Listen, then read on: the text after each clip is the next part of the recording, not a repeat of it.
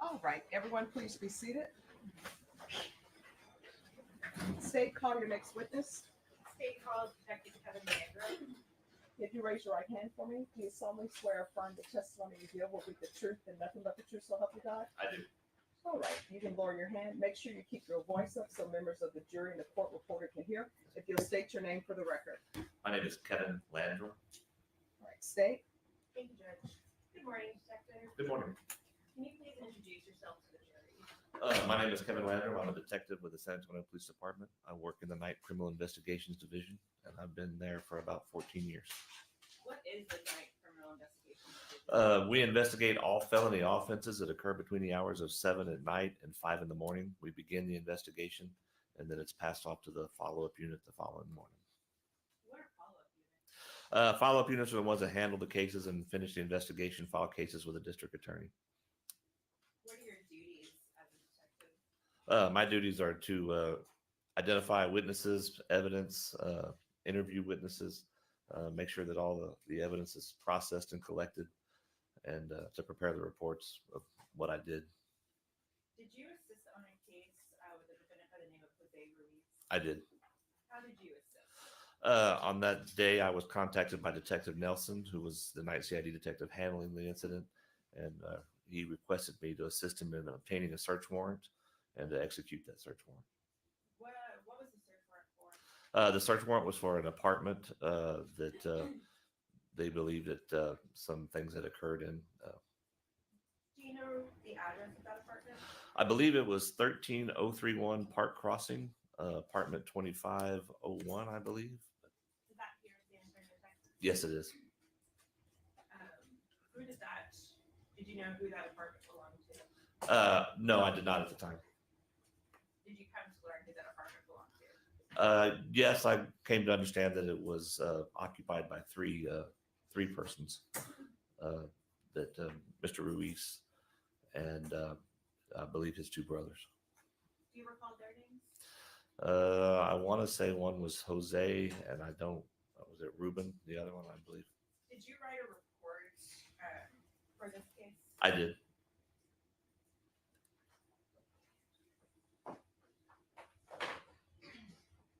And was looking at a copy of your report help with question? Yes, it would.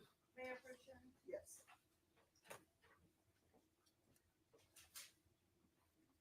Showing you what's been marked for identification purposes as State's Exhibit 108. Does this appear to be a complete copy of your report? Yes, it does. Okay. Please look at this. If you need to refresh your memory, just please don't read directly from Correct. it.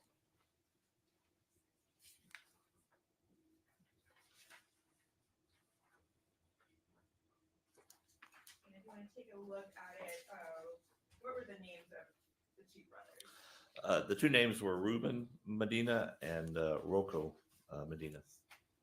And did you execute that search warrant? Yes, I did. Was it just you, or was anyone with you? There was patrol officers there securing the scene, and they had arrived prior to my arrival, and as well as the CSI unit. What was the condition of the apartment when you got there? The downstairs was in disarray. It appeared that they were moving in. There were boxes, bags. It appeared that they were in the process of moving. Did you observe anything that caught your attention when you went through the apartment? Going through the apartment, there was quite a few what you would call like pee pads, like you would use with a dog on the floor or for persons on a bed. There was. What was the state of those pee pads? They were obviously used. They appeared to some have been urinated on. There were dogs in the apartment, so I couldn't say for sure what had, but on some of them, there was one that appeared to have human hair on it and also appeared to have vomit on it. Were photos taken during the search of this apartment? Yes, they were. And was a video taken? Yes. Your Honor, may I approach? Yes. Showing you what's been marked as State's Exhibit number 86. What do you recognize this? That looks like a CD copy of the video that would have been done. at the scene. And is this a accurate depiction of what was observed? At Yes, that it crime is. scene? And have you viewed this? Yes, I have. And how do you know this is what you viewed? My initials and badge number are on the CD. And like all crime scene videos, does this one lack audio? Yes. This time state what offers state's exhibit number 86.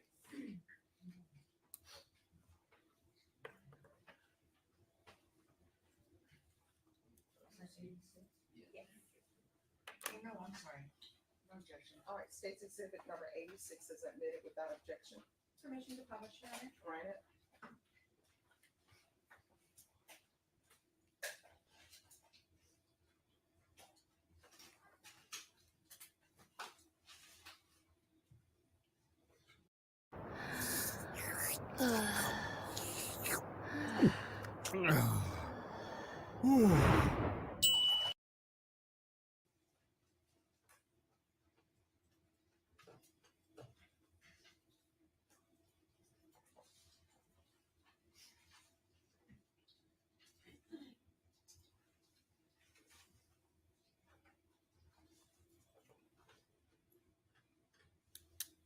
What are we seeing at the beginning of this video? That is the doorway, the entrance to the apartment. You see the door number.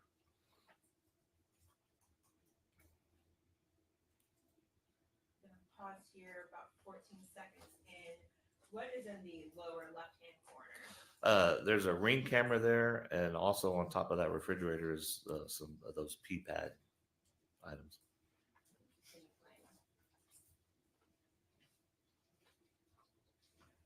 Does what on screen, does that match your description that you gave of what the scene looked like? Yes.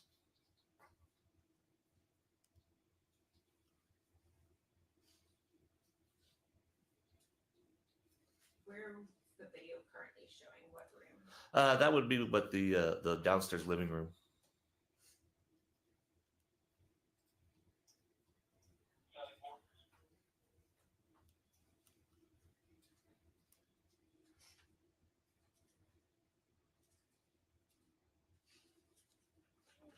And then what's currently on the screen? That would be the two dogs that were in the apartment.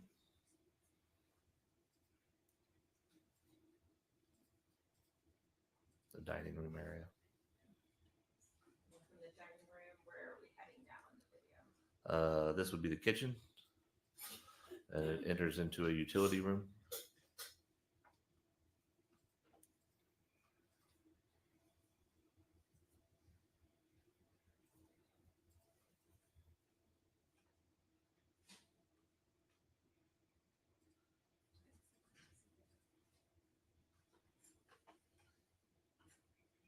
What's the purpose of filming the refrigerator?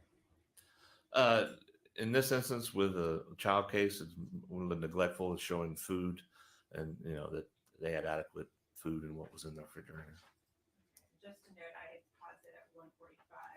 And where are we currently seeing right now? This was a trash receptacle that was in the utility room. There was pee pads, clothing, various things in there that appeared to have vomit and things on them.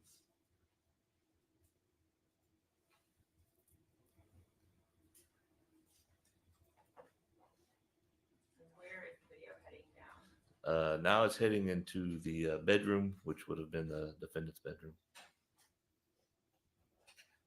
Okay, I'm going to pause at 2 minutes and 14 seconds. I see an exhibit marker. What is currently being marked? These items were found in bags. They are hot, cold and hot pads, bruise creams, toothbrushes, petroleum jelly, various items that were purchased for those things.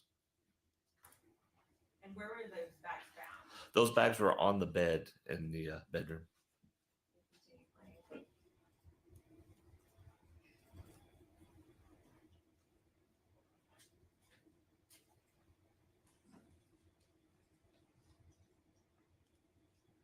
I'm going to pause here at 2:26.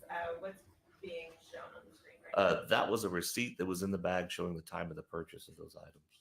And can you read a date and time? I believe the date on it is February the 7th, 2022 at 3:53 p.m. Continue playing.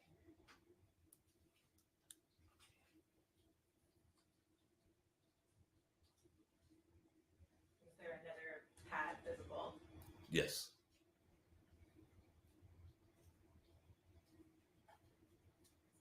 Pause here at 2:44. What's currently being shown? On the bedspread there, that's what appeared to be a vomit. And is there anything else being shown? Yes. If above that, those are bottles of Ensure.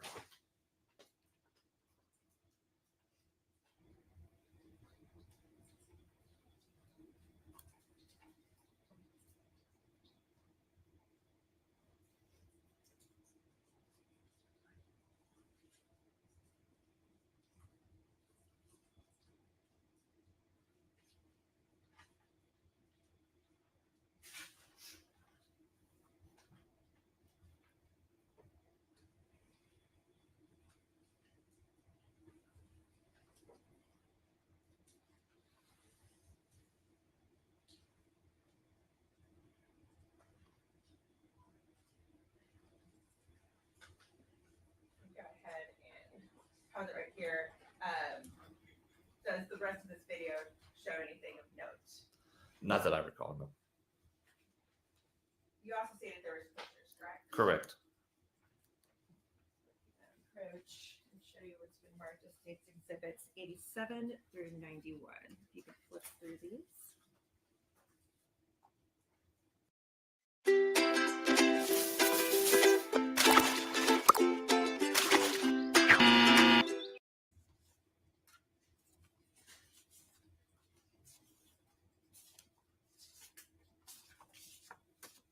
And do you recognize what's in these photographs? Yes, correct. Those are photos of things we just viewed on the video. And are they a true and accurate description of the crime scene as it appeared? Yes, they are. We would offer state exhibits 87 through 91. No objection, Your Honor. State's exhibits 87 through 91 are admitted without Permission to objection. publish? Granted.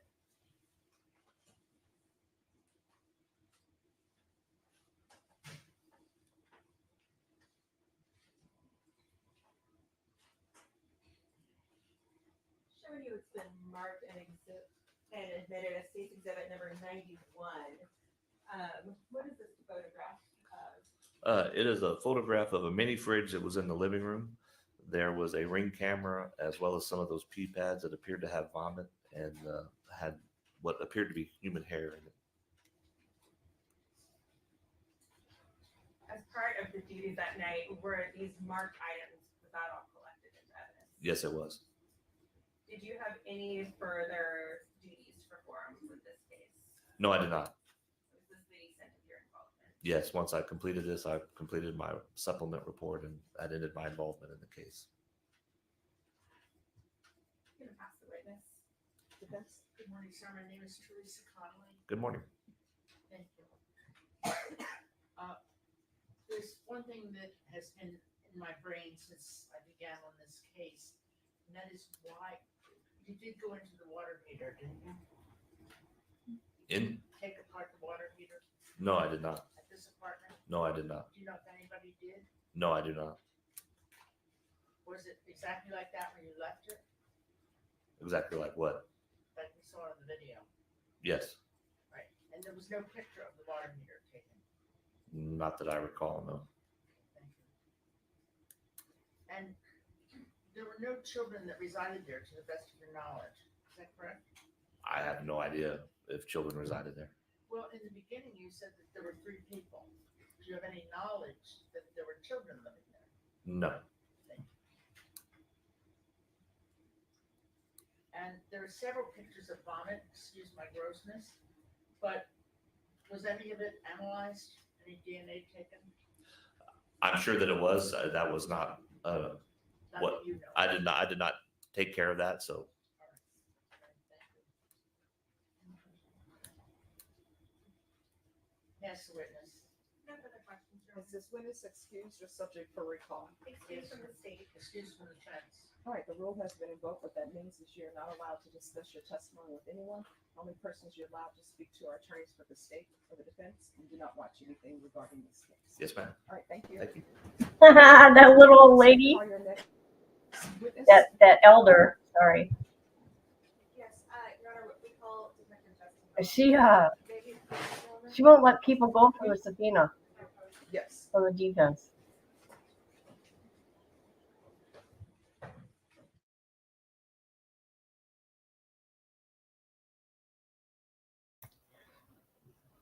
At this hearing here, the mom testifies. But it won't be long because I guess one of these elderly ladies, she fallen and she can't get up. She got hurt. Something happened.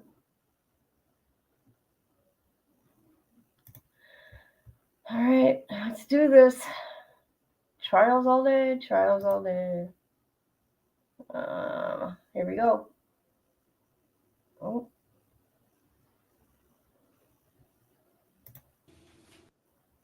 Oh, Are you a low-income American on food stamps or Medicaid? If so, you are now eligible.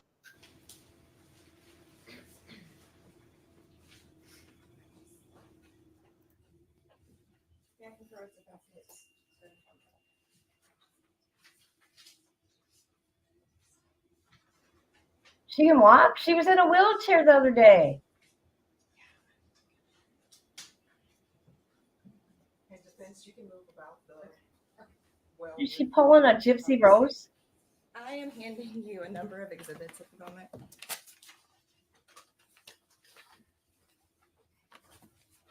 Let's see. First, we have State's Exhibit number 92 for identification purposes only at this point. And inside, there is 92A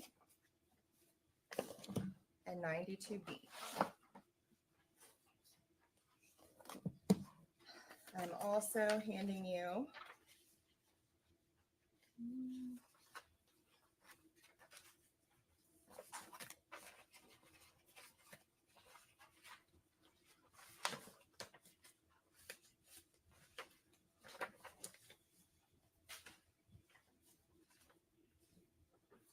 I'm gonna need 93 through 97.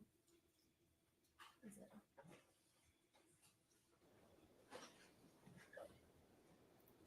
Aren't you sweet? I'm okay. I'm living a dream. You know that, Dan. Did you see my video about Dex? 93 through, I'm sorry, 93, 94, 95. What are those exhibits?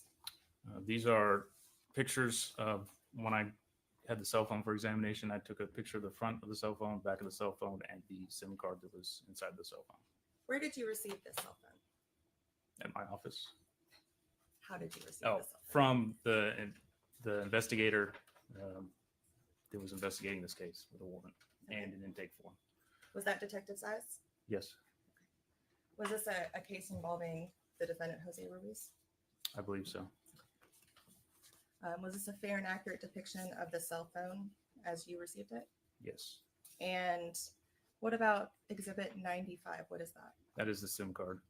Okay, and it's, did you have to do anything to the phone to take a picture of that? So it's held within a little tray inside the phone. So I remove it, pull the tray out, pull the card out. And this was a fair and accurate depiction of the SIM card that came from this phone. Yes. Okay, Your Honor, I'd offer State's Exhibit 93, 94, 95.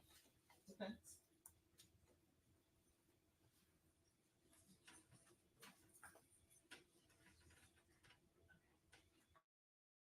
Grandma, didn't that one old lady, older lady, Objection as to relevant. wasn't she? All right. The objection will be a rule State's exhibits. I thought she was in a wheelchair. Are admitted.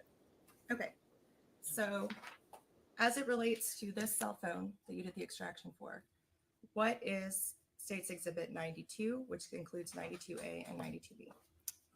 92A and 92B is my report of all the data or data that came out of the cell phone. Okay. And what kind of data can be extracted from a cell phone? Lots of data, anything that you would find in a cell phone: call logs, text messages, videos, images, application usage, location data, anything that you would generally find on a cell phone. I'm also gonna hand you State's Exhibit 81 for right now.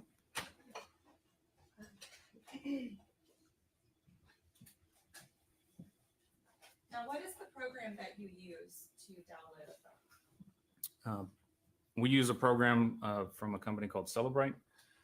There's actually two programs through the entire process of the extraction. The first program we use, there's a couple of them, either Celebrite's UFED 4 PC or Celebrite Premium. What we do with that software is we plug the cell phone into that software. It's a hardware device that has software with it.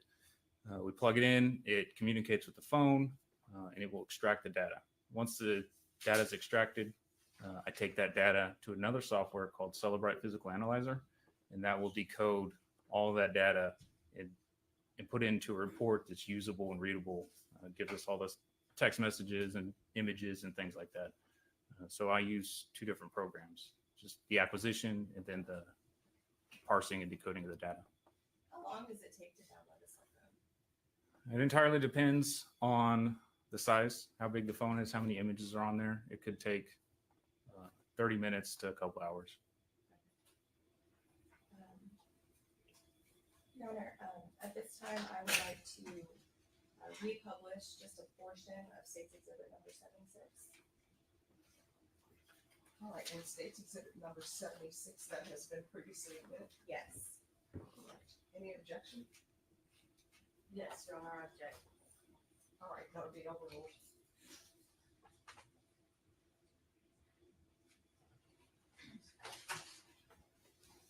Here's one thing you need to do before you buy anything online. Don't spend another dime on Amazon until you watch this first.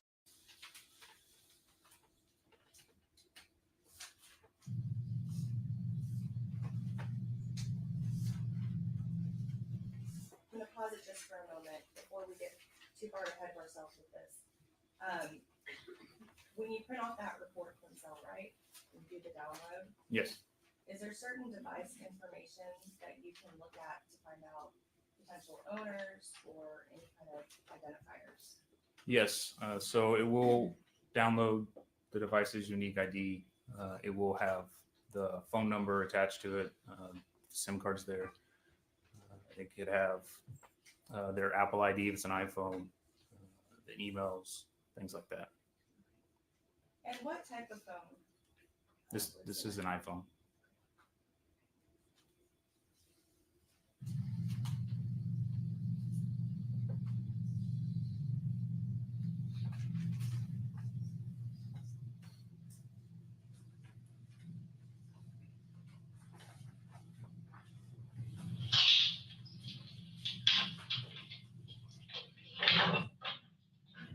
Answer about the late, across the front, somebody on that whole situation, so. Right, so there's a situation, so I don't know what's going on. Can I start with your name? What's Ruiz? J-O-S-E. I don't, have any tricks in mind. What's your gym building?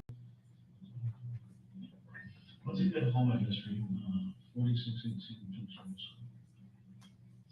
Pencil, that's cool. 4618. And like pencil, Arizona. And then RD, that's, Georgia. Where's that at? Right down the northeast side, right behind Euro Stadium Road. Do you have a job right now? Yeah, just cut grass, right? Cut grass, yes. Do you have a cell phone? 210. Well, I don't have my phone, so. Yeah, but you'll get it back though, right? I don't know. What was the number the last number? 612 1169. 1169? Yeah. How long you had that phone? And then, how old are you right now? 25. Okay. Okay. I just stopped about 1 minute and 58 seconds into the State's Exhibit number 76. Now, Detective Knox, you just heard Jose Ruiz testify in his statement saying that his phone number was 210-612-1169. Is that the same number associated with that download? Can I look through it? Yes.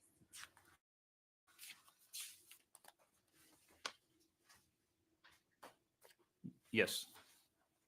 And are you able to tell how long the phone has been active? Or when it was first initiated?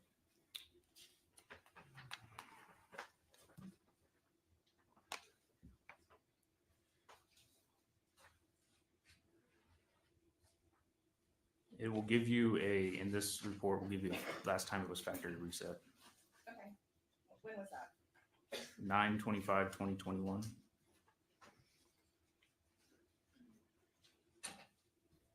And sorry, I didn't hear the first. What did you say that the 925 days from? The report indicates that the phone was factory reset. Okay. So if it was factory reset, it was probably being used before then as well. It's possible. You also heard in that statement, Jose Ruiz say you had it for, quote, a minute. That's slang, right? Generally, yes. And what does that generally mean? Just a very short period of time.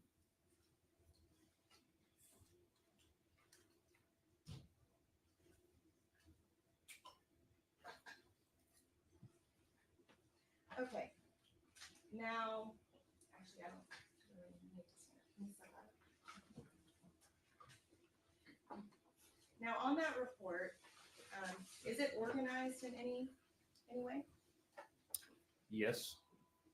It gives the device information, and then in this particular report, it includes everything that was tagged. Is the device given a name in the system?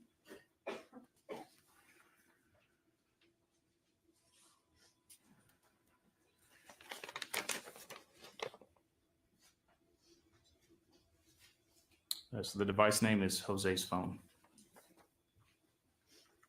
Now, when it preserves the images in the phone, is there a way for you to compare the printed report to images and see that they are the same? Yes. Okay. Were you also able to look at this download on a computer before coming to court? Yes. Okay. When it preserves images, is there any kind of, I believe the term is metadata attached to an image? So metadata is data about data. So metadata attached to images generally will be the type of camera used, its resolution, the phone, if it was used by phone, what version of the phone.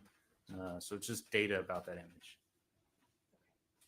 Now, I did hand you a stack of exhibits.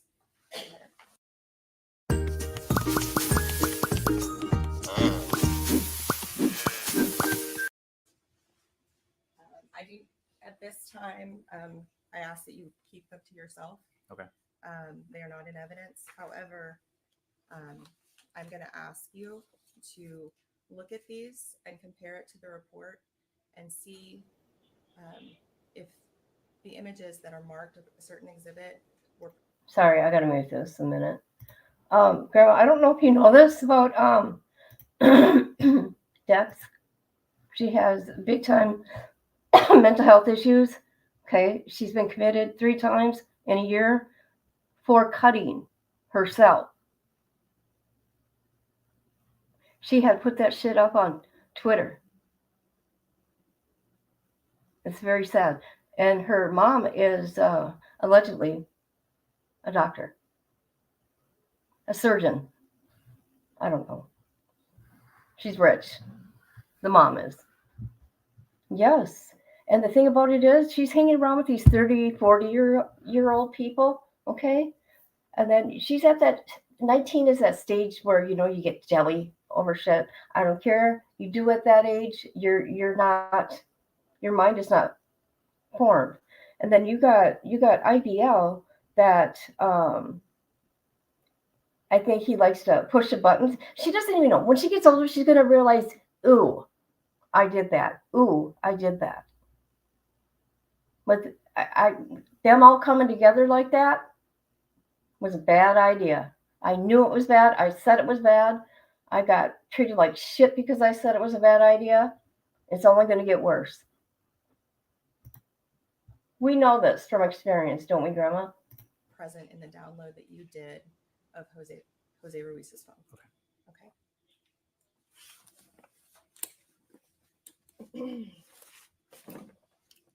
So if you can maybe put it, keep it down. There you go. Could you mind like going number by number or something like? I'm going to do it. I'm going to go it. Okay.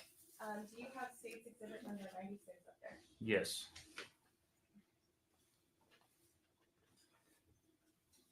Okay, give me.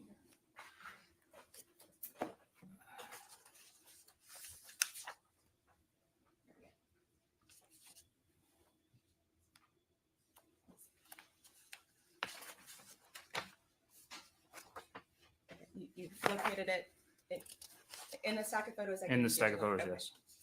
Okay. Is that an image that you found located in the cell phone download? Yes.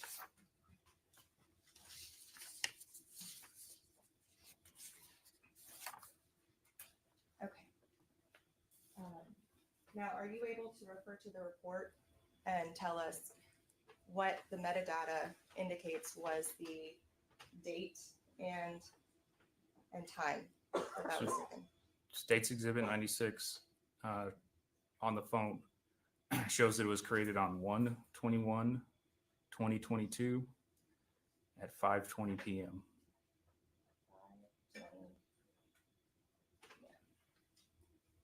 Okay. Now going to States Exhibit 97.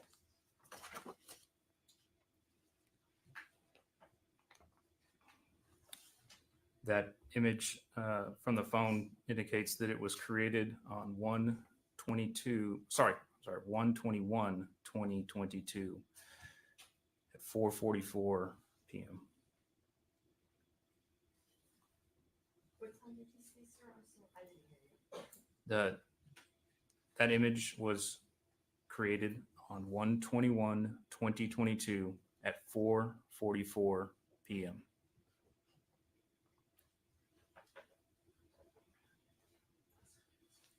Actually, if we can go back, the seconds are always also included. On States Exhibit number 96, that was 42 seconds, 5:20:42. I don't know if you want to get that. Oh, it was 5:20 and 42 seconds? Yes, and the second one is 4:44 and 18 seconds. Okay, I'm not worried about the seconds. Okay. No. And I won't include them in the next one either. At both PM, correct? Correct, both are PM. I guess maybe your voice trails a little or the microphone's not good. So Will I it- appreciate it. Thank okay. you. I'll speak louder, I'm sorry. I know the jury needs to hear you too, so I'm not trying to learn here, but thank you. Can I have Ms. Efron use her mic, please, because she's Oh. soft-spoken? Speaking of microphones. Okay, sorry about that. All right, State, proceed. Okay, moving on to States Exhibit 98. Did you find that in the download? Yes, And what, according to the metadata, what date and time was that created? 1/22/2022 at 11:39 a.m.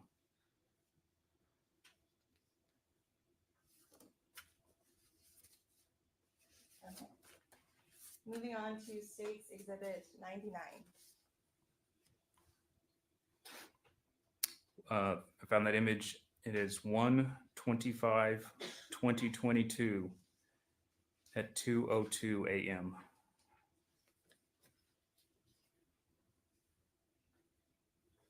Okay. Now, moving on to States Exhibit 101. You're the person with the gun, the person who would do anything to protect the ones you love. But did you know that you could go to jail simply for doing the right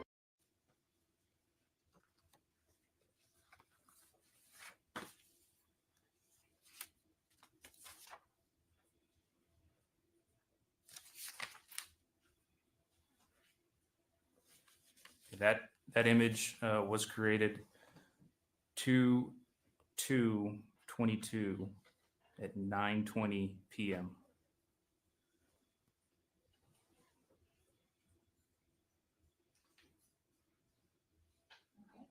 Going on to State's Exhibit number 102. That image was created on 2/4/2022, 12:24 a.m.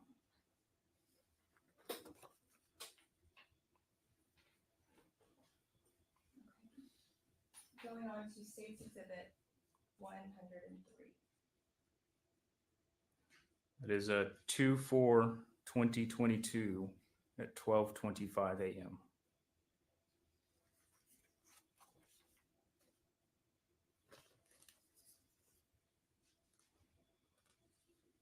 State's Exhibit 104.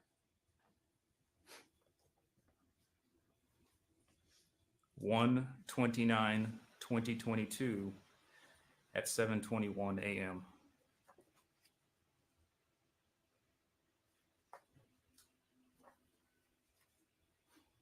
State's Exhibit 106. I know these are starting to go a little out of order.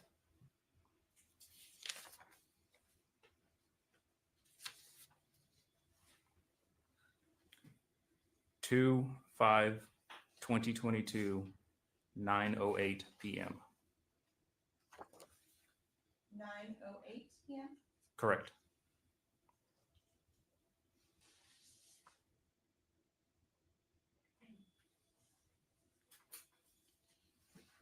Okay. Now for the next images, State's Exhibit number 81. It is contained in the giant yellow envelope.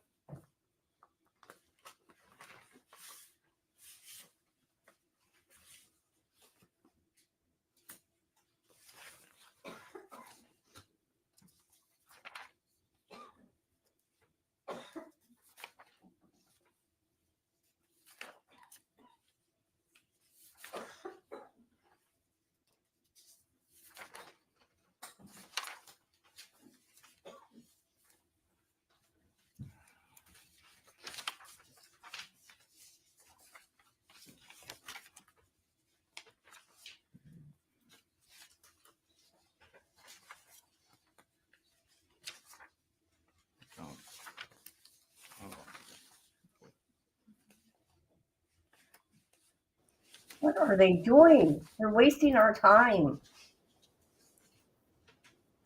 Have you viewed this disc? Yes. Okay. And are those your initials on the disc? Yes. Have you also viewed videos on your computer that were part of this download? Yes. Are the videos that you viewed in State's Exhibit number 108 the same files that were in the download of Jose Ruiz? Yes. And how many files were there? 3. And are you able to tell when those videos were made?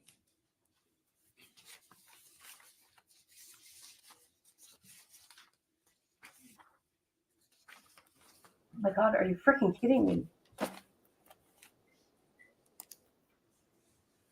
Detective, the extent of your formal education is an associate's degree. Speak up, old lady. Is that correct? Grandma. Yes, ma'am. Speak up, Grandma. And you're you have been trained as and certified in the administration of the Sublab program, correct? Yes, ma'am. But you're not a developer of that software, or are you? No, ma'am. And if we ask, and I don't know anything about software either, as much as you do, correct? I mean, I have no knowledge of the software, and you wouldn't be able to recreate the software program yourself, correct? No. And so the extent of what you're talking about when you administer the cell light extraction is basically putting one device, plugging a device in and extracting it to another device. Tempo's single serving meals are perfectly portioned and allow me to plan out my eating schedule. Correct. And after you extract it to the other device, I guess you download and print or whatever. Yes. Okay. And so you have Of course, you have no knowledge of who created any image on this phone, correct? Correct. I mean, you can say that phone number may be associated with this person, but you can't tell this jury who possessed that phone at any particular time, correct? Correct. I mean, there's no fingerprint linking the photo, that you can't, there's no way for you to track it, correct? I can't say who took the photo on the phone. Okay.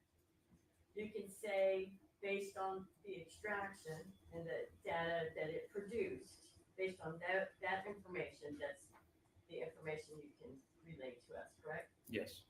Okay. So if I told you I could go on Google and find out how to reset metadata, would you say, yeah, you're right? Metadata can be reset. Yes. Okay. And your extraction, is that based on internal settings of the phone? In what I way? mean, like when you give timestamps here, that time is connected to what? Some internal clock in the phone, correct? Correct. Okay.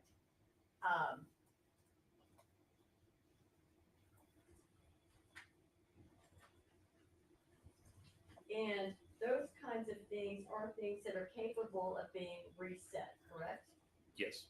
In fact, the phone had a factory reset in September. Yes. correct? I believe so. Which means it could have been resold, perhaps?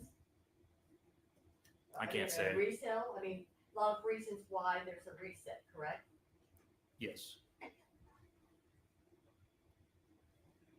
And like, for example, what happens to a cell phone when you go on airplane mode? It stops communicating with stops sending signals and receiving any signals to cell phone towers. And you would agree that, say, if a phone is on airplane mode, it affects the information, it's not communicating with any cell phone towers, correct? Correct. And in fact, you're not telling this jury about any kind of geolocation kind of stuff, right? Correct. I mean, you're not telling this jury where that cell phone was located when a particular image was produced.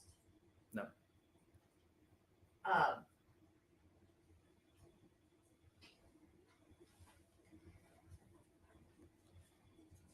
And you don't have any way to authenticate a particular image, do you? In what way? Well, all you can say is that, like, for example, what you just told us right now, this, I see that this image here matches this image in the report, correct? Yes. Okay, but you can't say anything about that image as to how it was created. You can't say how, right? You can just say what appears on the phone and what then gets translated into your report. I can say, depending on where the image is located in the phone, if it came, what app it came from, if it was taken with the cell phone camera. There's some data related to the picture. To the production. Yes. Okay. Okay. Well, let's talk about apps. So the cell phone, I mean, we all know cell phones these days contain an enormity of information, right? It's our whole life. It's on our cell phones. Do you agree with that? Yes. And the information contained in cell phones is contained in many places on the cell phone, correct? Yes. So you have cell phone logs and text message logs. Are those saved in different places on the phone? Yes. Okay. And photographs, are those saved in different places on the phone? Yes. Okay. So when I talk about different places on the phone and photographs, we're talking about photographs that can be taken directly by your cell phone, correct? Mm-hmm. I mean, then there's other content that gets created through apps like Snapchat Yes. or Instagram. So let's say Instagram, you upload a photo to Instagram from your phone. Now, does that now get saved in more than one place, correct? Yes. And it would also have different timestamps as to when they were saved. The timestamp, the created timestamp, specifies when it was created on the file system of the phone. Okay, so if it was created on the phone, but if it came from a different place, if someone sends you an image through an app, it still gets saved somewhere on the phone, correct? And it will have that created timestamp. Okay, so an incoming image from someone else would also get an internal timestamp? From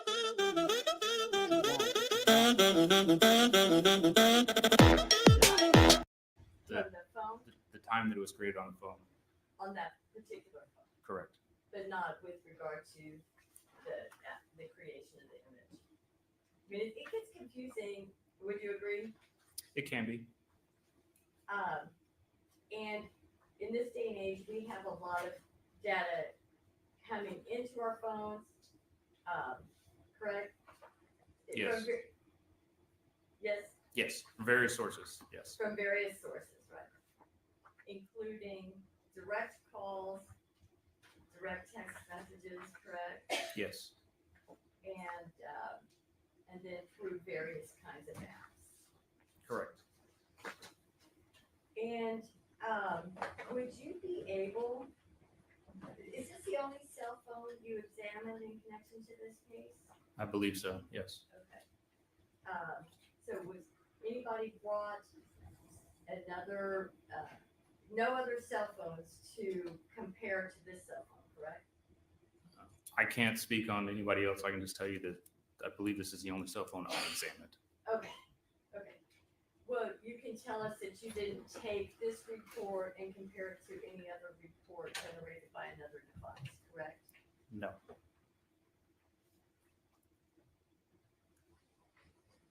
And you don't know Mr. Ruiz, I do not. you never met him before. I have not. You have no way of being able to tell this jury, if he was even present when a particular thing was created. I would not.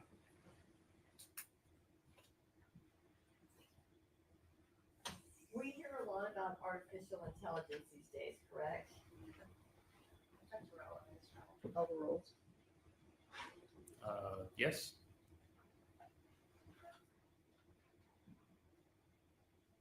And that's kind of a complicated thing, correct? In what way? Is it easy to recreate artificial intelligence? I mean, yeah. Is it artificial images? I don't. Well, okay, I'm sorry for the confusion of the question. Let me say this, or ask it this way. In terms of the images you take from the cell phone and extract, and then generate a report, you're not able to say if it's an anime or a cartoon or an authentic image or an artificially generated image, correct? I am just stating in my report that that is an image that came from the phone. Okay. So if a screenshot comes through as a photo, right? A screenshot is saved as a photo into the phone. Okay. Yes. And phones are locked with some kind of security code or access PIN or password, correct? This particular phone has the ability to use Face ID or PIN code. Okay, so how did you get in the phone?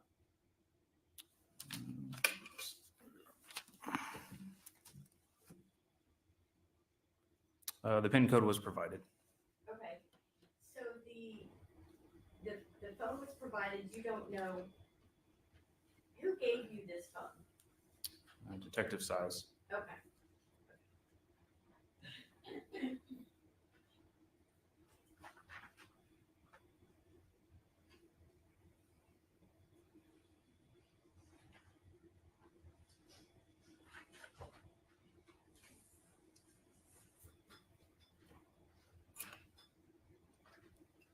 The cell phone extraction gives us it extracts the internal data from that phone, correct? Yes. So it doesn't extract.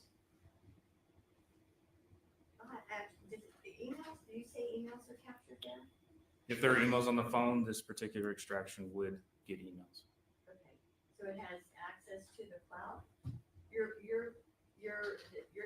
program can extract what's on my, for example, my email communications. This extraction will not extract from the cloud. Okay, It's only contents on the phone. okay. I passed the witness at this time. Detective Knox, how are you able to tell if a picture is taken by the phone or sent to them? Just by the location of where the picture resides. Okay. For instance, can you look at State's Exhibit, let's say, 97?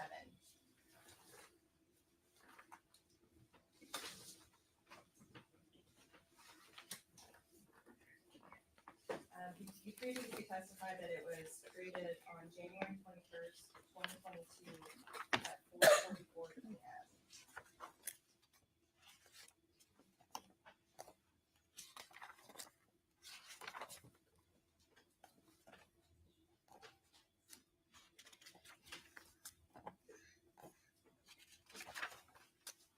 Oh.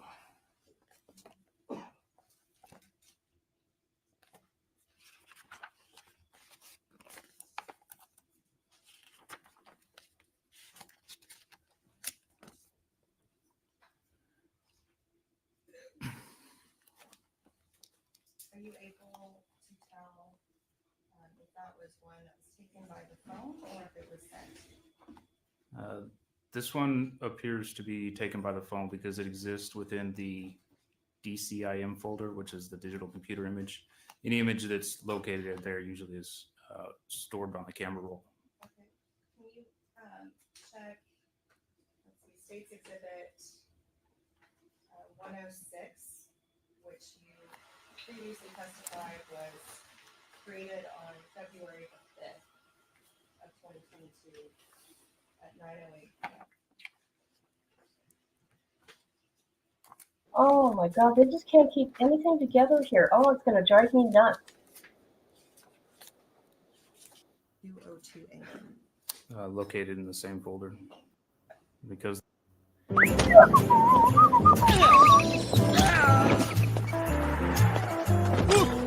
there's parts of the image that there's an overlay on the image. Okay. And what is a screenshot? If you're looking at your phone, you can press certain buttons and it will capture in the image of the screen. Are you familiar with the Ring camera system? A little bit. Okay. Do they have are you aware if Ring users have a cloud that they attach the data to? Yes. As in, they do have a cloud? Yes, there's a monthly fee that you can subscribe to. So to view image from a Ring camera,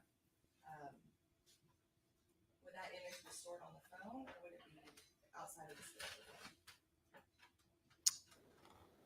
I'm sorry, can you repeat that question? I know, we can't hear them. You said there's a monthly fee. Okay, I'm gonna shut up. Ring camera footage up in a cloud, a digital atmosphere. Mhm. Yes. Okay. And when you have a phone, like the phone you downloaded, and you are viewing information from the Ring cloud, is that information going to be stored in the phone? Your Honor, I object to leading the witness. How do you rule? I'm not entirely sure exactly how the Ring app works, so I can't tell you that if it is stored on the phone as you view it from the cloud or not. Did you see any? I'll retract that question. If that were the case, and a screenshot was taken, would that be a way to preserve information from an image that would have otherwise been in the cloud? Yeah, anything you take as a screenshot of your phone will stay within your phone. All right, I'll pass it. Thank you. If I may, Yes.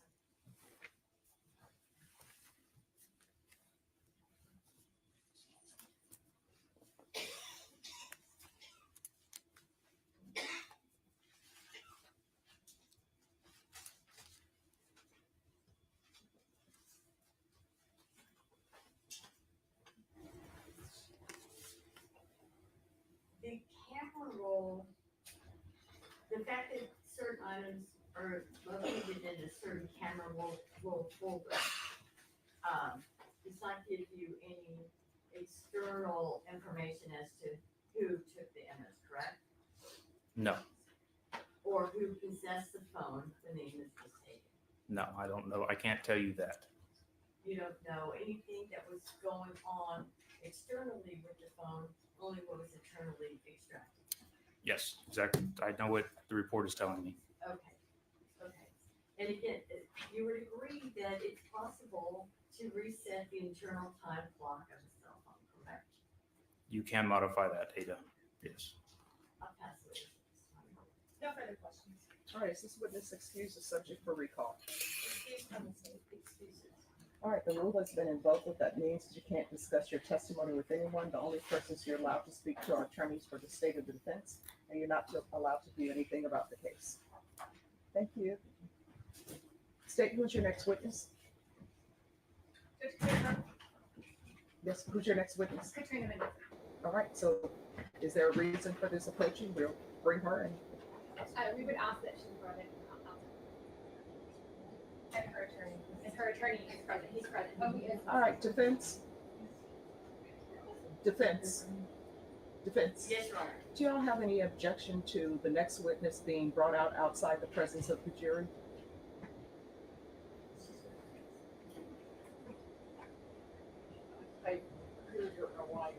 Yes, yeah, we object. I'm sorry, do you object? Yes. All right, call your next witness. Okay, Judge. And then housekeeping matters. Can I have 5 minutes in discussion? Oh my God. All right, ladies and gentlemen, Oh my God. ladies and gentlemen, are you okay with taking a break and then taking this witness up? And I'll give you a 10-minute break and then we'll take this witness up. Are you okay with that? Yes, sir. All right, please remember my previous instructions and we'll bring you back in 10 minutes. Wow. Right for the jury? Unbelievable.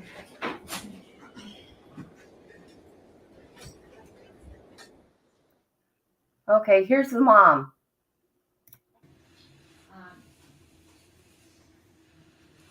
And is it part of that plea agreement that you are to tell the truth here today? Yes, ma'am.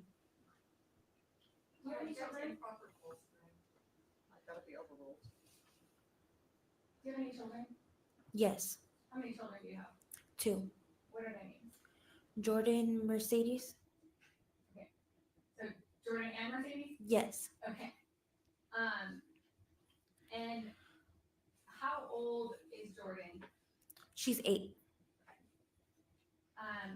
How old were you when you had Jordan? I was pregnant at 14, had her at 15. How much, I'm sorry, is Jordan older than Mercedes? Yes. How much older? A couple of months, Do you know how many? like 8, I think. Okay.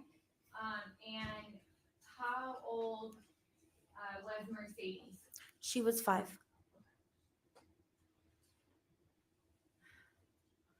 Over the course of Mercedes and Jordan's lives, have you had CPS cases? Yes, ma'am. How many? I'm not sure. More than one? Yes. Okay. I want to talk about those. Can you remember the first time CPS was involved with you and your children?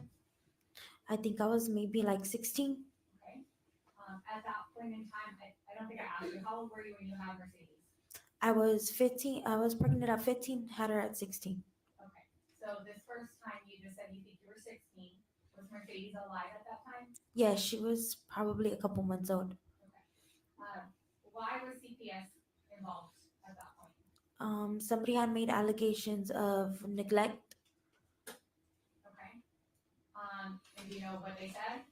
I can't remember. Okay. And what happened with that CPS case? It got closed. Were Jordan and Mercedes removed from your care at that point? Yes, because I was still a minor. Okay, I'm sorry.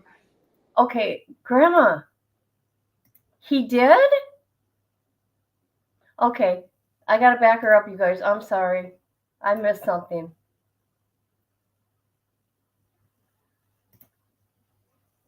Okay, so Grandma says, did you see him making a pew pew with his hands? Well, we're gonna look right now, Grandma, because I missed it. Here we go. For Katrina Mendoza, the state's next witness, he may be making objections if he deemed them appropriate. Look at Grandma over there. She's all blinging in her hair. Here comes the evil mother, Katrina.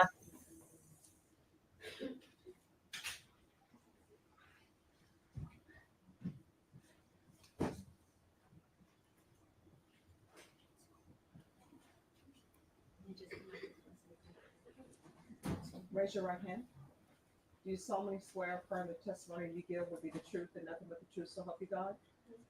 All right, you can lower your hand. You need to keep your voice up so that the members of the jury and the court reporter can hear. State your name for the record. Katrina Rose Mendoza. State. Thank you.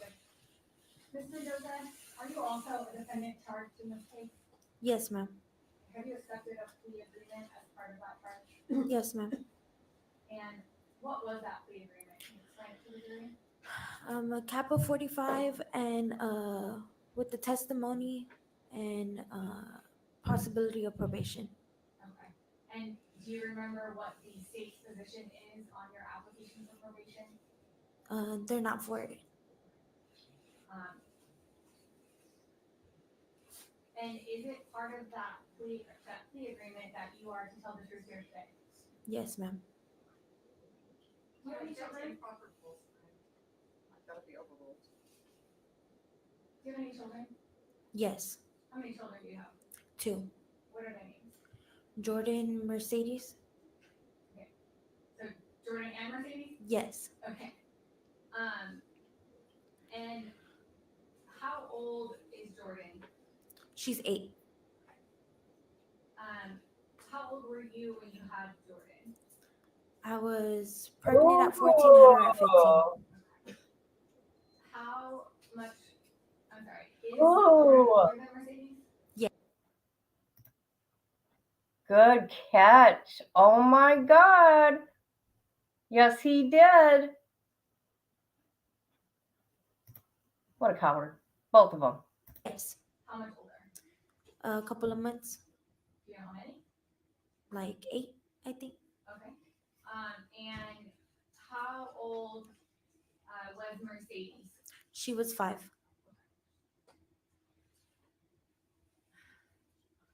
Over the course of Mercedes and Jordan's lives, have you had CPS cases? Oh, Yes, ma'am. he thinks he's being sneaky, huh? I'm not sure. More than one? Yes.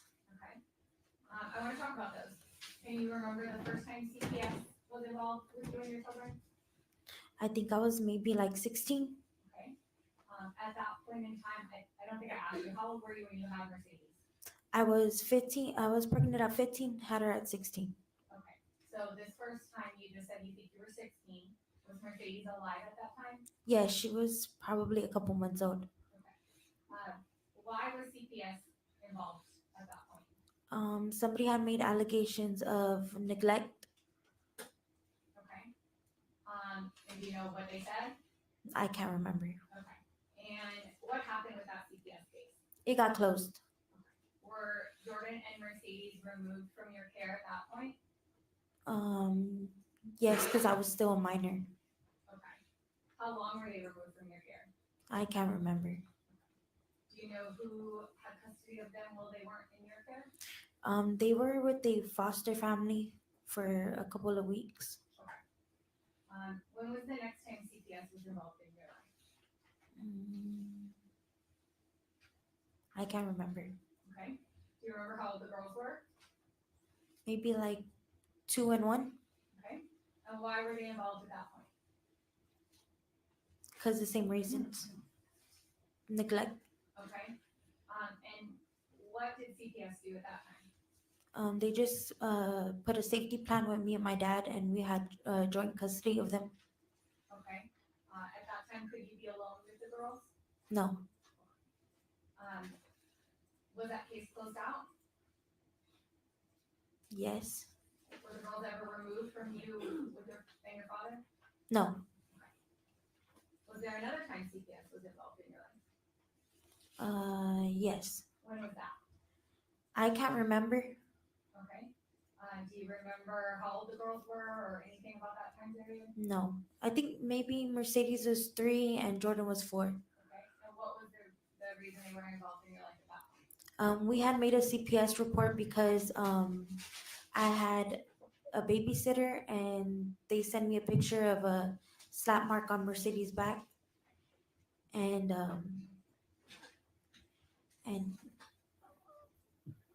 we reported it. Okay. Who reported it? Me and my dad. And what happened with that case? It got closed out. Were the girls ever removed from your care at that point? No.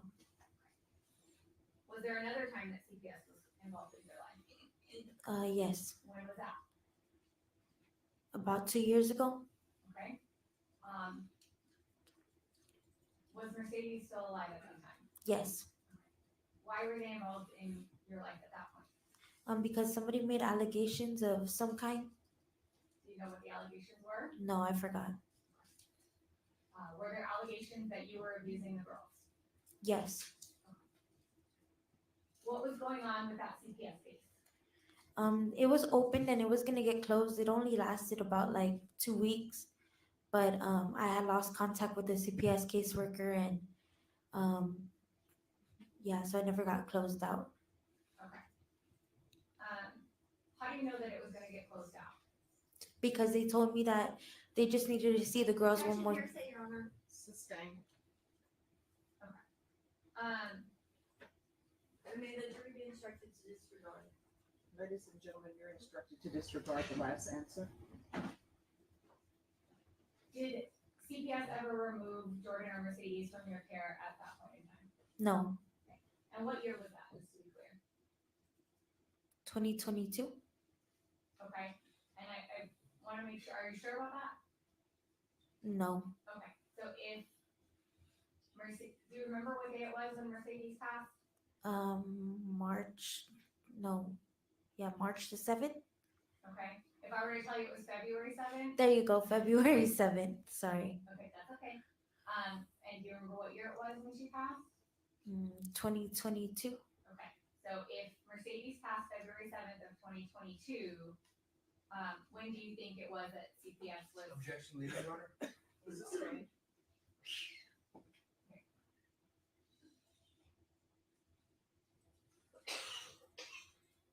What year was it that CPS was last? 2022.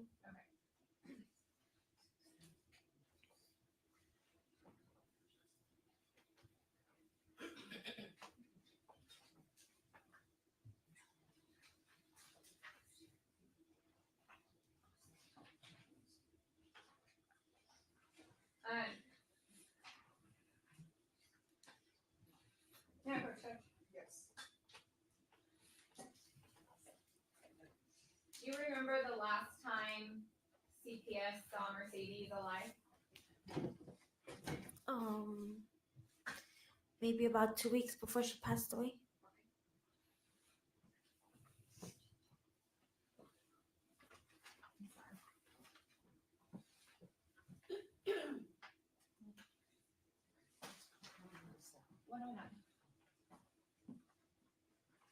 Okay, now I'm showing you what's been marked as State's Exhibit 109. Yes, that was the last time. Okay, before I say that, I gotta ask you a question.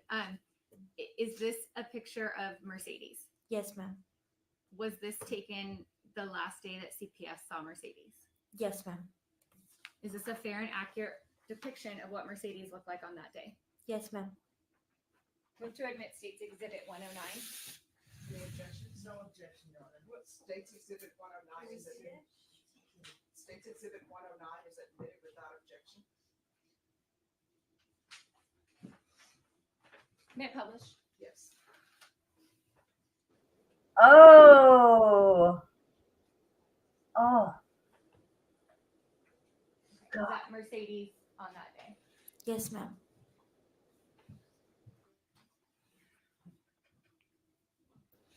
Look at the baby girl. Any injuries on that day? No.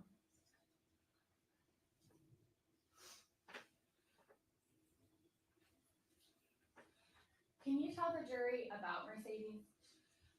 She was 5 years old. She was my youngest daughter. She was very smart and beautiful. She was a very outgoing kid. She liked to have a lot of fun. She liked to dance. She liked to sing. She liked to be on TikTok. Um, she was very close with her sister Jordan. Objection, Your Honor, relevance. Sustained.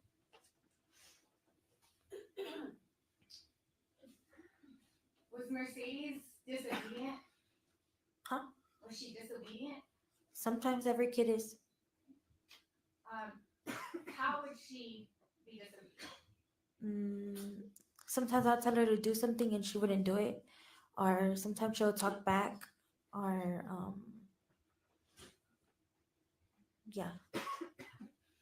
How would you punish Mercedes when she wouldn't listen? I usually put her in timeout. Can you describe timeout to the jury? Just facing the wall without talking or playing with anything. Okay. What else would you do to discipline Mercedes? Spank her with the belt Okay. Where would you spank her with the belt? on her butt. Hold on, please. That's abuse. That is abuse. And look at this other demon. No, I'm not going to be nice today. Right? Got that right.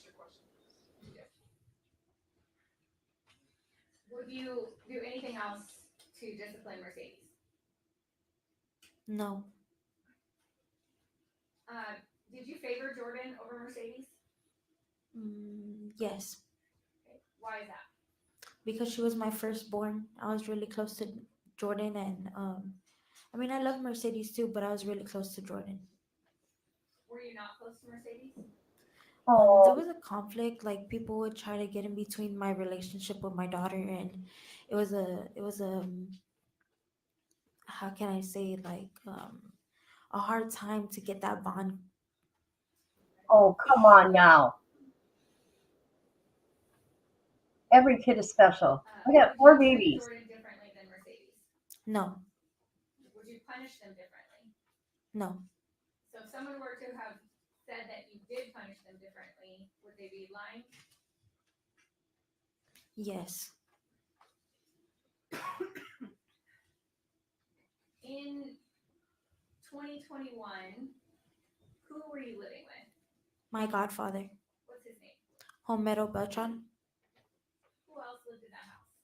Angelica Edwards, Rodney Edwards, Jeremiah Beltran, Jesse Beltran, Priscilla Vasquez, Dalen Vasquez. That's it. Were the girls also living there? Oh yes, sorry, and my girls. Okay. And just who are all those people that you listed? They're my god family. They're not related to me by blood, but they raised me since I was 2 weeks old. And did you live with them since you were 2 weeks old? No, when I was younger, I lived with them on and off. My parents would switch with them, but I guess I moved in with them permanently when I was 18 years old, or 19. Did you live with them when the girls were young? No. Yes. Yes. Sorry. That's okay. Is it fair to say you lived with them off and on? Yes.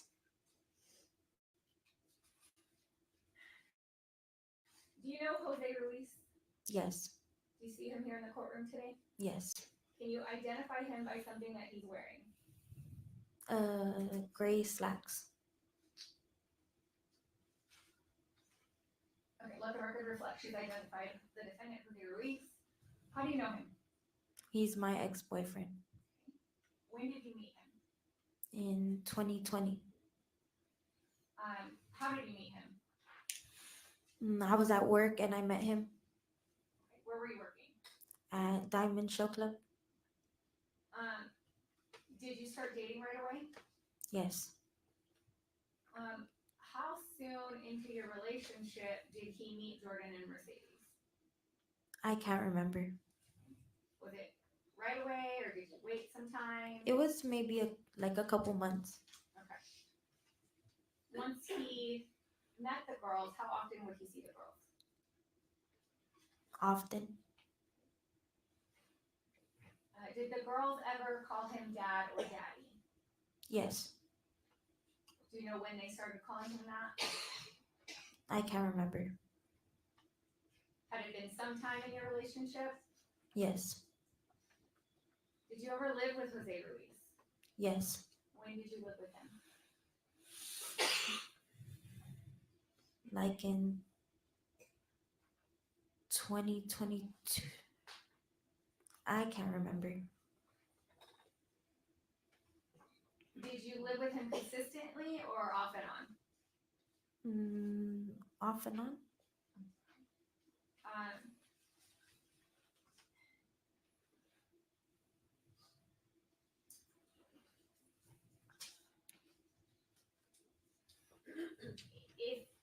If there were neighbors who testified that they saw you and the girls there in November of 2021, would that be accurate? Your Honor, objection to leading.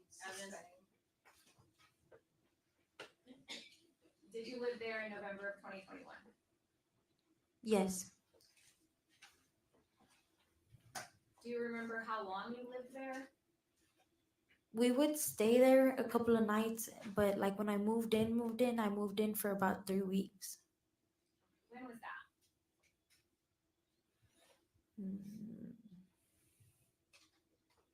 Like in November of 2023? No, 2022. November of 2022, so you're describing 7 months after Mercedes passed? Oh, sorry. I'm confused right now. I'm sorry. Let me ask you another question. The 3 weeks that you said you lived with Jose consistently, was that the 3 weeks before Mercedes died? Yes, ma'am.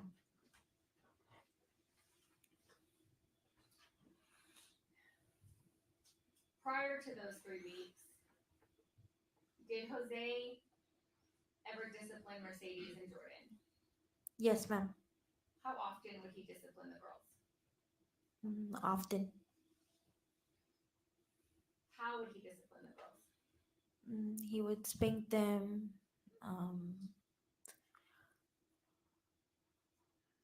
He would pull Mercedes' hair and cover her mouth and nose. Use thumbtacks on her feet. Okay, I'm gonna stop you real quick.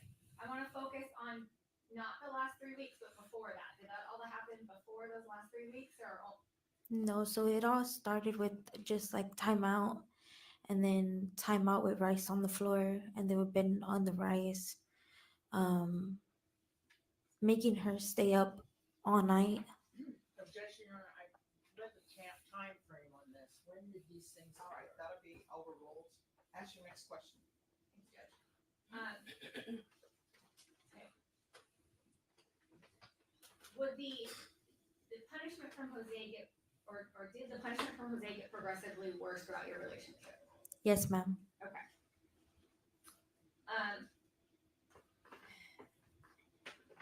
At some point while you're living with Homer Beltran, did you ask Jose for help in disciplining Mercedes? Yes. What did Jose say? That he was gonna pick her up and take her with him for the day. Did that happen? Yes, ma'am. Did you go with him? No, ma'am. Did Jordan go with him? No, ma'am. How long did he have Mercedes without you being present? A couple of hours. Okay. Was it Overnight. overnight? Yeah, overnight. During that time period, did you talk to Jose? Yes. How did you talk to Jose? Over the phone. Did you ever talk to him other than just on the phone? Yes, one night, the night that he picked her up, he came to get a backpack of clothes, and I s- When did this happen? Do you remember when this was? no, Do you remember how long it was before Mercedes passed?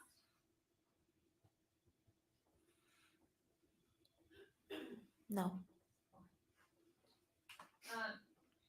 On that night that he had Mercedes, did you communicate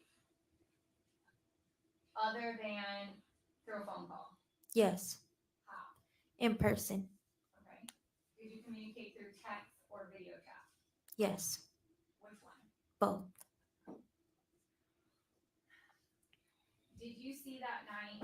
Objection, Your Honor, we're talking about a night in the span of how many months or years?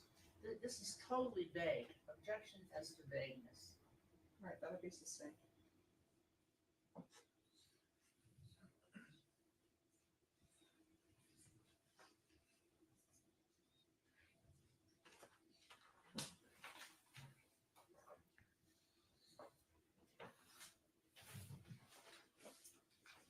Yeah, that's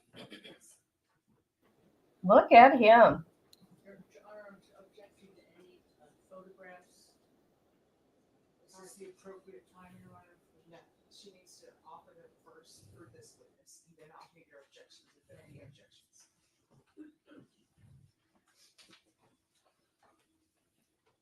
Katrina, were you sent any photographs of Mercedes by Jose? yes, No. Showing you what's been marked States Exhibit 97. Is this a photograph that Jose sent you? yes, Okay. If there was testimony that this happened on January 22nd of 2022, does that sound accurate to you? Objection Yes. as to the leading, that would be sustained. As to leading. Is this a fair and accurate depiction of how Mercedes looked in the photo you were sent? yes, ma'am, State moves to admit States Exhibit 97. Objection, Your Honor. Never had some States Exhibit 97, please.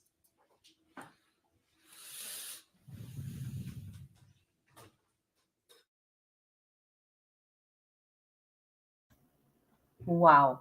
Grandma, that was a good catch. So I'll be focusing on that later. I didn't realize how young this mother is. Hey, there's Grandma. There's Grandma. Go, Grandma, go. All right. Now, she's looking away. I don't blame her. She got pregnant at 14, had a baby when she was 15, and then 15 had the baby when she was 16. Okay, I got pregnant at 15, had a baby at 16, had a baby at 18, had a baby at 20 and 21. I never let anybody have my kids. Ever. Ever. I remember my youngest son, their dad went to give him a spanking. Oh, no. No, that didn't work out well. Because I didn't spank my kids. They went in corners. And when they would fight each other, I would make them hold hands and say sorry to each other. That was horrible.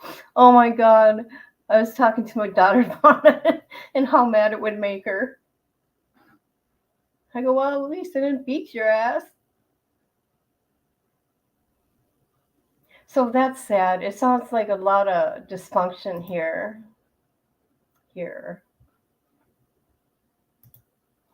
But she said it herself that Jordan was her favorite.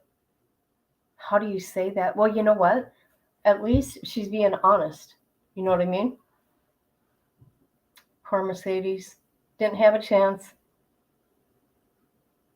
However, the dad and grandma would have taken her. So I don't know what's going on there, which is none of our business, but she wasn't raised by her own mother and father. I don't know what's going on there. I have no idea. They're fighting over these pictures that was in his phone. That's crazy. We're back on the record. Go, Grandma. Get back over there, Grandma. Get back to your table, Grandma. Katrina, the States Exhibit 97 that I just showed you, was there a video chat and video sent to you that depicted the same activities that were in the photos of States Exhibit 97? Yes. I'm showing you States Exhibit 108. Do you recognize this? Yes. How do you recognize it? I remember signing and dating it. Okay. Are those your initials and the date that you watched it? Yes. And you reviewed it prior to coming here today? Yes. Is it a fair and accurate depiction of what you saw Mercedes doing in that video? Yes.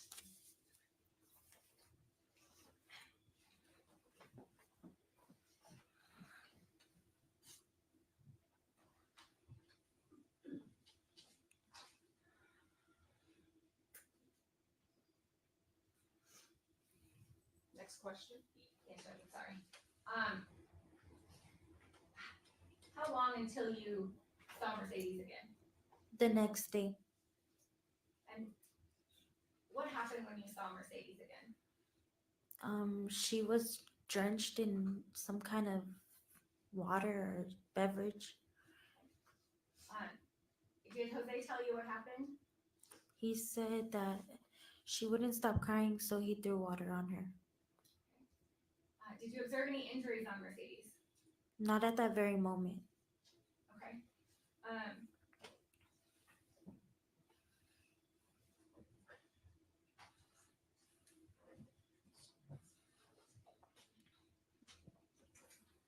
apologize for this walker. All right, please. Ask your next question, counsel.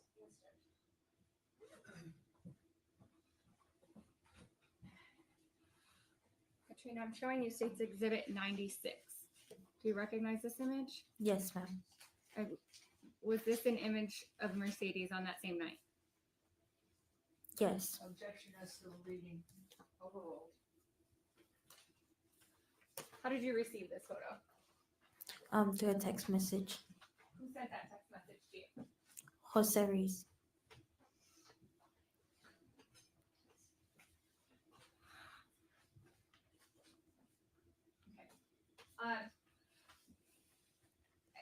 Did you observe injuries on Mercedes when you saw her again?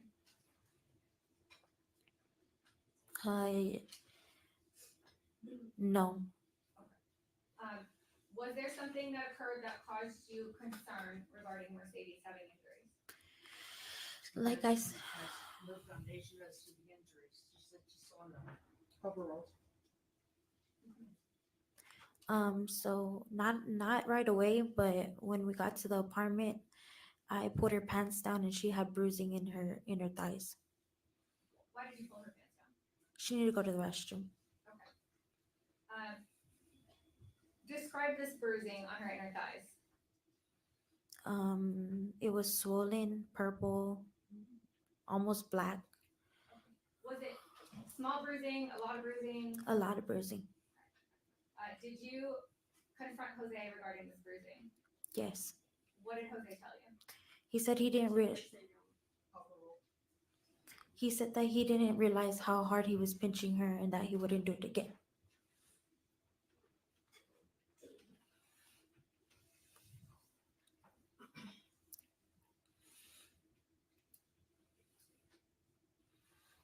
Okay. Where was the apartment that you went to? I can't remember. I know the name. Okay, what was the name? Henry B. Apartments. When you went over there at this point in time, was that when you started staying with Jose consistently? Yes. And how long were you there prior to Mercedes' death? Before her death? Yeah. Like I said, we were staying in and out with him. Okay, but you just said you were there consistently. How long consistently before she died? Oh, about 3 weeks. Okay.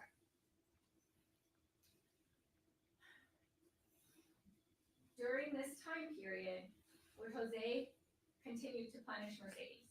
Yes, ma'am. Why would he punish her? What were some things she would do that would cause him to punish her?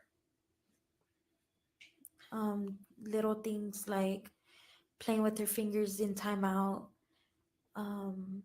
touching things in timeout, not holding up an object, sitting on her legs when she got tired, talk. Objection to the narrative, Your Honor.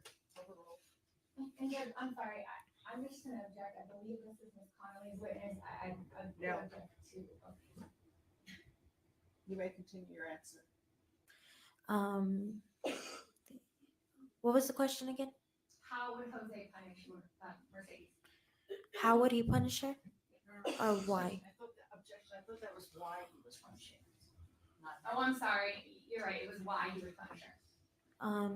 Because she wouldn't like say her ABCs or say the numbers right or like repeat what he was saying correctly or answer him in a correct way. Your Honor, I'm objecting to there's no foundation for this. I mean, all of a sudden numbers come up. Overruled. Ask your next question. How was Mercedes potty trained? Yes. Would she ever have accidents? Yes. How often? For those 3 weeks, very often. What about prior to those 3 weeks?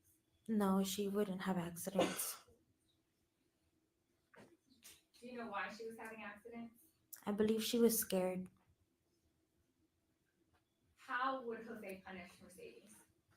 Objection asked and answered, Your Honor. Overruled. I can answer. Yes. Okay. He would pull her hair. He would spank her with the belt. He would use the metal part of the belt. He would hold her breath by covering her mouth and her nose. He would pull her hair out. He would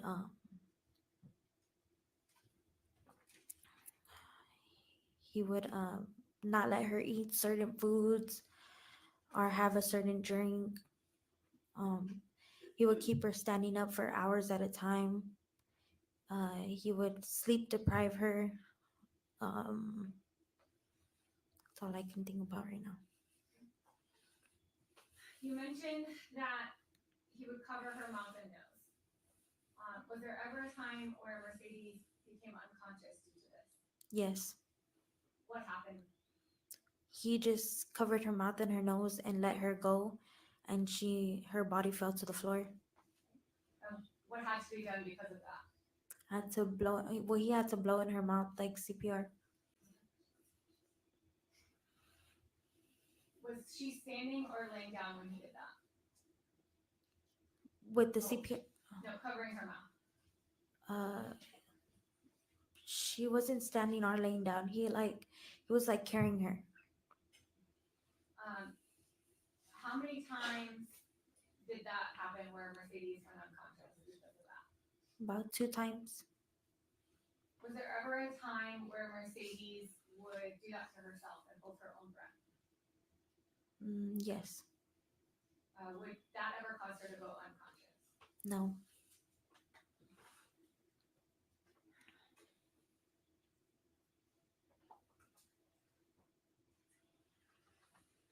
Earlier you mentioned thumbtacks. Tell me about the thumbtacks. Yeah, that started because when Mercedes was in timeout, she'll be on her knees and she would get tired of being on her knees, so she would put her butt on her legs. And in order for her to stop doing that, Jose put thumbtacks in her feet. I want you to explain that a little more. When he put thumbtacks in her feet, how long did they stay there? For hours. Did he put thumbtacks anywhere else on her body? On her butt. How many thumbtacks? At a time? Yes. Maybe like 4 or 5. Would he ever make her stand on thumbtacks? Yes. Tell me more about timeout. What would he have her do while she was in timeout? Sometimes he would have her hold her arms like this, or hold an object, or kneel on rice. Was there ever a time when Mercedes wouldn't do those things while she was in timeout? Yes. What would happen if she didn't do those things? He would pull her hair, or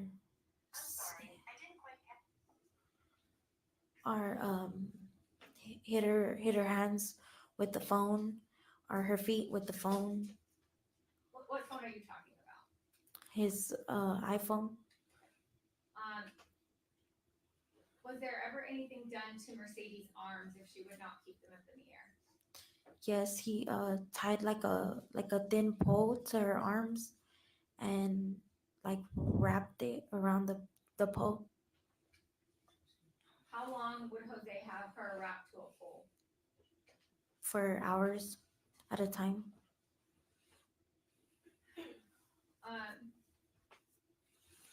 When she was wrapped to a pole, would she have clothes on? Sometimes. Would she ever be naked? Yes. Did he ever put anything over her head? Yes, he did.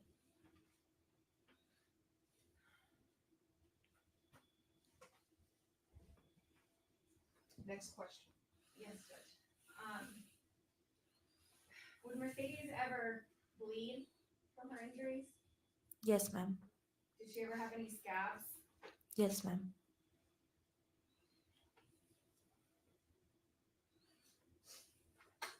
Did Jose have a ring camera? Yes, ma'am. What did he do with the ring camera? He would put it to watch her in the closet. Okay. Why would she be in the closet? To be secluded as a timeout. Who would put her in the closet? Jose.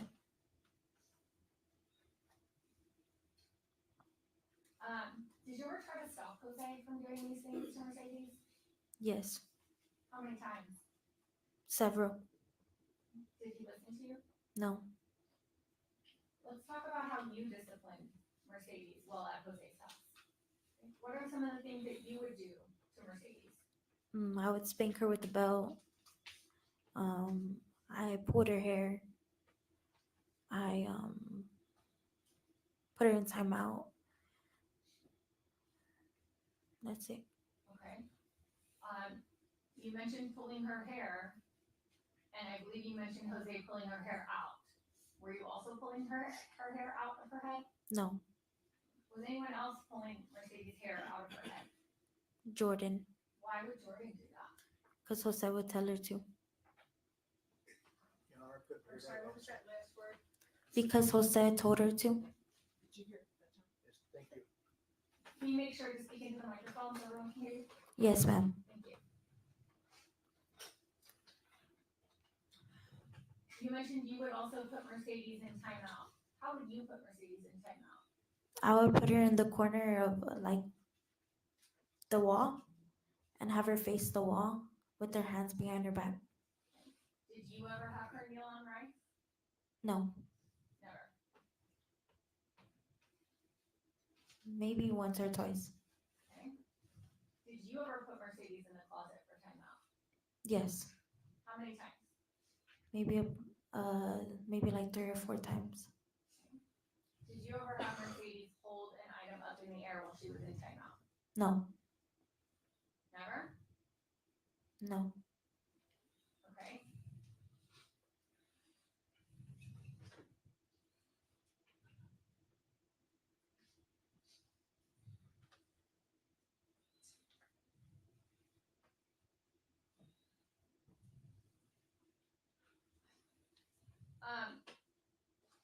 Did you ever put thumbtacks in Mercedes?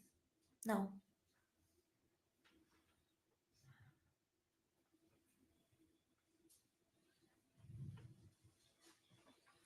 Did you observe Mercedes to have injuries, marks, bruises from all of this, the things that y'all were doing to her? Yes, ma'am. Did Jose ever tell you to chill while disciplining Mercedes? No. would Jose say anything to you about your discipline of Mercedes? No.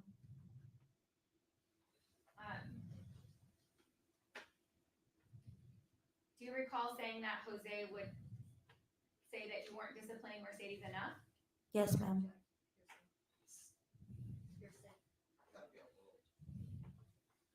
I'm sorry, what was your answer? Yes, ma'am. In leading now. As to leading, that will be sustained. What would Jose say to you regarding your discipline of Mercedes? That I wasn't hard on her enough and that she didn't respect me because I let her walk all over me and do whatever she wanted.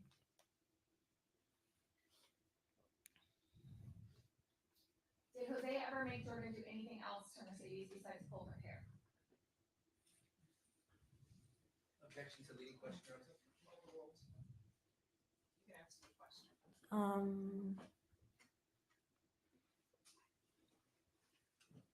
Not, I can't remember.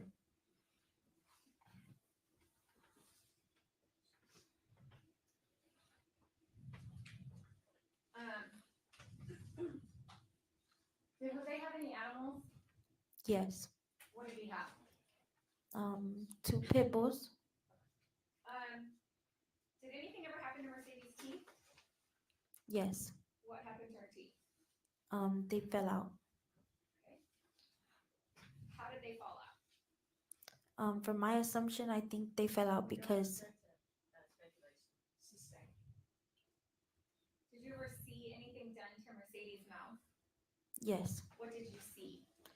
Jose would stick her underwear or a sock or some like clothing in her mouth and then pull it out really quickly And why would he put a sock or clothing in her mouth? because she would cry. What would Jose do when Mercedes would have an accident? He would like mop the floor with her in her urine. What do you mean by that? He would get her on the ground and just drag her in her urine. Did he do anything with her clothing after she would have an accident? He would put it in her mouth.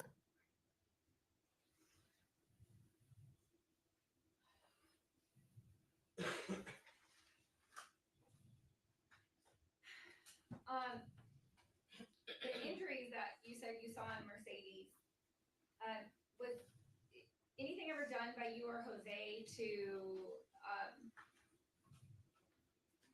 treat those injuries? Yes, ma'am. What was done? He would buy her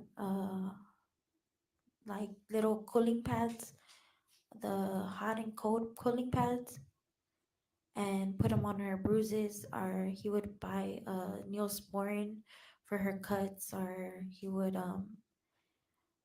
buy something that like causes the bruises to go away, and just stuff like that.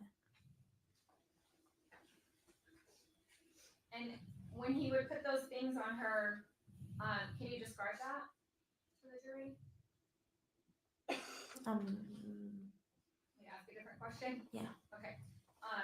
Would he put those on one part of her body, a lot of her body? Well, everywhere that she had bruises, and she was bruised up pretty much everywhere on her body. Why were y'all doing that?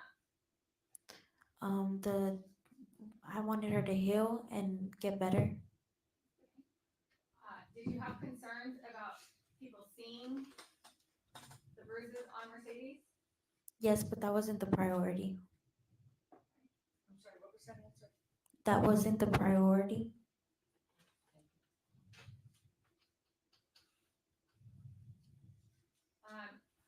What was the priority? To get her better so that we can leave.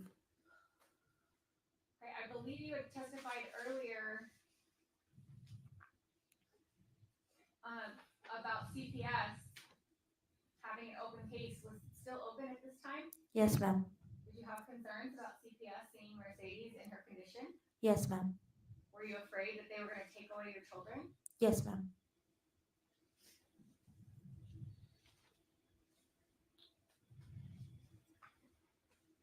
Next question. Yeah, sure. Okay, no, sorry.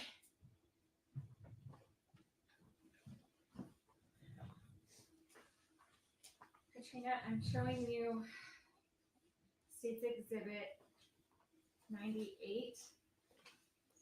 Is that a picture of Mercedes and some of the things that we just described happening by Jose Ruiz? Yes, ma'am. 99, is that a photo of Mercedes' condition around that same time period that you were living with Jose Ruiz? Yes, ma'am.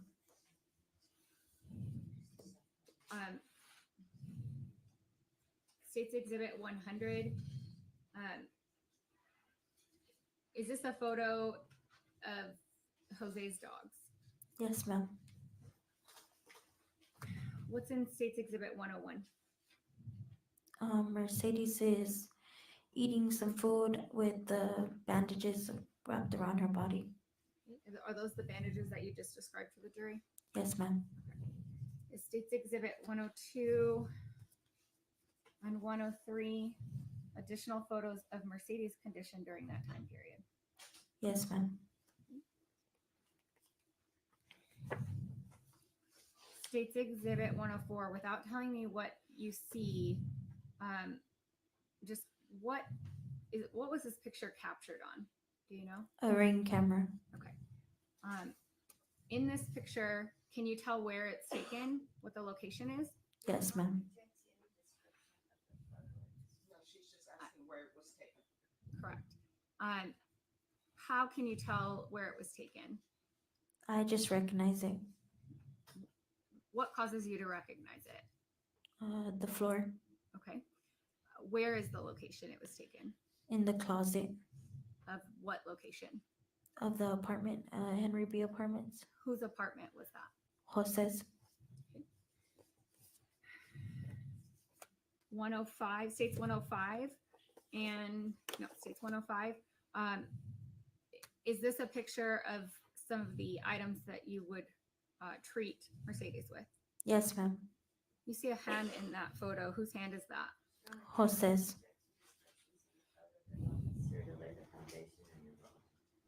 All right, you're gonna have to make sure you speak up and you can remain seated when you make your objections so the court reporter can hear. And please make sure you speak at the microphone. All right, with regards to that objection, it will be sustained. Lay the foundation, please. Yes, Judge. Are all of these fair and accurate depictions of items you saw while at Jose Ruiz's or Mercedes' condition while you are at Jose Ruiz's apartment? Yes, ma'am. Okay. Actually, one more. State's Exhibit 107. Do you recognize this photo? Yes, ma'am.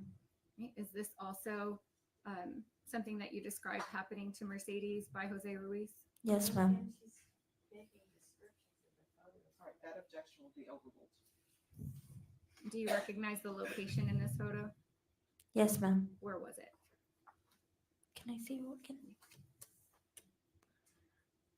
I believe that's on the floor of the room. I'm sorry. Whose apartment? Jose's.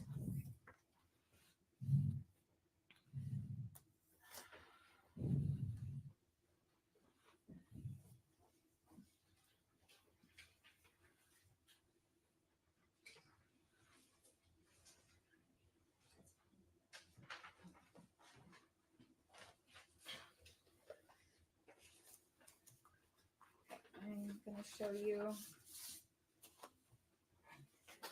what's been marked as State's Exhibit 81. Is this also behavior you described already being done by Jose Ruiz to Mercedes? Yes, ma'am.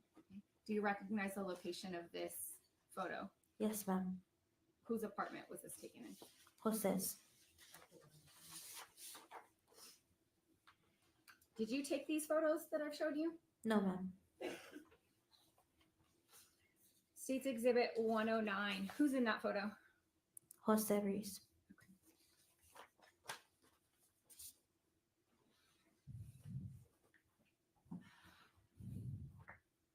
At this time, State would move to admit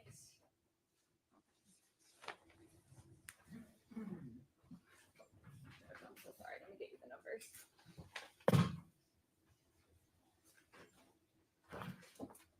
States 96, 97. You want to make sure that they're here? Yes, but I'm sorry, I'm trying to put them in order. I apologize. I think just 1 second. Thank you.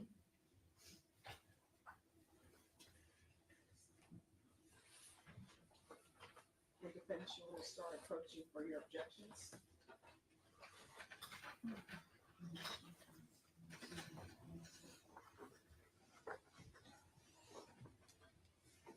Okay, states 96 through states 109.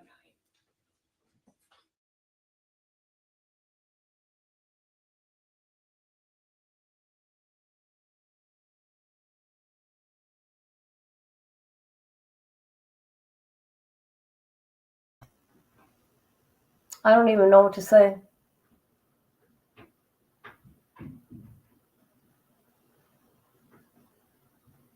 She's being treated like, prisoner of war type stuff. She's only 5 years old.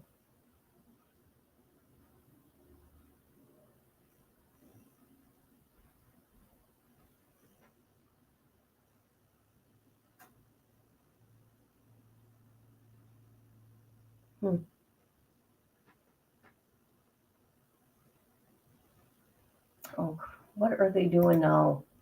Jesus. Okay, they went on a break, of course. So I'm going to change it to states 110. No, that can't be done. The reason why it can't be done is because on the record, for the court reporter, it is marked as 109. Well, now we Ladies and gentlemen, I'm gonna have you all step outside for about 10 minutes and then I'll bring you back in. All right for the drink. Oh, Jesus, I tell you. Oh, here we go. Oh, Is relevant. You may publish. there we go.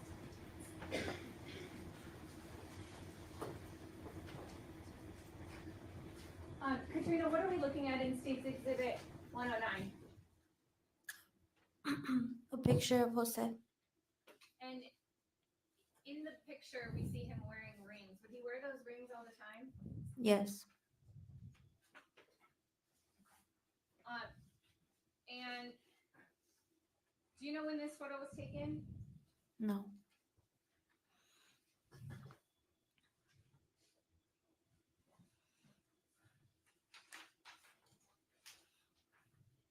Okay, states exhibit, I'm sorry, I'm gonna start with states exhibit 97.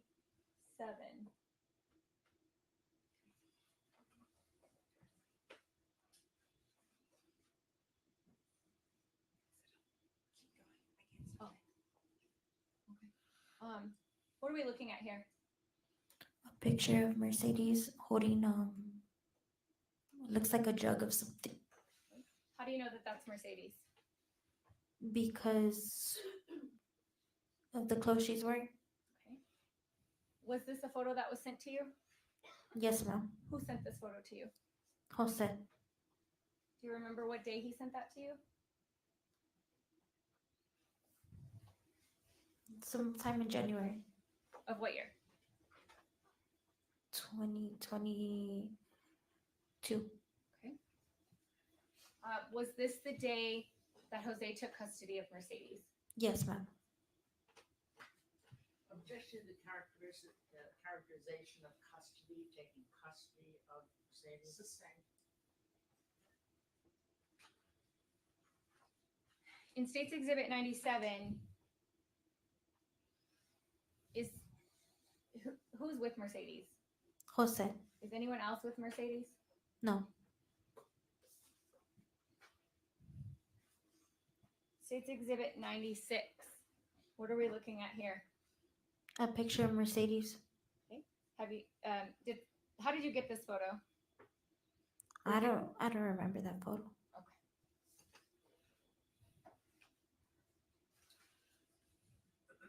Can you tell, is she wearing the same shirt Yes. that she's wearing in States 97?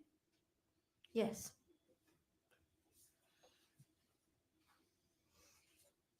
State's Exhibit 98. What are we looking at here? A picture of Mercedes. What is she doing? She's in the shower with something in her mouth. What is in her mouth? Clothing. You know what kind of clothing that is? Her underwear and her shorts. Why would this happen to Mercedes? Because she would be crying, or maybe at that time she had made an accident on herself. Did you do this to Mercedes? No, ma'am. Did you take this photo? No, ma'am. State's Exhibit 99. Who's in that picture? Mercedes. Who did that to Mercedes' hair? Objection. Overruled. What's the objection? Assumes in fact not in evidence, it hasn't been established. What's going on? That'll be overruled. Who did that to Mercedes' hair? Jose. Did anyone else do that to Mercedes' hair? Jordan. Did you take this photo? No, ma'am.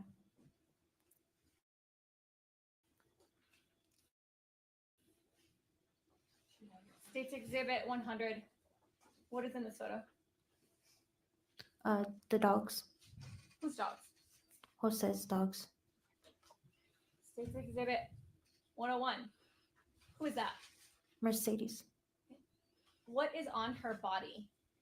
The hot and cold patches And where on her body are those hot and cold patches? on her face and her arms. Who else is in that photo? Can you tell? No. Did you take this photo? No, ma'am. Who did that to Mercedes? I bandaged her up. You put those bandages on her? Yes. Are those bandages indicative of everywhere she had bruises on her body? Yes.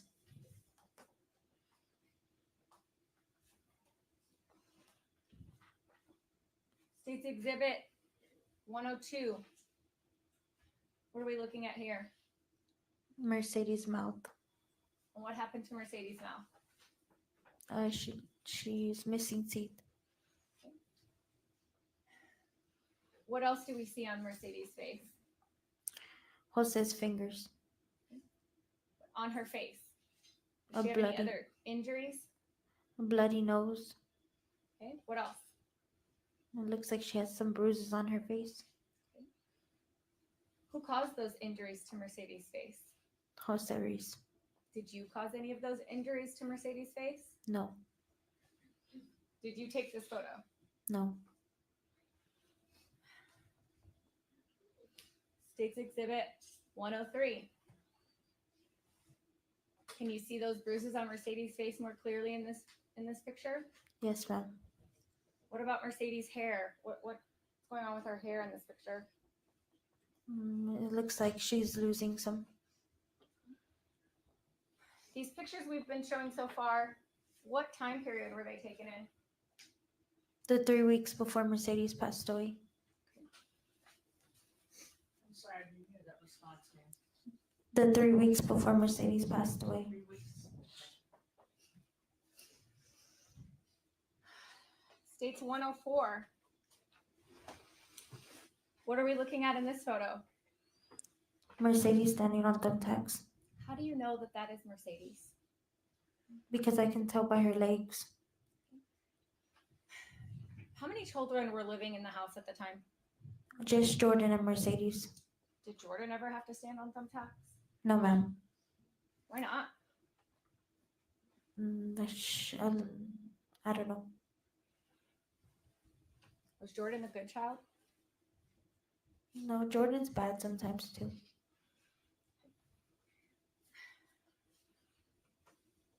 Oh, I'm sorry. Back to 104. How many thumbtacks are in that photo? Can you see? Looks like 4. Who had Mercedes standing on thumbtacks?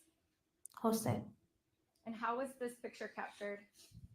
I'm sorry? How was it captured? How was it taken? By the Ring camera. Do you know where in the apartment this was? In the closet. Um,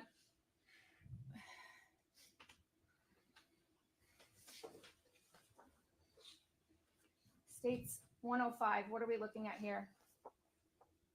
The cold and hot pads. Okay. Who purchased these cold and hot pads? Jose. How many times were they purchased in those 3 weeks? Many times. How many? Many. Maybe what? Many. Many. States 107, what are we looking at here? Mercedes bending down. Okay. What's going on with Mercedes' arms in this photo? They look like they're wrapped in the pole that I was telling you about. Can you describe this pole to the jury, please? It was a thin pole about this long. Did it have another purpose or was it just a pole? It was so that she wouldn't mess with the bandages. Whose feet are in this picture? Jose's. Did you take this picture? No, ma'am. Does Mercedes have any clothing on in this picture? No, ma'am. Where were you when this is happening? I'm not sure.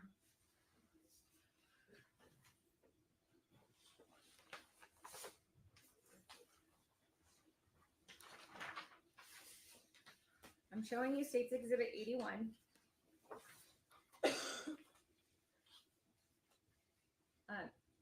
And am I okay to proceed with the as we discuss? We'd like to see the. Okay.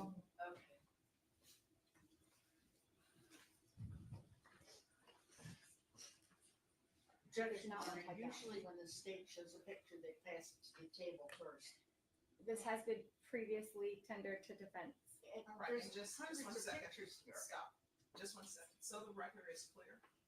When the state says, can we do this as we discuss? That was a discussion that was had with both the state and the defense attorneys. And I just want the record to be clear with that. All right. Would you show defense counsel the exhibit? Yes, Judge. For the record, Your Honor, my memory doesn't include every single item that we looked at. I know I've seen it, but it would help to refresh it again since it's relevant now.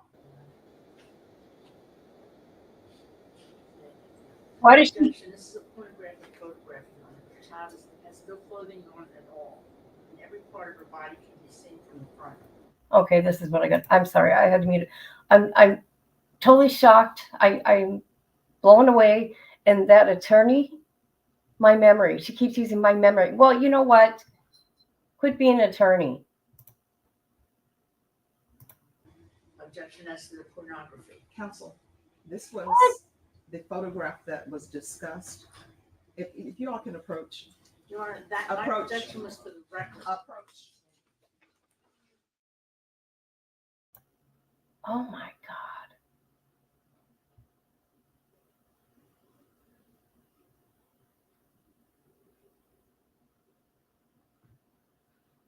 Grandma, okay, you know why they left court early that day? Because they're thinking, okay, never mind. I'm going to keep my mouth shut for now.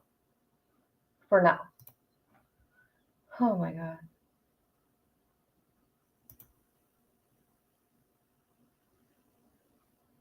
Remember my instructions. Anything ever done? There we go. Sorry.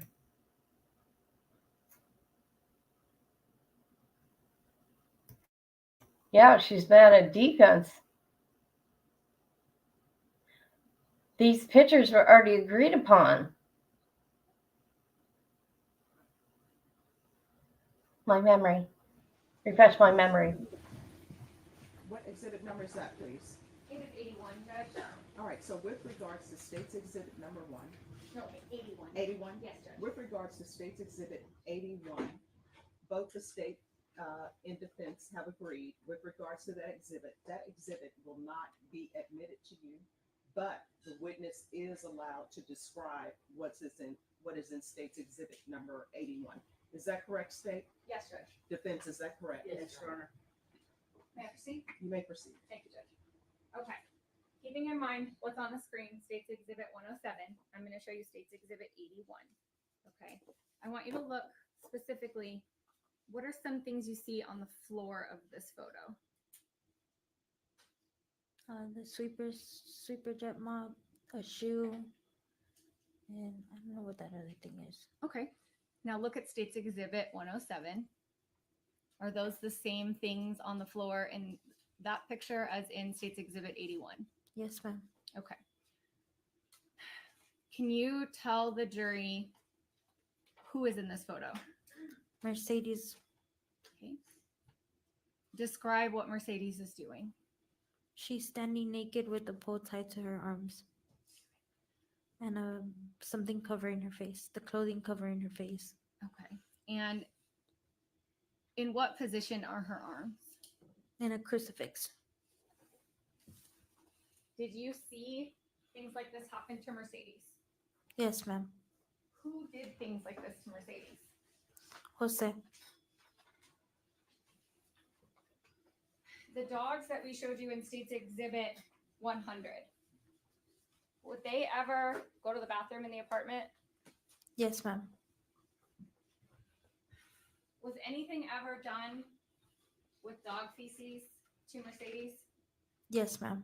What was done? Jose had put dog feces on her face.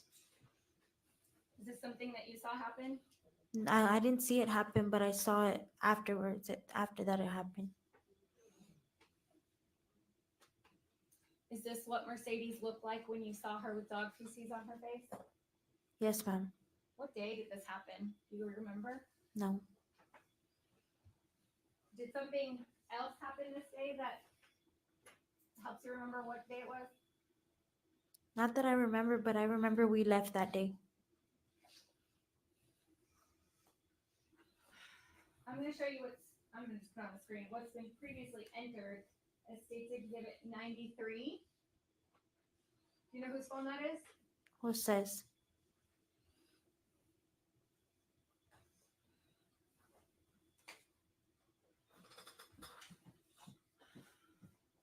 Judge, may I publish 108? Just one moment before we publish 108.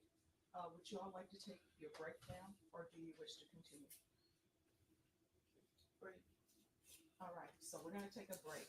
I'm going to have you all back here at 2:30. Remember my instructions. You're not allowed to start deliberating internally or with each other. You're not allowed to discuss anything that you've seen with anyone else. You're not allowed to do any research or watch anything. Everything that you need to know about this case is coming from inside the courtroom. Does everyone understand? Yes, sir. All right, please rise for the jurors. Oh, okay.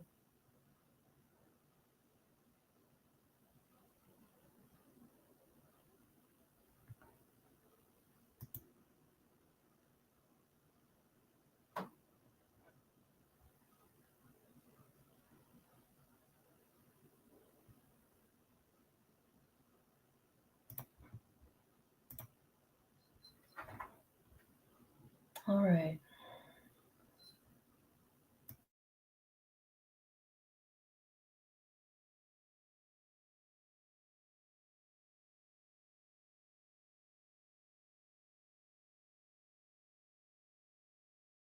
Publish 108. All right, and that will be granted. Thank you, Judge. Subject to our prior objections. Yes. And for the record, it's image 3291 on the disc. Thank you.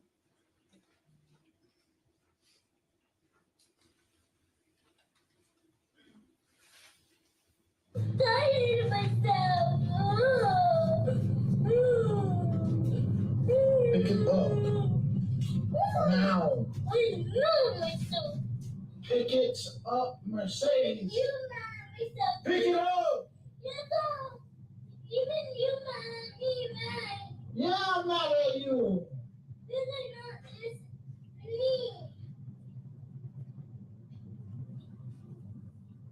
Myself.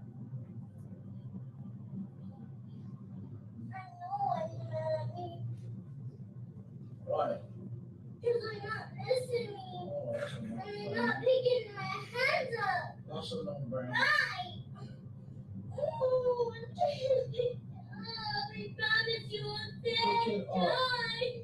What do you mean you're trying? You're not trying.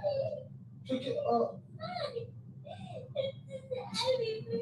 No, it's not. It's not even heavy at all. Nothing. Pick it up. Yeah, I know. It is full. Pick it up. Pick it up.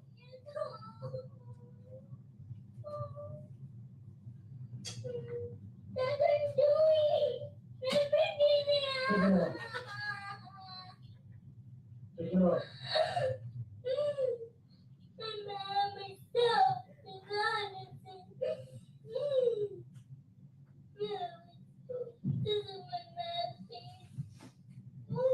That's your math face? Let me see.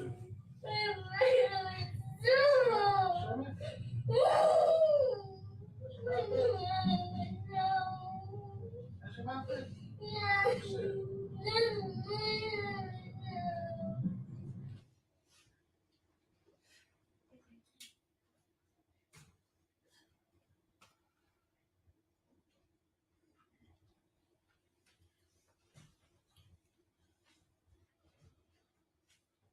Next question? Yes. Katrina, who all lived at the Henry B apartment with Jose? Jose, Rocco, Ruben, and Sinaida, and me, Jordan, and Mercedes. Who are Rocco, Ruben, and Sinaida? Those are Jose's brothers and sisters. Who all saw the abuse Mercedes endured? All of them that lived in the household.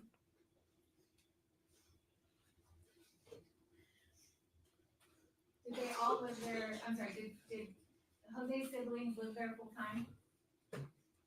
For a while, yes.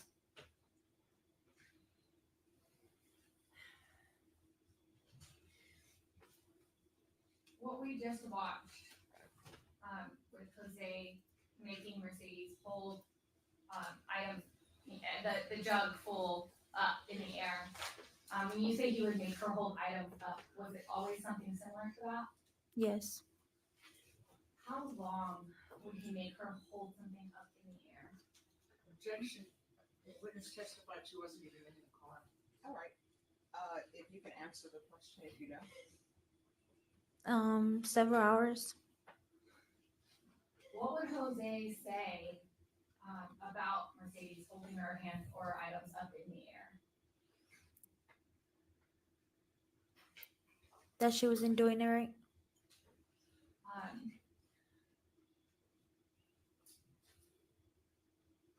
Did Jose say anything about Mercedes' muscles? He said it was building her muscles.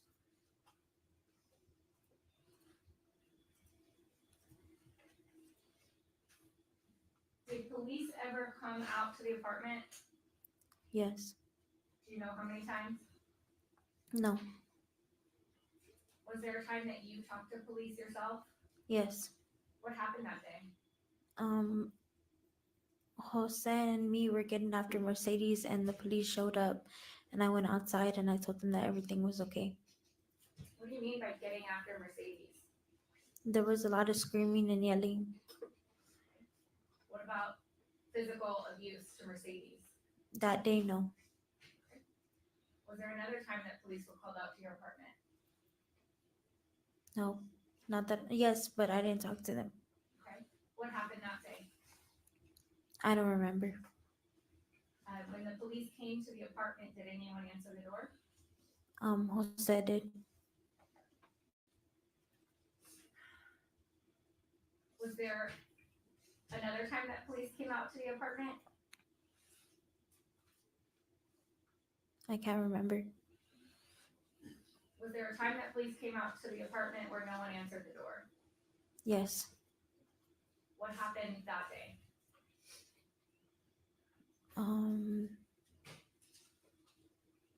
I can't remember. Why was the door not answered for police? Because She said she can't remember. Either she remembers and she's gonna answer, or she doesn't remember. That objection will be sustained.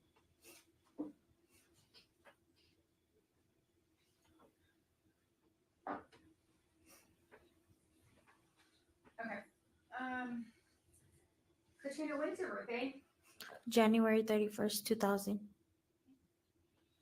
And in 2022, did you do anything for your birthday? Yes. What did you do? I went out of town. Where did you go? I forgot. Okay. Who did you go with? Jose. Wait. Again, same objection. This is, it is boldly, Stop, one person at a time. it is boldly and disingenuous to say the least, to say, one moment I can't remember, and the next moment what happened, let me tell you. Either she doesn't remember or she does, but she needs to be honest.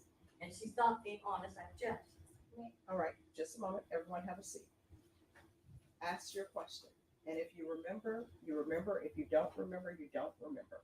Ask your question. May I respond just for the record, Judge? Ask your question. Who all went with you? Jose, Che, and Jeanette.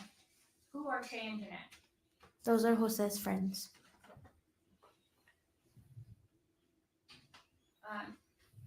Objection, I'm sorry, was this when she remembered or when she didn't remember or when she didn't remember where she went? How did she remember who was with her? Parties approach, please.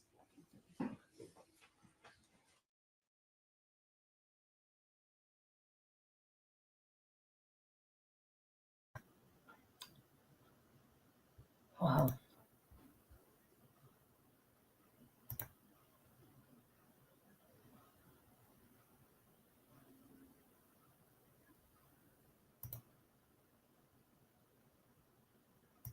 Is that possible? Leading Your Honor, objection. Sustained. Objection, Your Honor, also, we haven't even established that she's in. The objection has been sustained. You already mentioned that you, at one point, left Jose's. Why did you Objection, leave? leading judge. All right, I'll hear the question. Why did you leave Jose's? All right, that objection will be overruled. You can answer. Because of the abuse that was going on with Mercedes. Why hadn't you left sooner? Because I didn't feel like I had somewhere to go.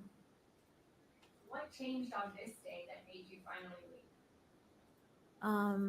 Jeanette offered me a ride to her house and that I could stay with her, and she said that we would be safe there because Che wasn't gonna show. Your Honor, here's the, judge. Sustained. Can't talk about what anyone else said, okay? Where did you go when you left Jose's? To Jeanette's apartment. What was the condition of Mercedes at this time? Very bad. How was she acting? Tired.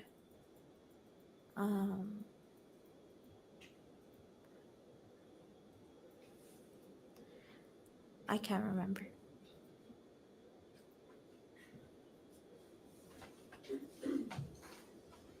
Can you tell the jury what happened the morning of February 7th, 2020? I got up, I started washing clothes. The girls were there in Jeanette's apartment, and we were there by ourselves. Objection, narrative. Overruled.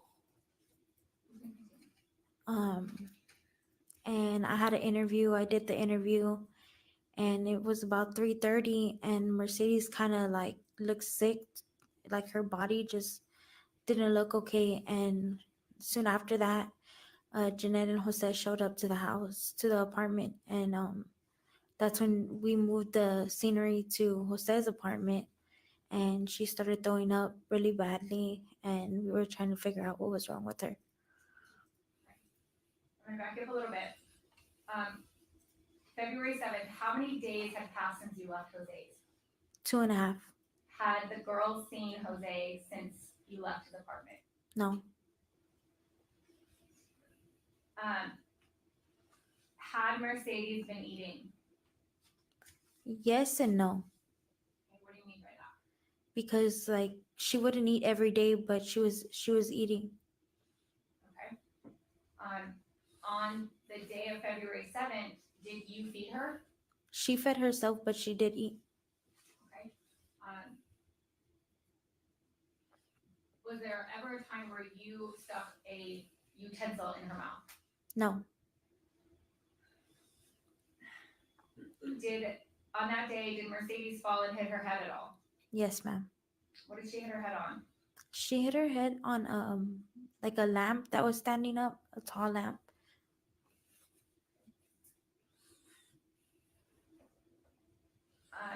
After she hit her head, was she conscious? Yes. What happened next? I laid her down, and that's when Jose showed up to the apartment, and we took her to his apartment. Okay. Did you call Jose and ask him to come? I think I texted him. Who all went to his apartment? Jordan, Mercedes, and myself. How far away is Jose's apartment from Jeanette's apartment? A walking distance. Is it the same complex? Yes, ma'am. Was this the Henry B apartment? No. Had anyone called 911 at this point? No. When you got to Jose's apartment, what was happening to Mercedes? She was vomiting, and she was still responsive. She was talking. She was making requests, like she wanted some water. She was just throwing up.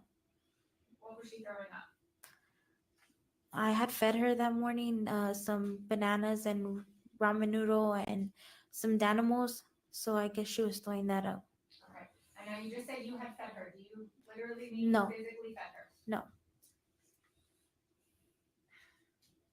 What else is happening to Mercedes' body while you're at Jose's? Her feet started to get cold.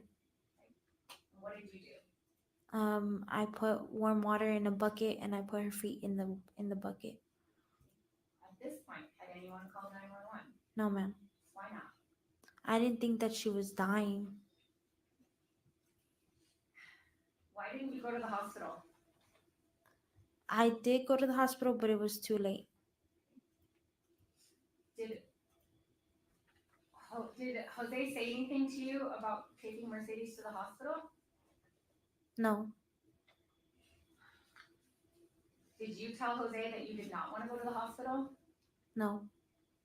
Were you and Jose talking about how you were afraid you were going to get caught if you took her to the hospital? No. Were there any discussions going on while Mercedes is dying? She was still responsive, so we were just talking to her, telling her if she's okay, how does she feel, and between each other, we were just trying to figure out what was wrong with Mercedes. At any point, did you have to perform CPR on Mercedes? Yes. How many times? One time. Who performed CPR on Mercedes? Jose. Did Mercedes regain consciousness after Jose performed CPR? Yes. And still, have you called 911 or taken her to the hospital? That's when we took her to the hospital. Was Mercedes conscious when you took her to the hospital? Yes. Mercedes was awake when you took her to the hospital? She was still vomiting, so I don't know. What time did you take her to the hospital? Do you know? No.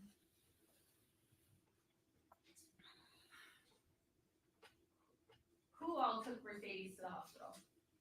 Me and Jose. Okay. What happened to Jordan? Jordan was with Jeanette. Tell me about the car ride. Where are you sitting in the car on the way to the hospital? I'm in the front seat with Mercedes in my arms. And who's driving? Jose's driving. Is Mercedes breathing at this time? I couldn't tell.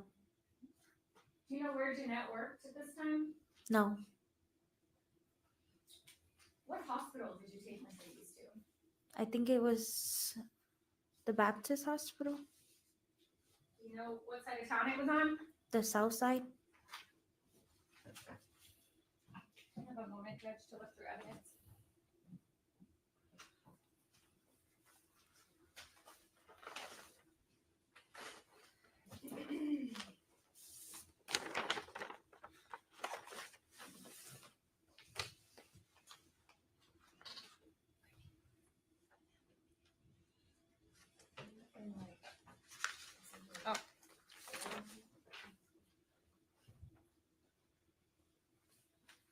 I'm showing you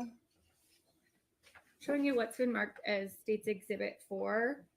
Do you recognize this as a map of San Antonio? Yes. Okay. Can you tell where Jose's new apartment was on this map? Right there. Where that X is? Yeah. Is that right? Okay. I'm going to put it on the screen so you can follow along on your screen, okay? Okay.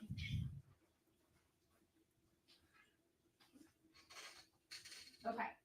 So this X right here, is that what you just testified to? Yes. Okay. And where is the hospital that you took Mercedes to? At the red point. At the red point all the way over here. Yes. How long did it take you to get to that hospital? Maybe about 15 minutes. How many hospitals did you pass along the way? I'm not sure. I'm sorry, what's that answer? I'm not sure.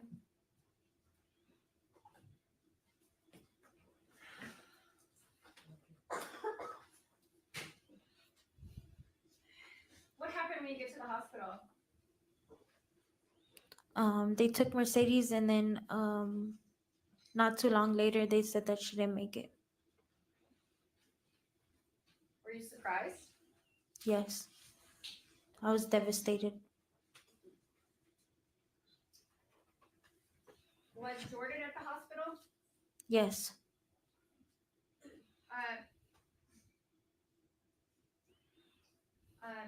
Whose phone did you have? Jose's. Why did you have his phone? Because I didn't have one. When did you take his phone? That day, a couple minutes before we arrived at the hospital.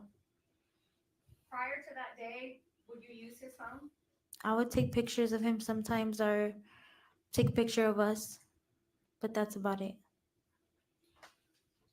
While you were at the hospital, did you make a phone call using his phone? Yes. Who did you call? My dad. Did you call anyone else? No.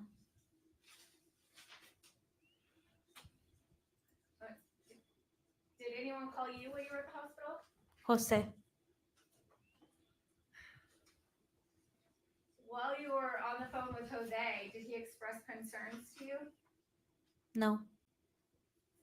Well, Did he ask you to do anything?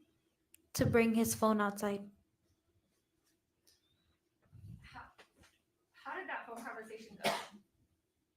I was screaming, telling him that my daughter just passed away, that I'm not worried about a phone, and that he needs to stop calling because I'm talking to the officers.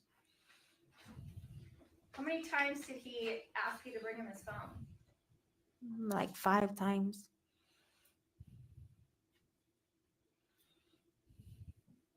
Why wasn't Jose in the hospital with you? I don't know. He just didn't go in. Did you tell him not to go in? No.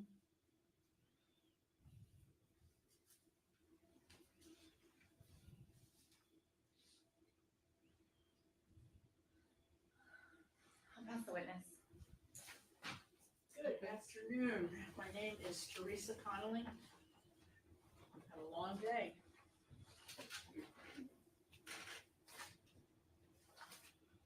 I'm gonna start from the beginning because it's,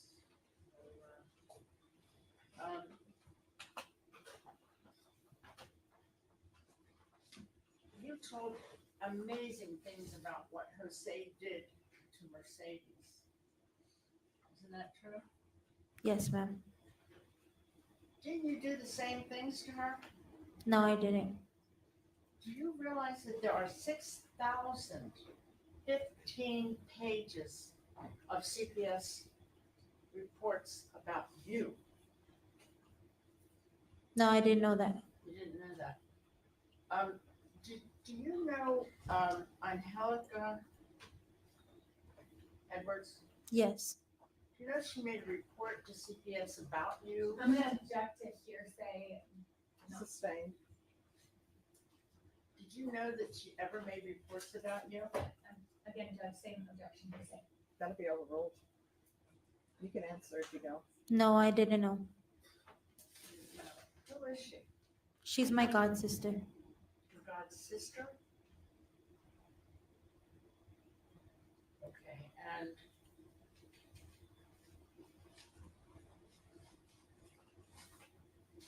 sorry, there's so much, there are so many reports here.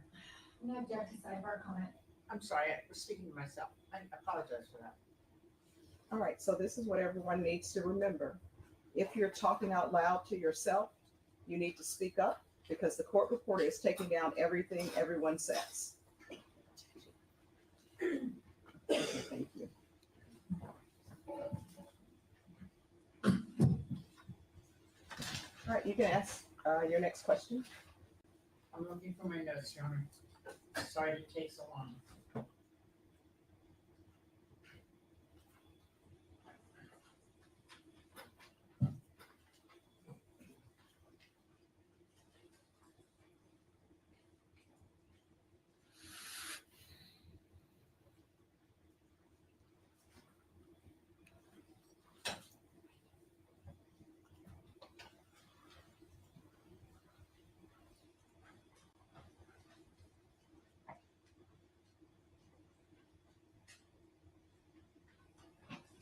Was Angelica Edwards afraid of him?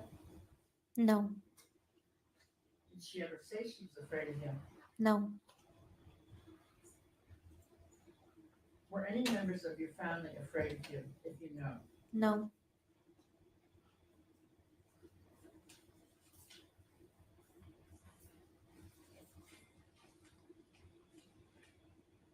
Do you remember the CPS visit at Homer's house where Angelica lived back in January of 2022? yes. And what happened at that meeting? They just talked to Jordan and Mercedes by themselves and they asked them a few questions and they said that it looks okay, that everything's good, and that they were going to be closing the case.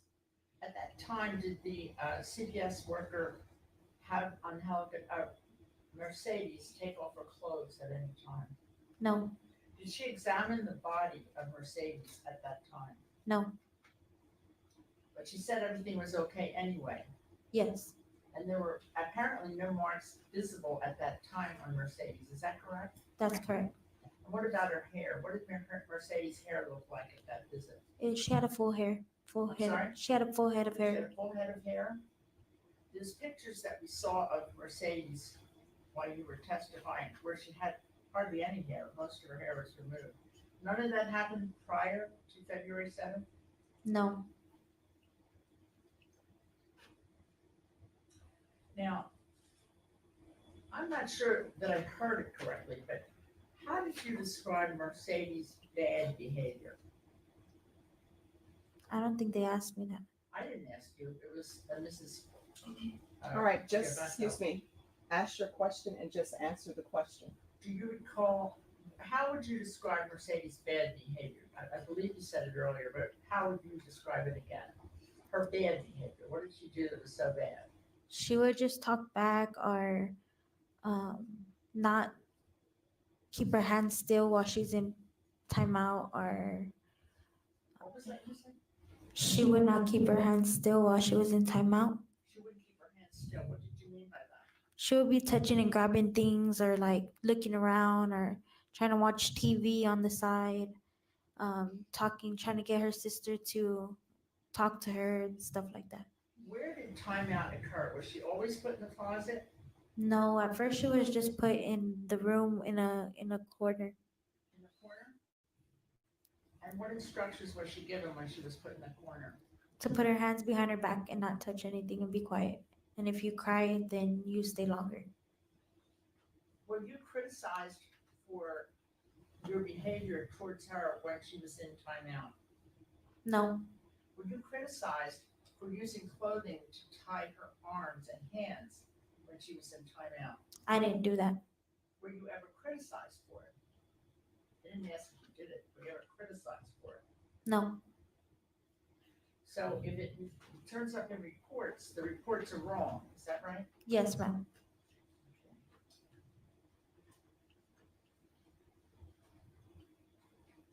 So timeout, she would use her hands, move them around, she tried to grab at things.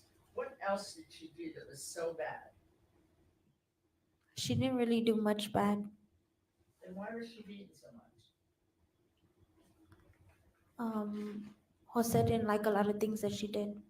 I didn't say what did Jose do. I said, why was she beating so much? You testified that you beat her with a belt. Why? I didn't say I beat her with a belt. Never said that? No, I said I whooped her with a belt. You would what? I spanked her with a belt. You spanked her with a belt. Yes. Isn't that called beating too? No. Okay, so how else was she bad? Mercedes. Like I said, she wouldn't say her ABCs, or she didn't count numbers, or she. Just a moment, please. She wouldn't say her ABCs. What was the context of that? Like, does she just automatically have to spurt them, or? No, Jose would ask her to say her ABCs. All right, stop. Everyone, it needs to be one person at a time, otherwise the court reporter is not going to take down the record. Apologies, Miss Diana. So when we're talking about when she was bad, and you want to go to Jose right away, but why did you think she was bad about ABCs? How did that come up? I with didn't. you? No, that's. I would get mad at her because she would lie, or she would talk back, or she wouldn't do exactly what I told her to do, or she would play with things in timeout, or watch TV while I told her not to. She would. I had these like vitamin gummies, and like I fell asleep one time, and she wanted to open the vitamin gummies and eat them as candy, so she got in trouble for that. What did she do?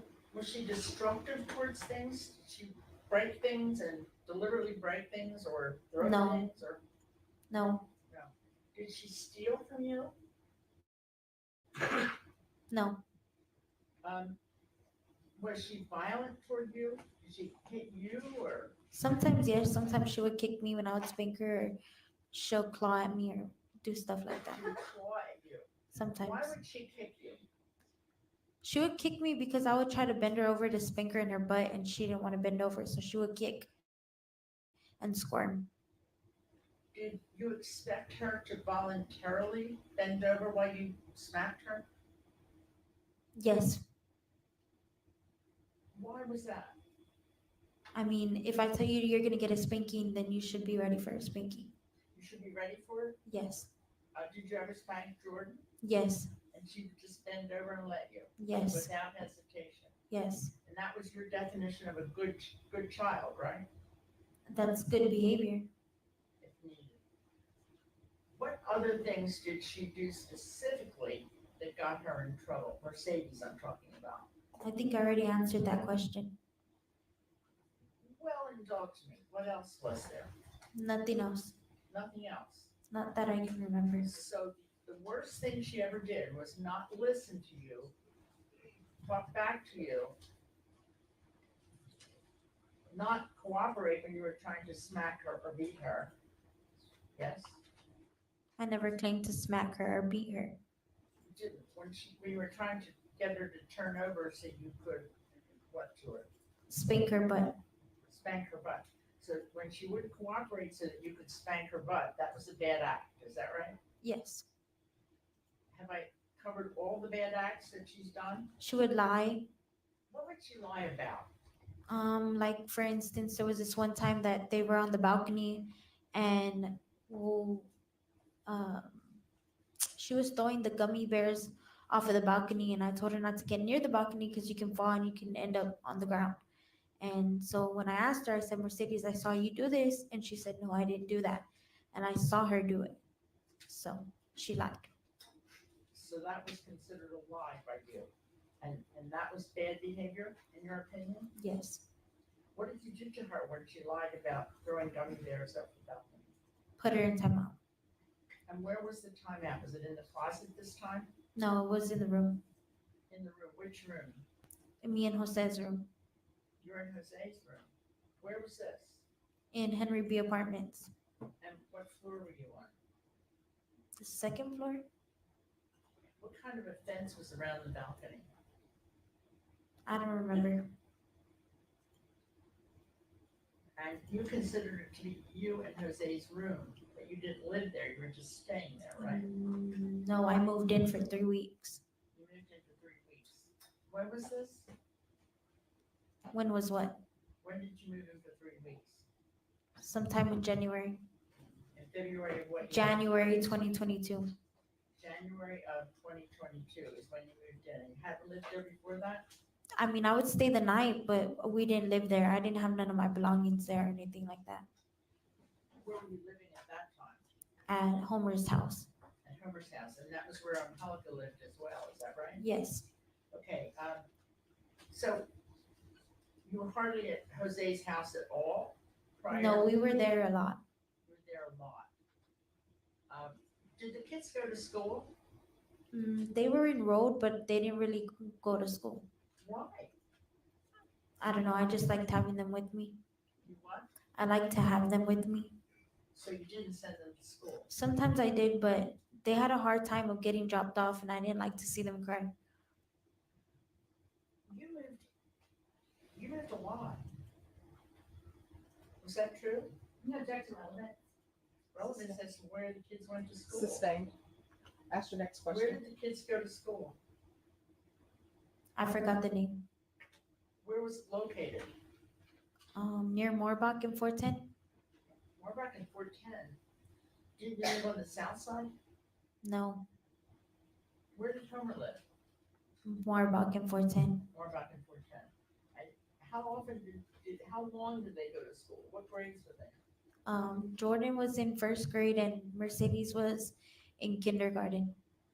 In kindergarten. At some school near 410 Moorbach. I think it was called Hatchet. I'm not sure. Hatchet, right? And where was your pediatrician? No object to relevance. Overruled. Yes, you can answer. Vivia Pediatrics in the south side.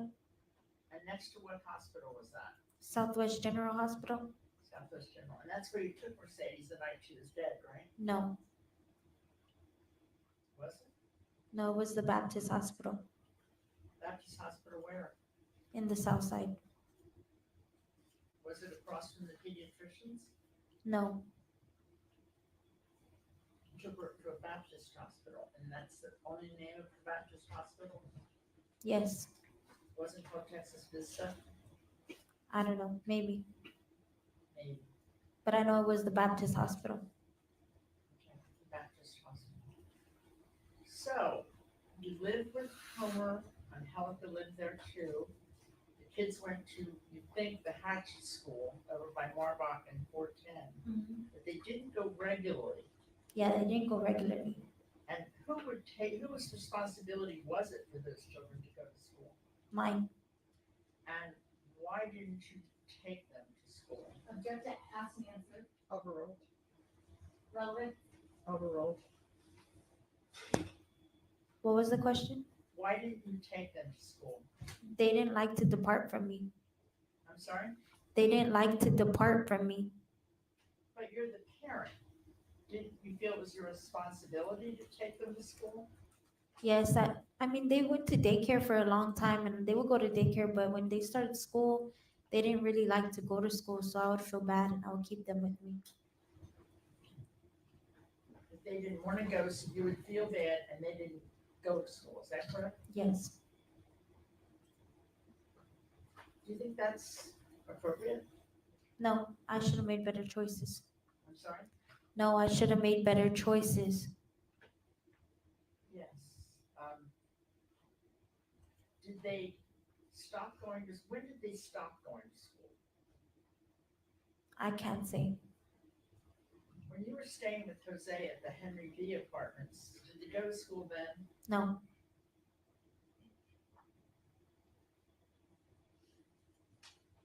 What did the children do all day?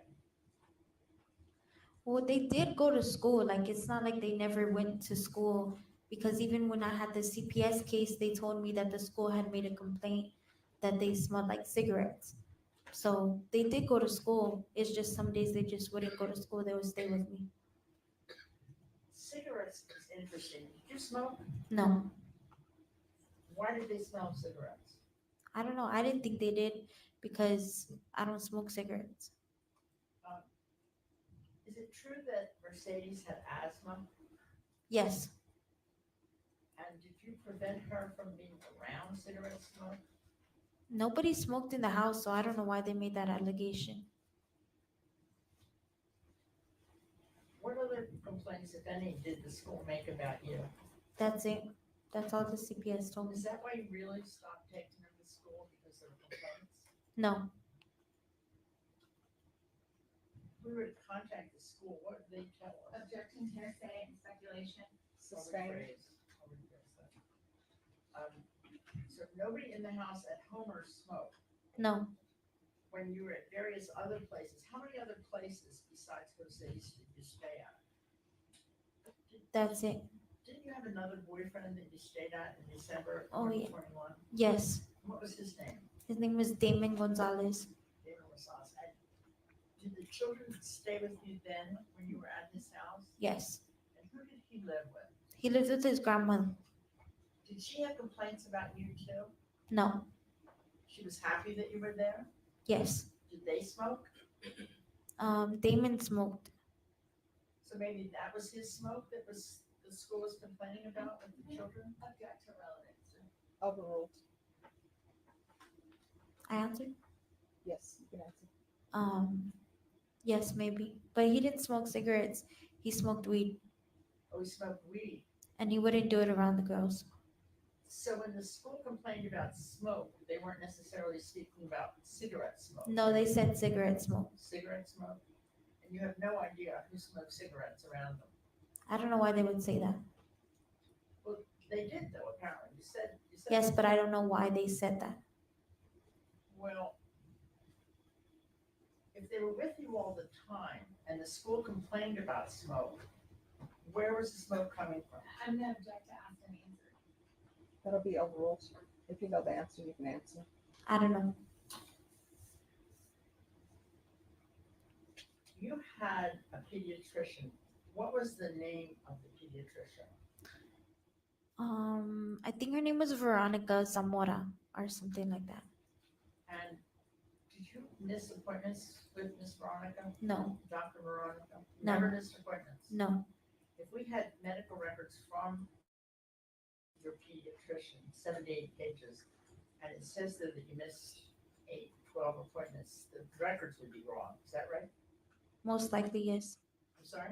Most likely, yes. Their records are wrong. Correct. What treatment was given to your children by the pediatrician? What do you mean?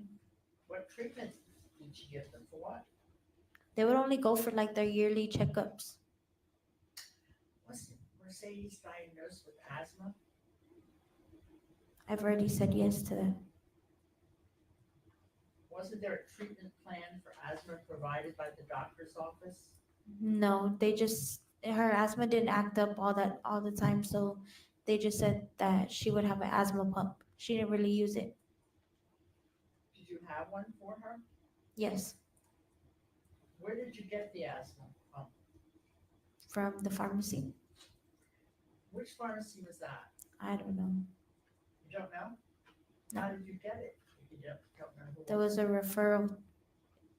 It was a referral, but referral from the doctor to a pharmacy, and they provided an asthma inhaler, Yes.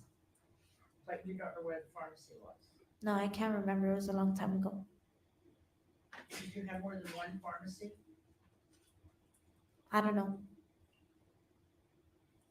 You're saying there was no treatment plan for asthma for a child? No, she didn't have asthma like that. She didn't act up. Her asthma didn't act up like that. If we bring Dr. Zamora Campos, do you think she would say something different? Objection calls for speculation. Sustained. What would she say? Objection calls for speculation and hearsay. What Sustained. did she say? Objection calls for hearsay. Sustained. Is it your testimony clearly that there was no treatment plan for your child's asthma? Objection asked and answered. That'll be overruled. Yes. When you said that there were times that Mercedes held her breath, could it have been related to her asthma? Objection calls for speculation. Sustained. You're her mother. If she couldn't breathe, did you try to determine why? I don't get that question. I'm sorry, you don't get that question? Yeah. You testified, I believe, correct me if I'm wrong, that she would hold her breath Yeah, she did that like 1 or 2 times 1 or 2 times. Why did she do it? because she was mad. She was angry. I'm sorry? She was mad. She was angry. Was it possible that she was not able to breathe because of her asthma? No, No, no. she was just angry. Yes.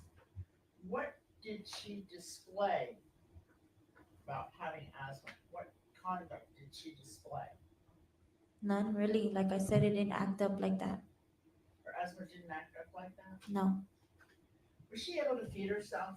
Yes. From what age? Do you remember? 1. From the age of 1.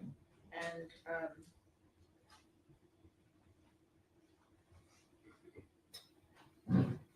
did you take her to the doctors for anything other than her yearly shots? Yes, I believe so. I can't remember for what, but I know that we made appointments for different things. What kind of things? I can't really remember, to be honest. How many children do you have? 2. You can't remember what treatment they had for 1 or 2 children? Can object to argumentative and has to be answered. Overruled.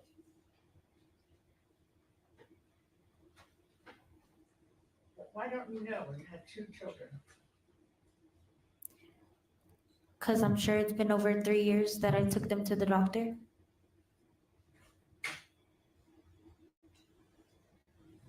And you just don't remember. Exactly.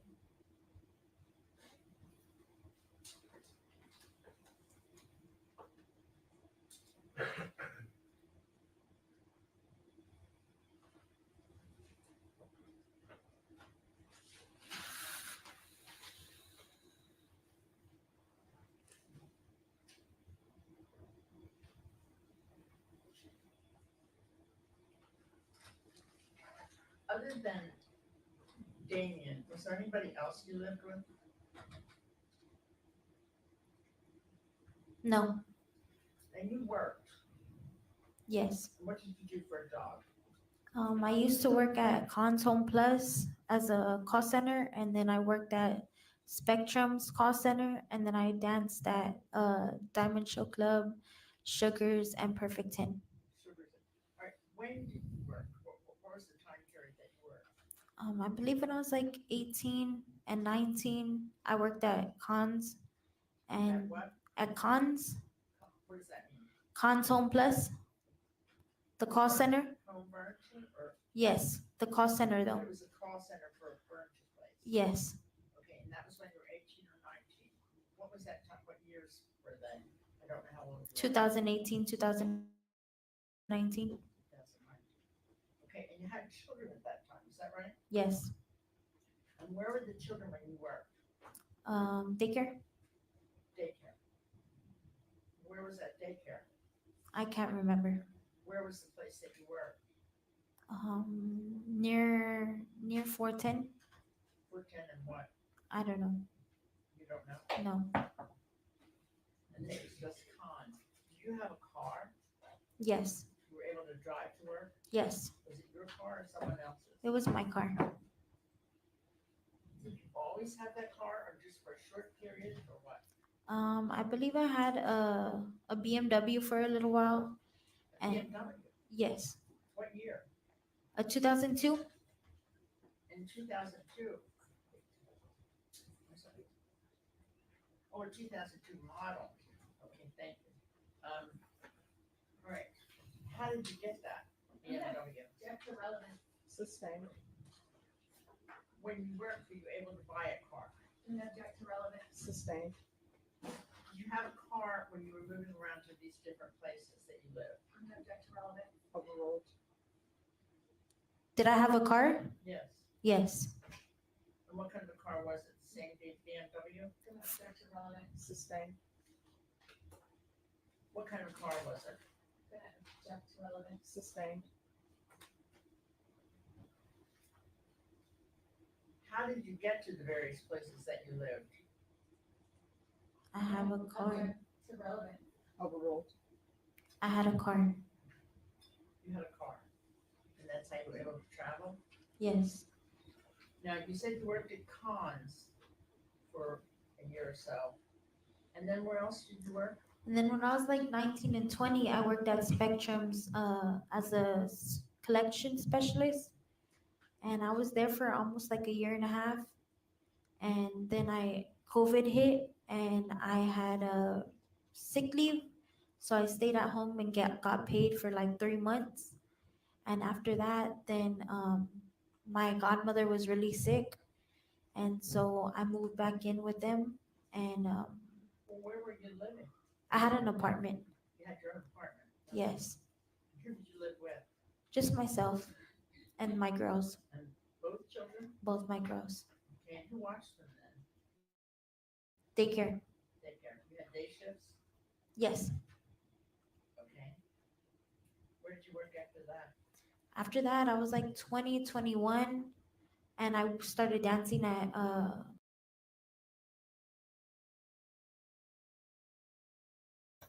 That's weird. At night, Oh. who watched the children then? Angelica and Ronnie and my godfather. Family. Yes. So you worked at Sugars, and that's where, or Perfect 10, that's where you met Jose? No. Now? No? No. Where did you meet him? I met him at Diamond Show Club. Diamond Show Club. Show Club. Where's that? I don't know. Where was Perfect 10? Can I object to relevance? Overruled. I don't know. I'm not good with directions. I'm not asking for directions, I'm asking for locations. I'm not good with that. I don't know. I would GPS everything. You GPS everything. So, then you did have a phone in those days, yes? Yes.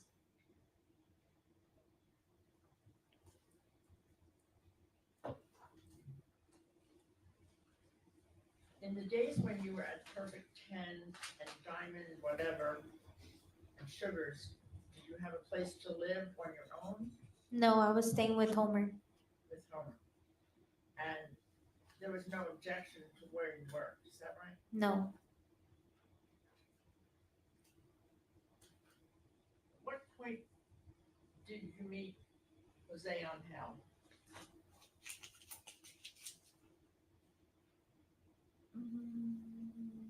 I can't remember. Was he before or after Damien? After. After Damien. Did you live with Damien? I'm gonna object to relevance. And ask an Overruled. answer.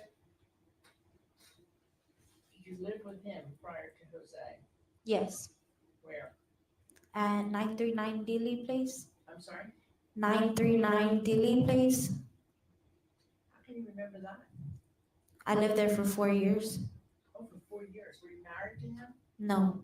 Were you engaged to I'm him? gonna object to relevance. Sustained. What was your relationship with him? I'm gonna object to relevance. Sustained. Did you have any children with him? No. Was it just him living with you and your children? No, I said his grandma lived there. So he didn't have his own place, he lived with his grandmother, Yes. and you lived there. Yes, and in the beginning, his mom also lived there too. I'm sorry? When I first moved in, his mom, his brother, and his grandma lived there. Why is that relevant? You asked me who lived there. Okay, thank you. But you knew that location, you knew where that was, right? Yes. Was it near any of the places that you worked? No. Object to relevance. All right, that'll be untimely. She's already answered. Ask your next question.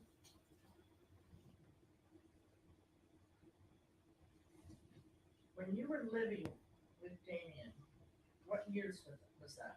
I'm gonna object to relevance. Overruled. You can answer if you know. I don't know. When did you get pregnant with Mercedes? When I was 15, What year was that? 2015. 2015. And, this is when you lived with Homer, is that right? No, I lived with Alfred, their dad. Alfred, their dad? Yes, What period of time did you live with him? from 2011 to 2015. And he's the father of both of your daughters? Yes.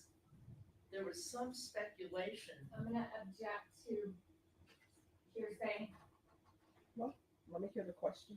There was some speculation that he was not the father of Mercedes. I'm gonna object to hearsay and Is that true? Sustained.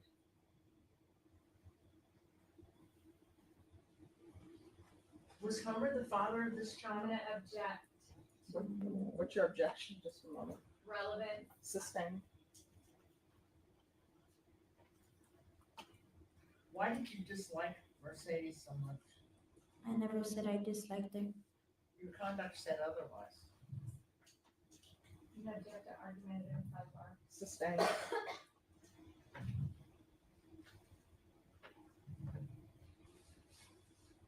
How many times did CBS examine your lifestyle in regards to the children? I want to say about like my whole life. Well, the children aren't that old. I'm only interested, there are, Well, since I've been a mother, all right, since you've been a mother, that's a better way of putting it. How many times did they examine you? maybe 5 times 5 times? as I can remember. You can remember. Did they investigate you when you were living with the father of your girls? Yes, And how many times was it then? I can remember. Do you remember why they investigated you?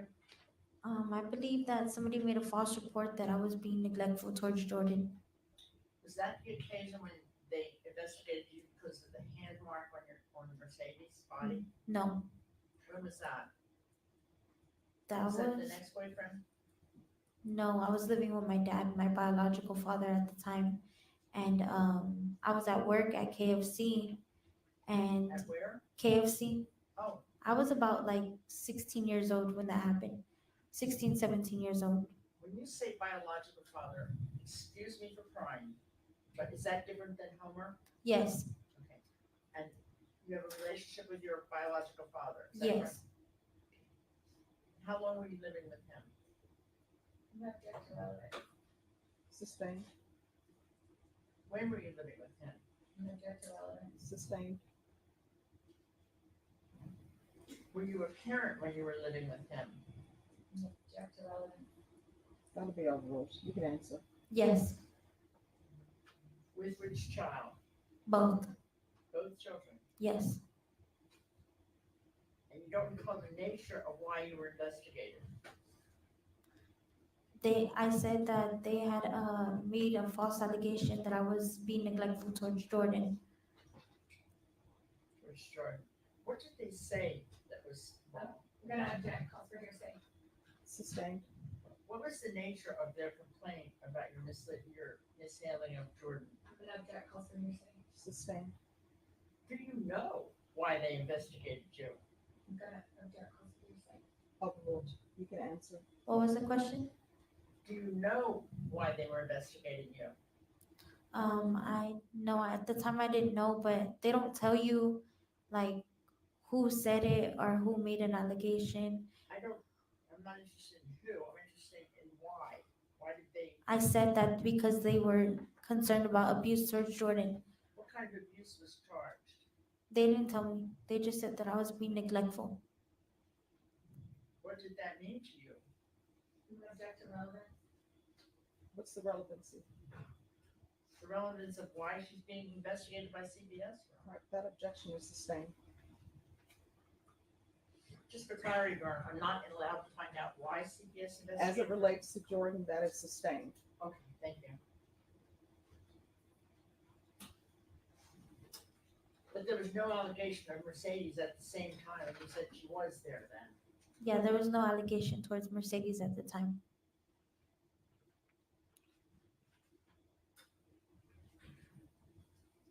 At the time, at this time, Jordan was a baby, right? Yes, ma'am. actually Mercedes wasn't born yet, or was she? No, she was. So. After you worked at KFC, you worked at the strip clubs. No, after I worked at KFC, I started working at Laguna Madre and McDonald's, and then I started working at Cons, and then I started working at Spectrum. No, When did you work at Cons? Discuss that? All right, so here's the thing, and this is the last time I'm going to say it. You all cannot speak over each other. If you continue to do that, guess what? The court reporter is not going to be able to take it down. And Diana, if they continue to speak over each other, you can't take it down, then it will not be taken down. Everyone needs to wait till the question is asked. If there's an objection, the objection then can be made, and I will make a ruling on that objection. If you hear either of the parties make an objection, don't say anything. Wait till I make my ruling. If you don't understand my ruling, you can ask me whether or not you can answer it. Do you understand? Yes, ma'am. Ask your question.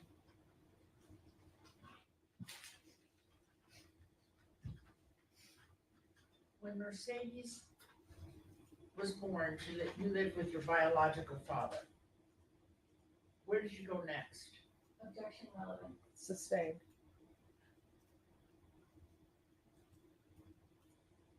Where did sustain? Yes, I sustained it. That I can't find out where Mercedes. I have entered my objection. I have sustained it. Ask your next question. Okay. When is the first time CPS interviewed you in regard to Mercedes? I can't remember. Were most of the complaints against you about Mercedes or Jordan? Both. Both. And the nature of those complaints? All my CPS cases got dismissed and closed, except for this last one. All right. So 6,000 pages were all dismissed. Would they say something different? No.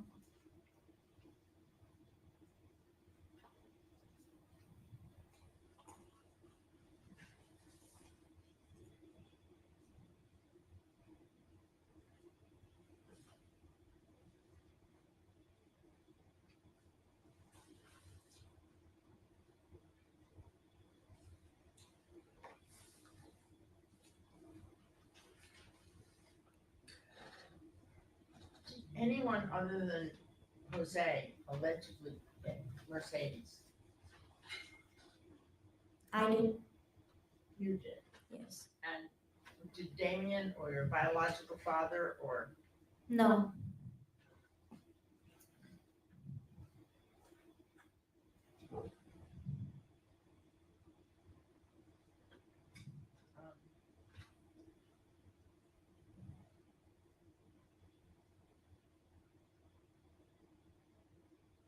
Do you know that Jordan gave a statement about what happened with Mercedes? I'm aware of that. You're aware of what she said? I didn't get to hear what she said, but I'm aware that she made a statement. She talked about what happened the day she died. If Jordan said that you were jamming food down Mercedes' throat, would she be telling the truth? No. If Jordan said that Mercedes kept spitting it up, that you were gorging her mouth and she spit it up, that would not be the truth? No. If Jordan said that you got angry and jammed a spoon accidentally down her throat, would she be lying? No. Wait, yes. Sorry. Yes? Yes. No. Yes, she's lying. If Jordan said that when you jammed the spoon down Mercedes' throat, she fell on the floor from the chair she was in and didn't breathe again, she'd be lying, yes? Yes. And if she said that you tried to give her breath, but you couldn't, that Mercedes stopped breathing, Jordan would be lying. Is that true? Yes. Jordan's a big liar, isn't she? I mean, she was lying about that, yes. Why would she lie about that? I'm not sure, maybe somebody coached her. No, the police, excuse me. According to the police, you had no opportunity to talk to her, and she was taken from right away to a social worker and gave this statement. I'm gonna object to cyber comment, not asking a question. If All she right, made excuse these, me. What's your objection? Cyber comment, no question. All right, that'll be sustained. if she made these statements, and the only people that we know of that she was with were the CPS people, between Mercedes' death and the statement, who would have told her what to say? I'm gonna object, cause for speculation. Sustained. Rephrase. She made these statements, and there's no indication, you didn't speak to her again after Mercedes' death, is that correct? That's correct, but she was in Jose and Jeanette's care before she arrived at the hospital. But you were there too. No, I wasn't. Where were you? I was inside the hospital with Mercedes. Jeanette was with Rosette? Yes, they were together.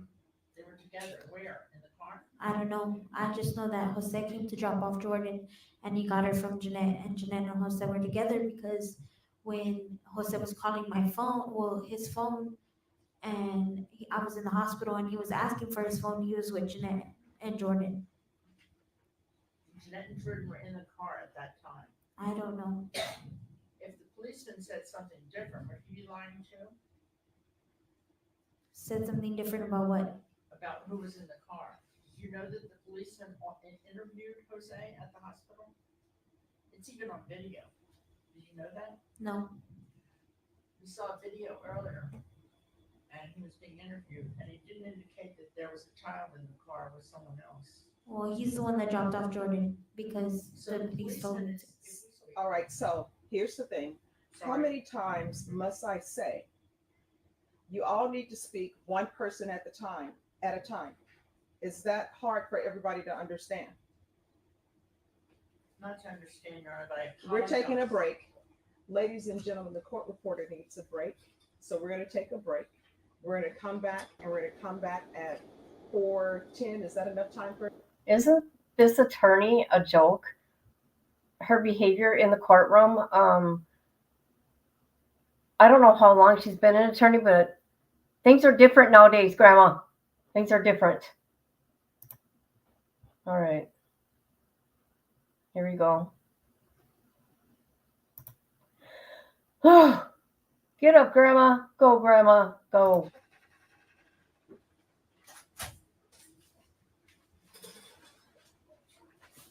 All right, everyone, please be seated. Defense, it's your witness. Yes, Your Honor.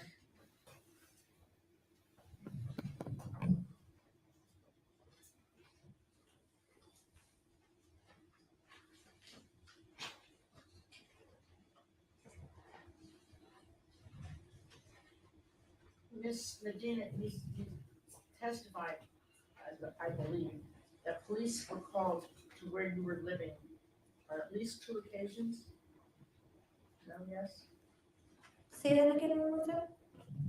You testified, as I believe, and I'm not sure, correct me if I'm wrong, that police came at least twice to where you were living. With Jose? And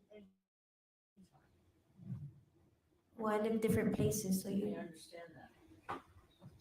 How many times did police come during your whole tenure as a mother? I'm gonna object to relevant. Overruled. When I was with Jose, I think they got called like 3 times. I'm sorry, 3 times? 3 times? And did they make reports or come in or examine the children or anything? No. Did you talk to them or did Jose talk to them? Both of us. Why were they there? They had a complaint of noise or something like that. Not a complaint about the safety of the children? I'm gonna object, cause for speculation and hearsay. Overruled. You can answer if you know. No, I don't know.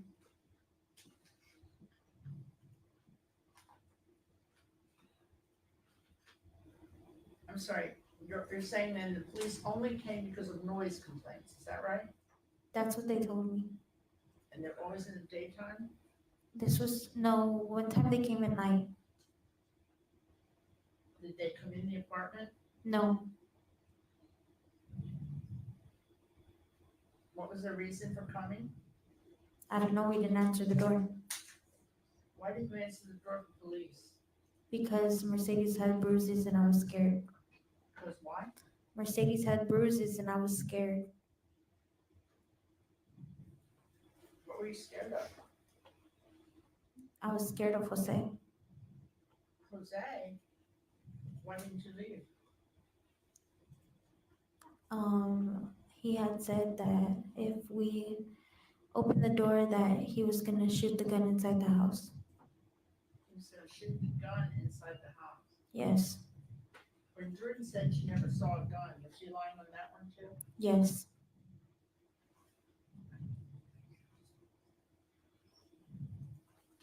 If he was gonna shoot the gun, why did you stay the next day? Why weren't you gone the next day? If he was I gonna had shoot- nowhere to go. There are shelters you could go to if somebody's gonna shoot a gun. What about the safety of your children? I don't know.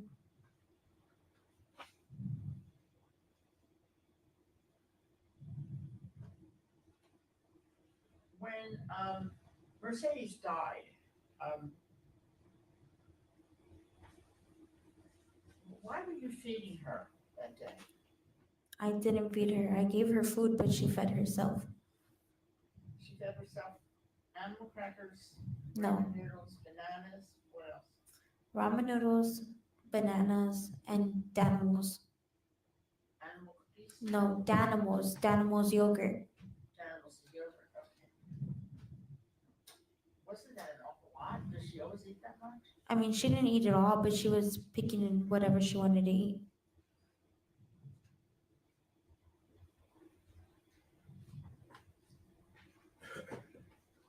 Jordan also said that when she couldn't get any more breath, and although you tried to give her breath, that you then went to Jose's apartment.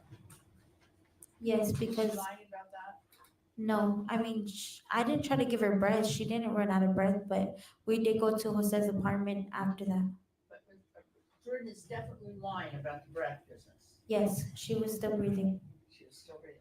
Okay, so you went to Jose's. He didn't come to your place first. No, he did. He came to Jeanette's house, and then Jeanette got there, and we took Mercedes to to Jose's new apartment.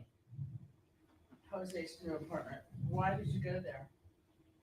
Because Jeanette and her sons got there, and I didn't want anybody to get scared about what was going on. What was going on?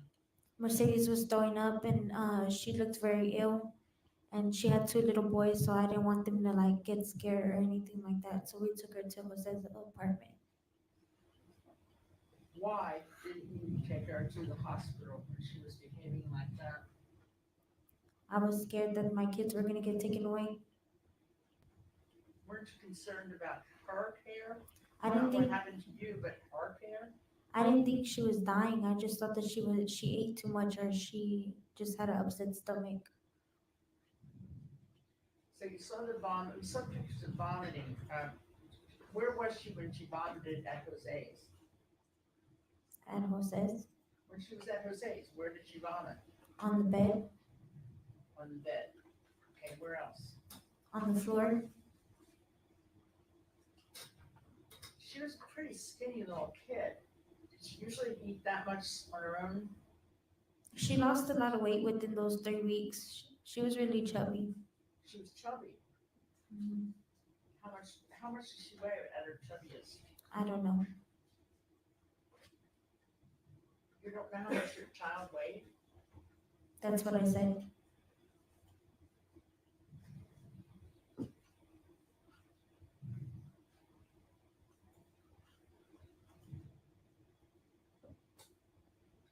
Why did you go to the hospital on the south side? Because I needed my dad to be there with me, and I wasn't thinking. I was just acting in impulse. your dad to be with you, but your child was dying. I didn't know she was dying. You didn't know. There are hospitals so much closer to Huebner than all the way on the south side. There's the medical center on the way. There's a Santa Rosa, the places downtown. All these hospitals you passed. Miss Giovanco showed you the number of places in between, and you had them go all the way to the south side.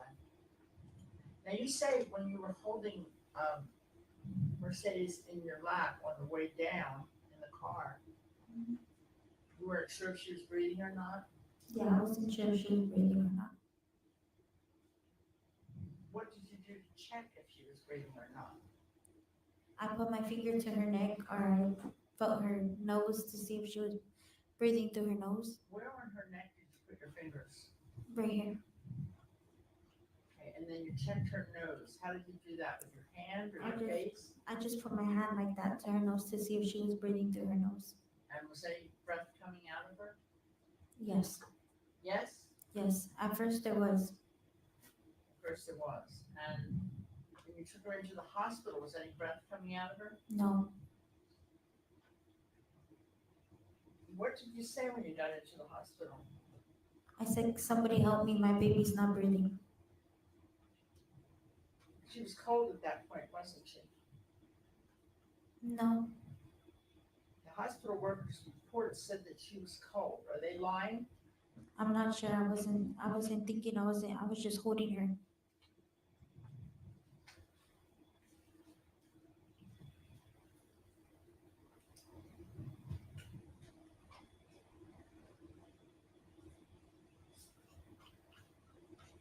Was your father there when you got there? Yes. When did you call him? On the way to the hospital. On the way? Yes.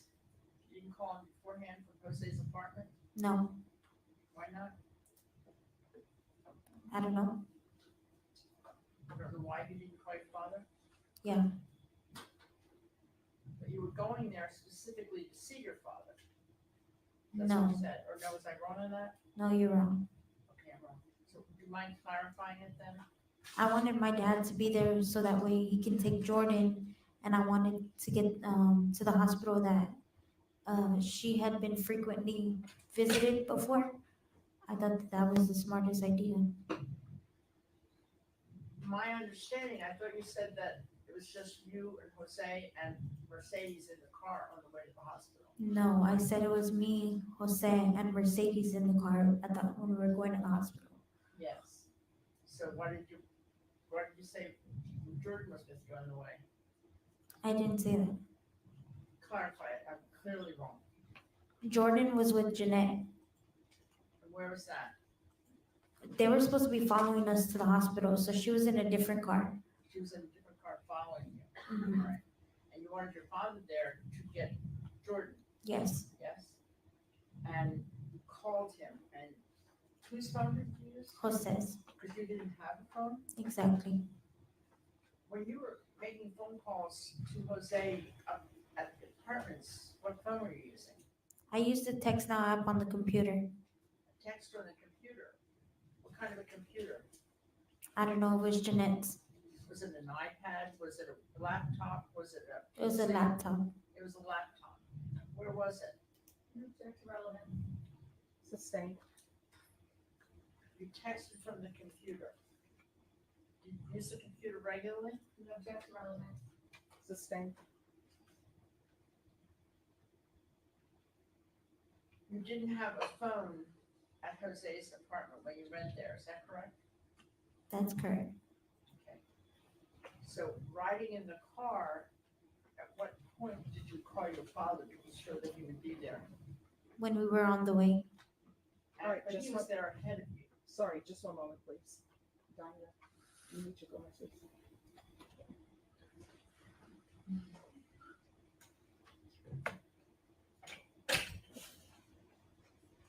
All right, you may continue. Your father was at the hospital ahead of you. How far away did he live from the hospital?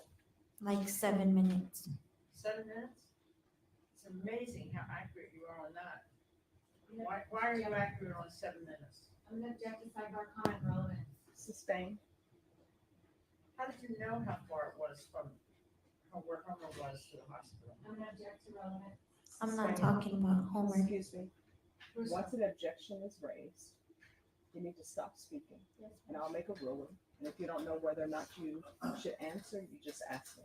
The objection is sustained. Ask your next question. When you met the father at the hospital, I thought it was Homer. Was it your biological father? Yes. And what was his name? Rodolfo. Rodolfo. But Rodolfo was at the hospital when you got there. He was pulling up when we were pulling up. Just pointing out. Okay, and didn't you tell Jose not to go in because your father didn't like him? No, I didn't say that. You didn't say that. No. When you were in the hospital, you called Jose on the phone. No, he called his phone. He used his phone. So what phone did you use? He had two or three phones, so I had one of them. You had one of them. And you did or didn't talk to Jose when you were in the hospital? No, I did. He called like 3 times. Called you 3 times. And did you answer all 3 times? Yes. And what did you say to him? I'm gonna object calls for your side. Overruled. He was just asking about the phone and if I was okay and that he was gonna be outside and that he had Jordan or that he was gonna get Jordan, something like that. Were you fighting with him? No, I just told him like I did cuss, but I wasn't like fighting with him. I just said, my daughter just fucking died. What the fuck is your problem? Worried about a phone? I'm not worried about the phone right now. Detective Cahill, do you remember talking with him? No, not that name doesn't ring a bell. Remember talking to anybody at the hospital? Yes. Policeman. Yes. If a policeman said that you were fighting on the phone with somebody at the hospital, would that policeman be lying? Like I said, I was cussing and I was being loud, but I mean, I wasn't fighting. I was just hysterical because I just lost my daughter.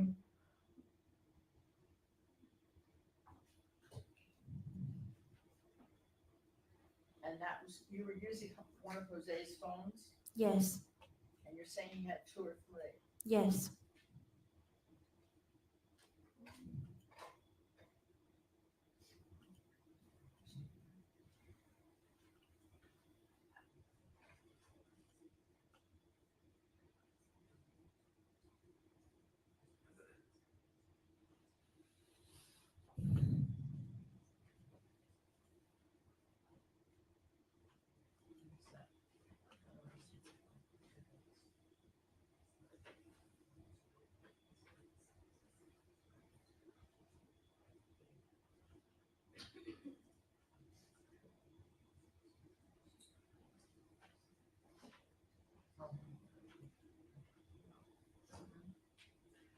So when you were at the hospital, you did talk to more than one police officer? Yes. And were they people in uniform or were they people in plain clothes? 2 were in uniform and then the detective came in plain clothes. Do you remember any of their names, the detectives? No.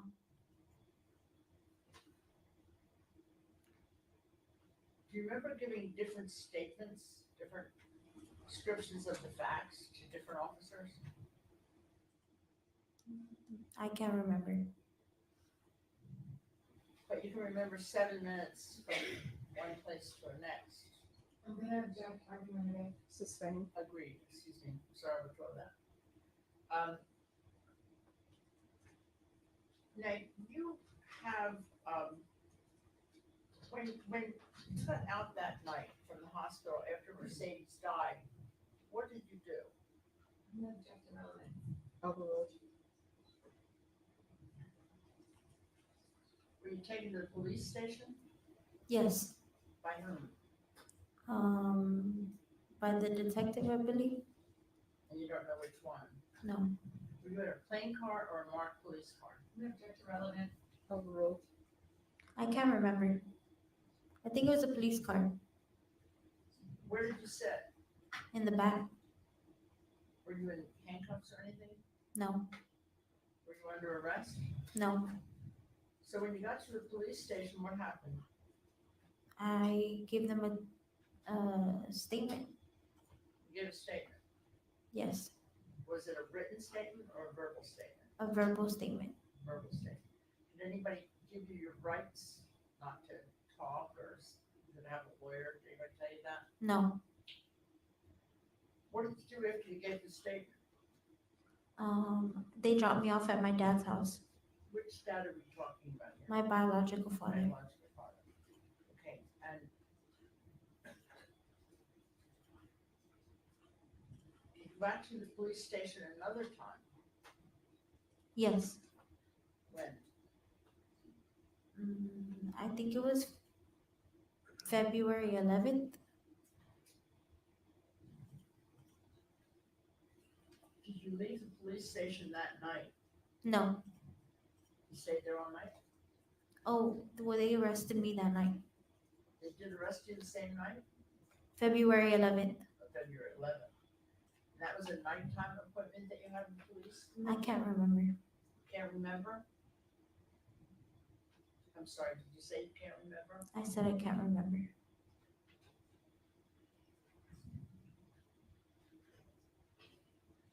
You gave a different story on February 11th than you did the first night. Do you remember that? No. Do you remember what you said? Somewhat, yeah. I'm sorry? Somewhat. What did you say? No object, Officer, you're saying. That'll be overruled. I'm also gonna object to vague. That'll be overruled. What did you say when you spoke to the police officers?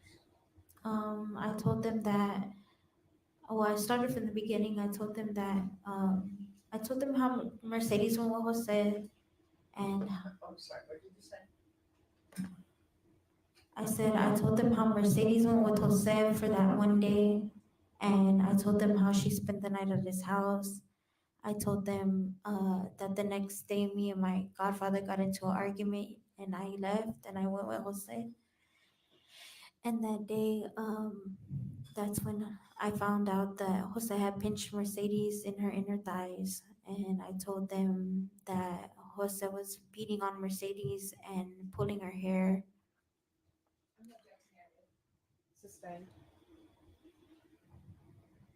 When you were there on February 11th, why were you talking about Jose? Why weren't you talking about how Mercedes died?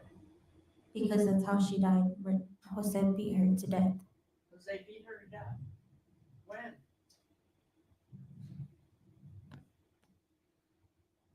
When did he beat her to death? Those 2 or 3 weeks that we were living with him. A week from what day? What? What day? A week from when did he beat her to death? She died February 7th. So 3 weeks before that. 3 weeks before that, he beat her to death. The abuse piled up and she ended up dying because he was beating on her. When did she die? February 7th. But he beat her to death 3 weeks before that. Is that right?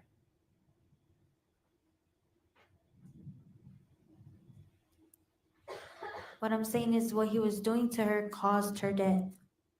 Who told you that? I did. You did. Why didn't you turn him into the police? I don't know, because I was in love with him. In love with somebody who was hurting your children? Yes. It's really all about you, isn't it? No.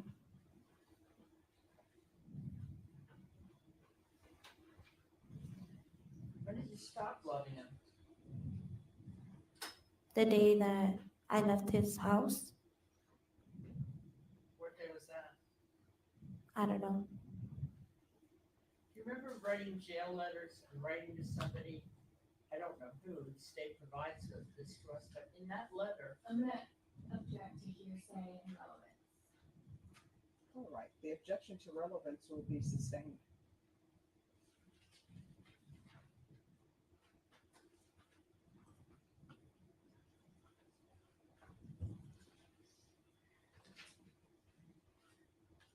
had said, as I recall, correct me if I'm wrong, because I can be wrong. You said, as I understood it, that Jose hadn't seen the children for a full 2 days before she died. Was that my mistake? No, that's correct. That's correct. So you definitely didn't see them that day before, or the day before that. Is that correct? That's correct. So how did he beat her to death 3 weeks before? She was already sick. She was what? She was already sick. She was feeling weak. When was she feeling weak? I would say a week after we had moved in with him. A week after what? We moved in with him. So sometime in January. Why did you get in with him? Because that was the place to go. He was my boyfriend and I trusted him. Why? Because I loved him.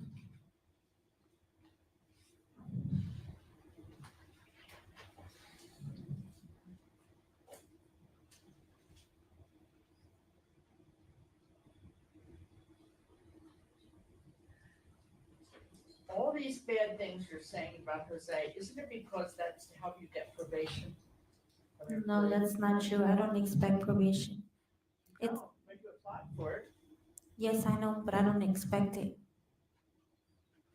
Why did you apply for it? Because I would want probation, but I don't expect probation. Why don't you expect it? Because it's reality. I know that I'm not innocent. You're not innocent. No.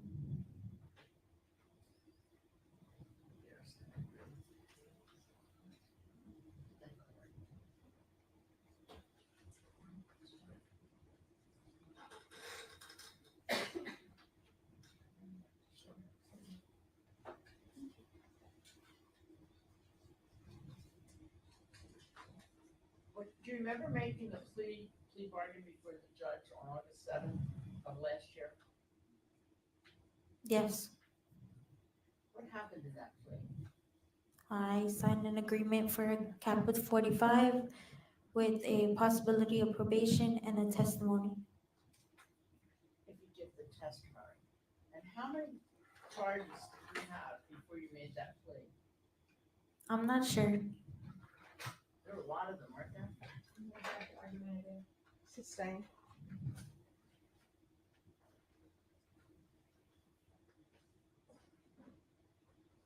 Did the state drop a number of charges against you? You make that plea bargain?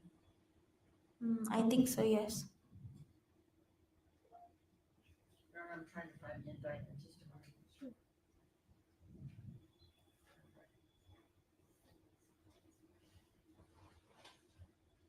What specifically did you plead guilty to? Guilty by omission? What does that mean? I'm not sure. You pled that you did something wrong, and as a result of that, you might be eligible for probation for a period of years, maximum. What was the maximum period of years? 45. 45 years. And what did you say that you did to even have to look at 45 years in jail? What? That I saw what was going on and I didn't report it. That's what you did? I think that's what my indictment looks like, yeah. I'm sorry, I really didn't understand what you said. I said that's what my indictment says, I believe. I want to know what you pled guilty to, what you did wrong that you're looking at 45 years. I'm gonna object to asking anything. Don't be sustained.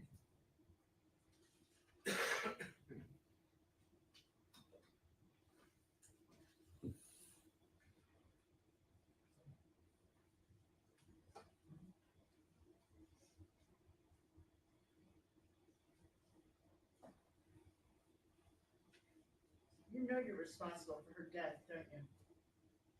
No, Why? because I didn't beat her. You didn't beat her. But you're saying that Jose beat her to death 3 weeks earlier, and you continue to live with him, and you don't think you're responsible for her death? No, Jeff already knows it. That'll be overruled. You can answer it. Yeah. Yes, what? Yes, I don't think that I'm responsible. You don't think you're responsible for her death? I have fault, but I don't think that I killed her. Why is that? You kept her with the man who beat her to death weeks before, but you didn't kill her? No, Jeff already knows it. Is there any other objection? Relevant. Sustained.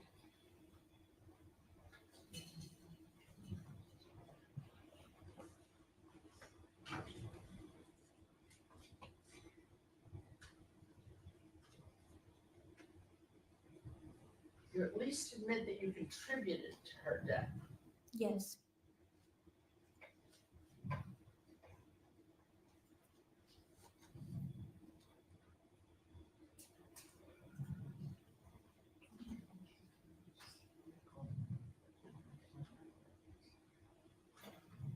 Yes, witness. Seeing as no further questions. All right. The rule has been invoked. You're not allowed to discuss your testimony with anyone except for attorneys for the state or the defense, and of course your attorney. You may step down. She's subject to call yarn by defense. You all wish to recall her? Right? All right. Deputy Mejia, if you all make sure she's available tomorrow. Yes, Judge.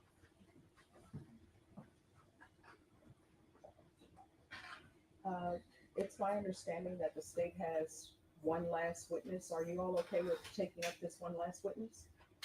All right, state, call your next witness. State call Sylvia Castillo.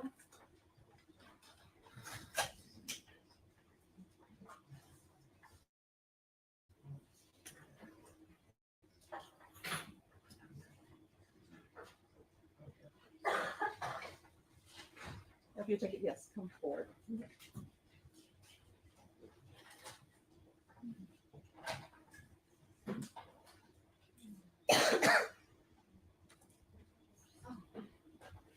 If you raise your right hand, you solemnly swear affirm the testimony you give will be the truth, that nothing but the truth, so help you God.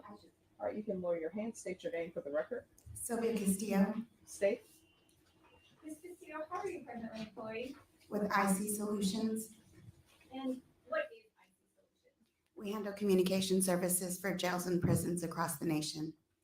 And what are your duties with IC Solutions? Director of Client Services and also custodian of records for IC Solutions. How long have you been with IC Solutions? 13 and a half years. How do the jail calls work? How are they recorded? Once the phone goes off hook, they enter in the intake number and then they select a 4-digit passcode and then they're able to make a call after that. Are those passcodes and numbers, are they connected to a specific inmate? Yes, ma'am.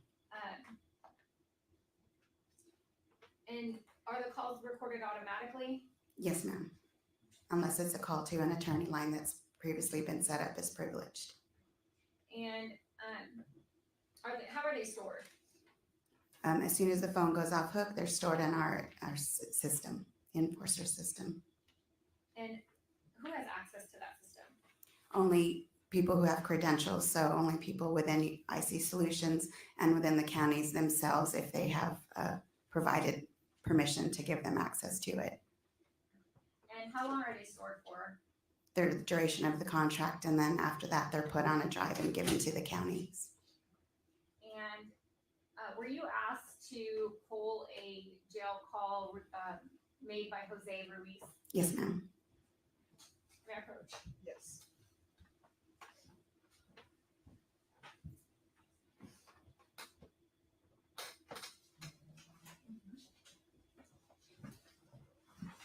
Ms. Castillo, I'm showing you what's been marked as State's Exhibit 111. Do you recognize that? Yes, ma'am. How do you recognize it? I initialed it and dated it. And have you listened to this State's Exhibit 111 prior to testifying today? Yes, I did. Is this a jail call made by Jose Ruiz? Yes, ma'am. When was this recording made? It was February 8th, 2022. And is it a fair and accurate copy of the recording that was recorded on that date? Yes, ma'am. At this time, state for State's Exhibit 111. I take the witness on board R, Yes. Do you have personal contact with the inmates at the Bear County Jail? No, I don't. Do you, you don't know Jose Ruiz, do you? Personally, no, ma'am. Okay. Have you ever spoken to him before? No, ma'am. Do you know whose voices these are on this, disc? No, everything is based on our system, so it's based on the intake number and then the passcode that he But you selected. are aware that inmates, buy each other's codes for calls, don't you? You know that sometimes they give each other their intake number or whatever it is, so they can, use that for calls, correct? Yes, I'm sure that's happened. I checked, I don't know if there's any foundation related to this internet evidence. State?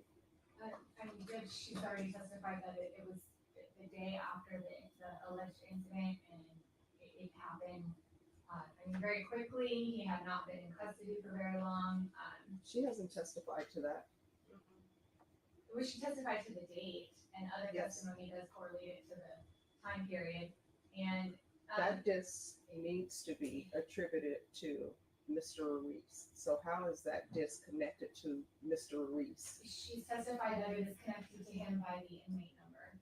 Is he the only Mr. Ruiz who was in custody on that day I mean, she at the jail? she did testify specifically to Jose Ruiz. Was he the only Jose Ruiz who was at the jail on that day? I do not know the answer to that. Then how do we know what that disc purports to be?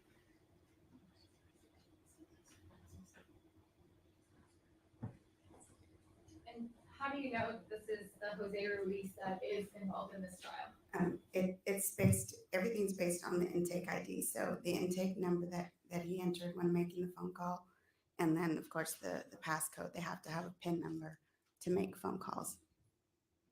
Do they have to state their name as part of the recording to get access to make that phone call? Yes, And is that something that each individual person is recorded with their own voice and it has to be approved and tied to that person when they make that phone call? yes. And was that done in this case?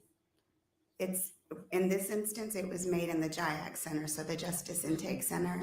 It's not a two-factor verification at this point. It's intake number plus the passcode that they select. The voice verification doesn't kick in until they're actually booked into the Bear County Jail, where then there's a two-factor authentication. Okay, and so this was not even at the jail, it was at a separate facility. This is at the Bear County Jail, but in a JIAC Center associated at the Bear County Jail. And we do process those phone calls as well.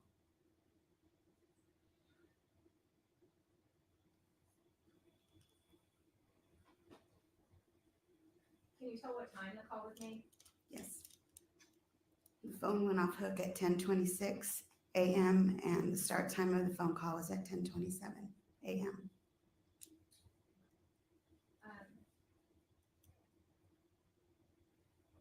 I'm sorry, what was the date again? February 8th, 2022. Judge, at this point, I would reoffer, and I'm gonna argue that the business record has been made, and any other evidence about any possible other inmates goes to Lake County Disability. No, the issue is not whether that's a business record or not. The issue is whether or not that specific disc can be tied to the person who's sitting here. And my argument is it goes to Lake County Disability, and she's testified it was tied to his number, and the jury can compare his voice to the voice they heard on the inmate statements. That's not correct, Judge. They can't tie it to him. The foundation hasn't been laid. It's irrelevant right now. The foundation has not been laid.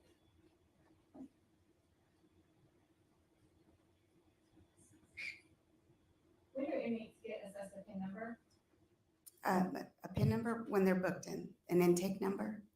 Yes, once they make a phone call, they're asked to select a 4-digit passcode.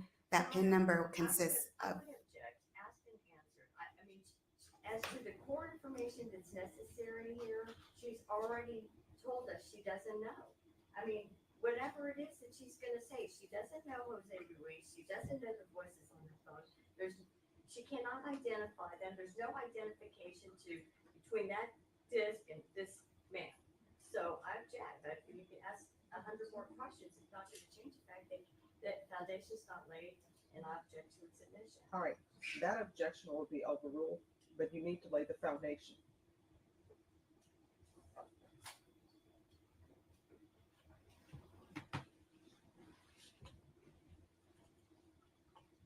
I'll pass the witness. Object.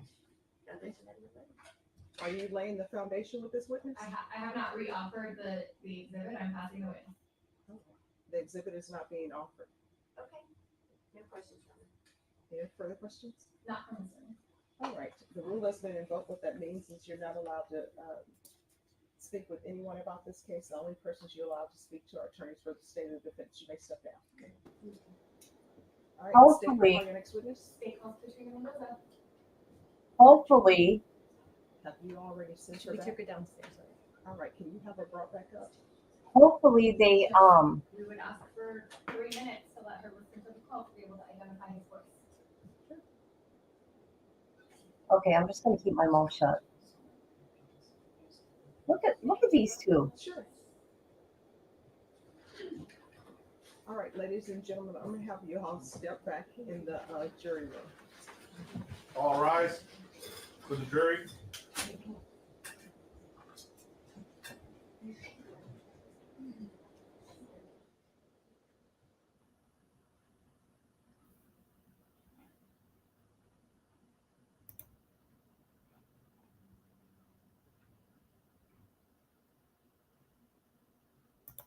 All right, everyone, please be seated.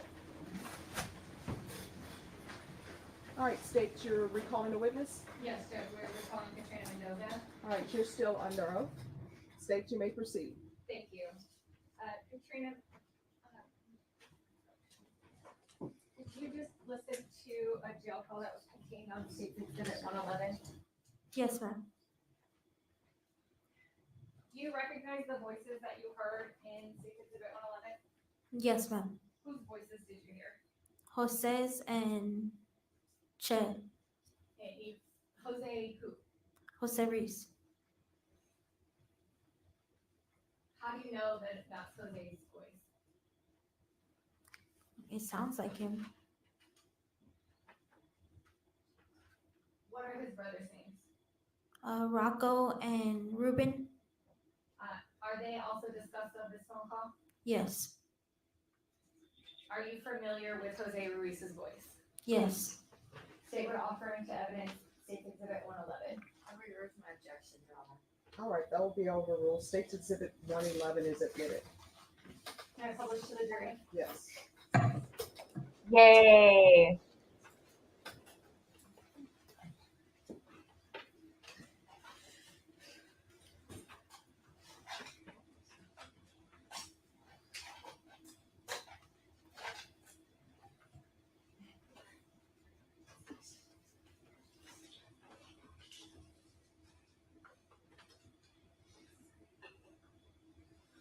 So you see what they're doing? They're trying to blame her, right?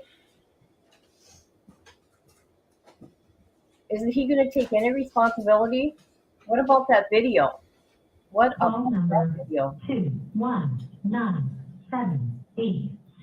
219786140. Inmate ID 216410. Date 2022 28. Time 102645. Dial number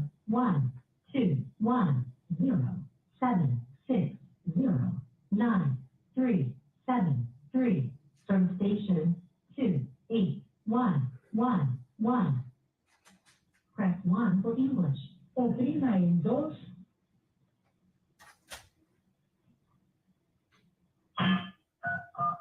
Please enter your PIN number.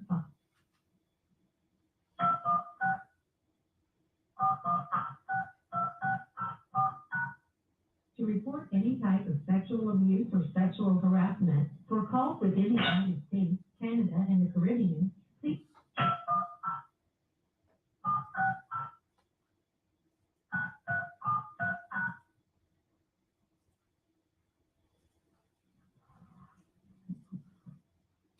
Hello, you have a free call from a resident. This call will be recorded and subject to monitoring at any time. Thank you for using IC Solutions. You may begin speaking.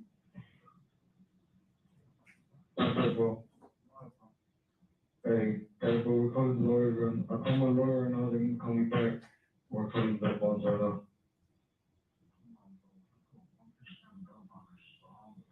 No, we did, right? You didn't call 1%.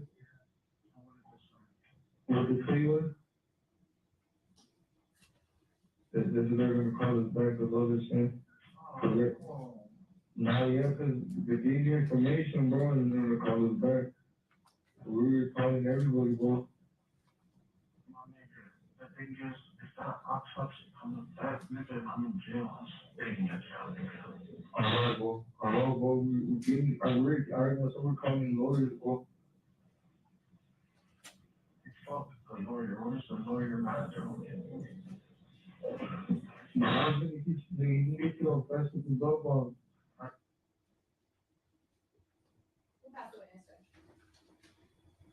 Ms. Mendoza, when you, entered your guilty plea, the indictment against you, there was an indictment paragraph A that said on or about the 7th day of February 2022, Katrina Mendoza, hereinafter referred to as defendant, did intentionally and knowingly cause serious bodily injury to Mercedes Losoya, a child who was 14 years of age or younger, by forcing a utensil into the mouth of Mercedes Losoya and by manner and means unknown to the grand jury. Was that true?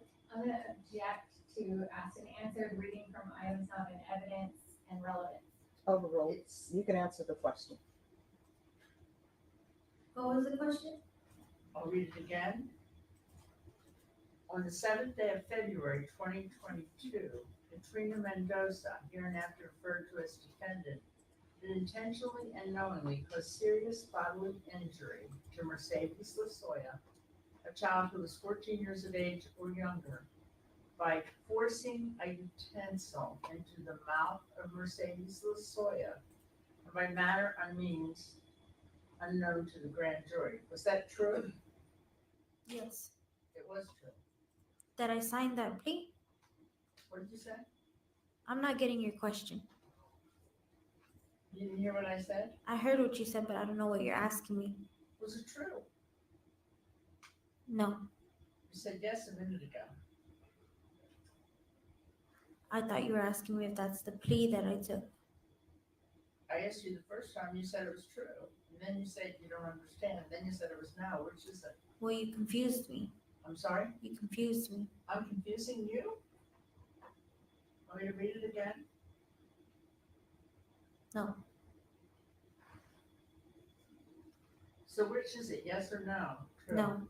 It's not true. So the state made this up and you were gonna fight it, is that right? No. Where would the state get that information? I'm gonna object to speculation. Sustained. So the one that you pled to was the same count, but it said on the 7th day of February 2022, Katrina Rose Mendoza, hereinafter referred to as defendant, did intentionally and knowingly, by omission, cause serious bodily injury to Mercedes Losoya, a child who was 14 years of age or younger, and the defendant had a legal duty to act and failed to do so in that the defendant failed to seek adequate medical treatment for Mercedes Losoya. Was that true or not true? That was true. It was true. It is true. It is true. And how did you do that? By failing to get seek medical attention? How did you fail to do that? I didn't report what was going on. You didn't report what was going on when? The 3 weeks that we were living with Jose Ruiz. I'm sorry, what did you say? The 3 weeks we were living with Jose Ruiz. Which time? Was it when he beat her to death 3 weeks before February 7th or what? I'm gonna object to argumentative. Sustained. The next count is count 2, and it says on or about the 29th day of January 2022, Katrina Mendoza, hereinafter referred to as defendant, did use and exhibit a deadly weapon, namely hands, that in the manner of its use and intended use was capable of causing death and serious bodily injury, and defendant did intentionally, knowingly, and recklessly cause bodily injury to Mercedes Losoya, hereinafter referred to as complainant, by holding Mercedes Losoya underwater with the hands of the defendant. Was that true? No. Why did the state claim that? I'm gonna object, calls for speculation. Sustained. Did you ever hold Mercedes Losoya underwater? No. Never. No. Count 3, on or about the first day of February 2022, Katrina Mendoza, hereinafter referred to as defendant, did intentionally and knowingly cause bodily injury to Mercedes Losoya, a child who was 14 years of age or younger, by pulling the hair of Mercedes Losoya with the hands of the defendant. Was that true? Yes. You did pull her hair. Yes. When? Within those 3 weeks. Within those 3 weeks.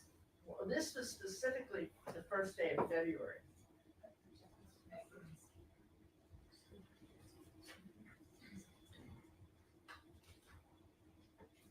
All right, ask your next question. Then there was count 4, on or about the second day of February 2022, Katrina Mendoza, herein referred to as defendant, did intentionally and knowingly cause bodily injury to Mercedes Losoya, a child who was 14 years of age or younger, by striking Mercedes Losoya with the foot of the defendant. Was that true? No. Count 5, on or about the 5th day of February, 2 days before she died.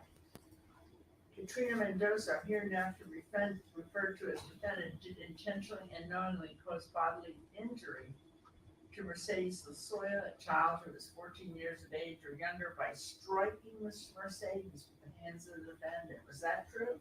Yes. How did you strike her? I spanked her on her butt. And you thought that was a crime? Objection.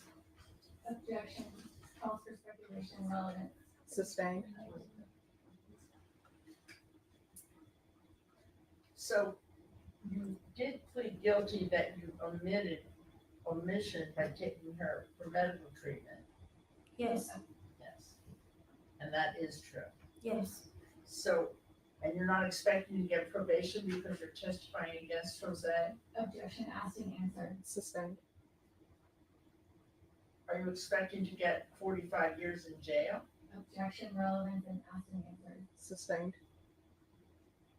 What do you expect to get in terms of your testimony against Jose? Objection, relevant. Overruled. I'm not sure.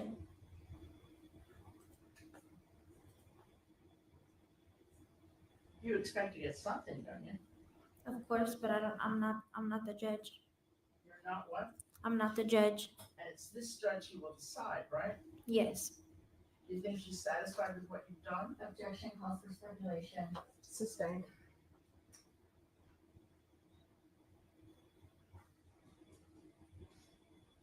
What do you expect the judge to do for you because of your testimony? Objection, asked and answered, and relevant. Sustained. You did make a deal, didn't you? Objection, asked and answered. Sustained.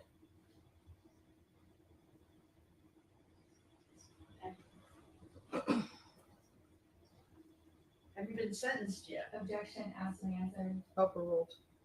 No. When will you be sentenced? When will I be sentenced? Yes. I'm not sure. Whenever this is done. Ask the witness.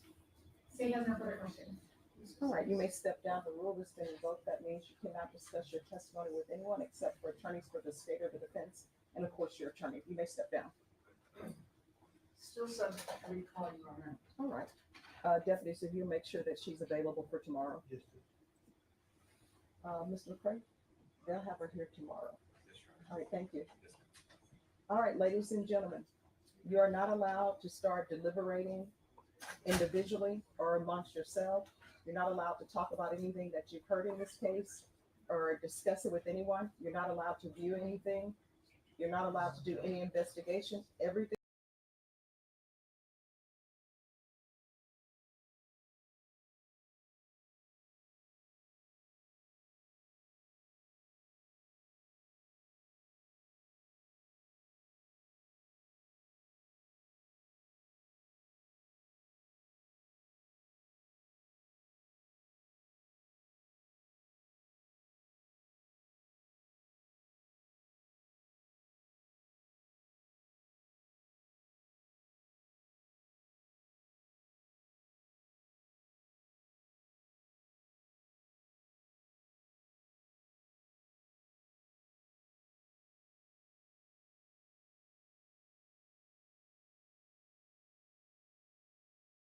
Here in San Antonio.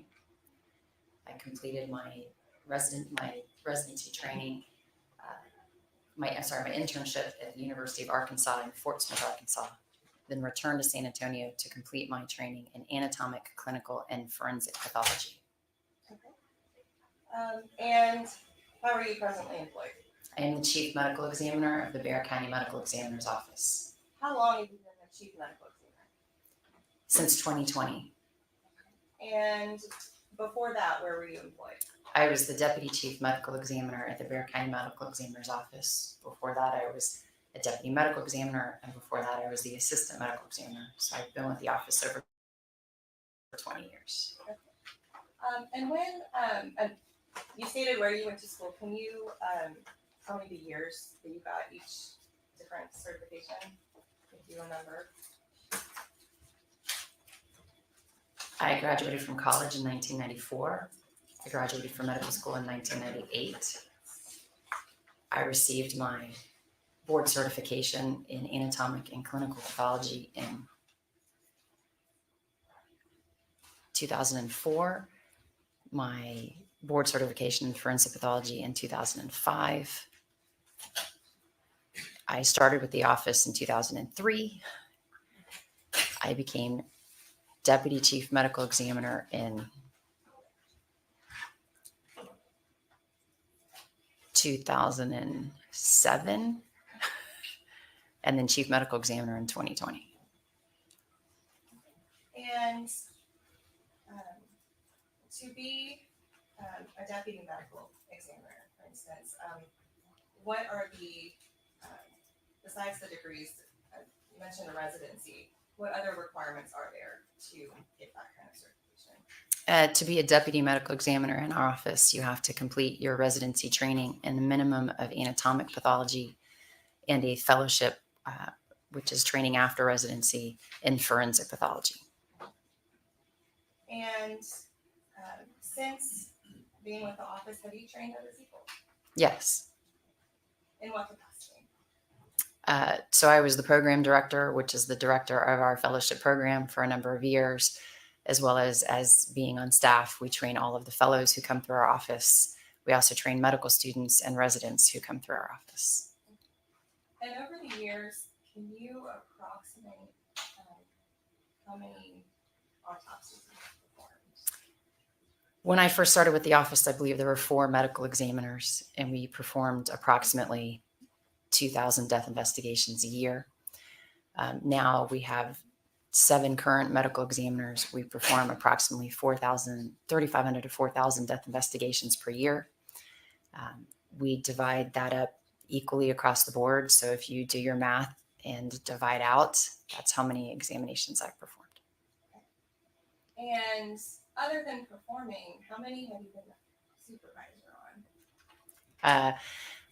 Again, you would add a fellow in that math, and then I would perform my share of those. Again, all of the duties are equally distributed. And when, in your current role, when a deputy medical examiner performs an autopsy, and on the report we see your signature attached, what does that signify?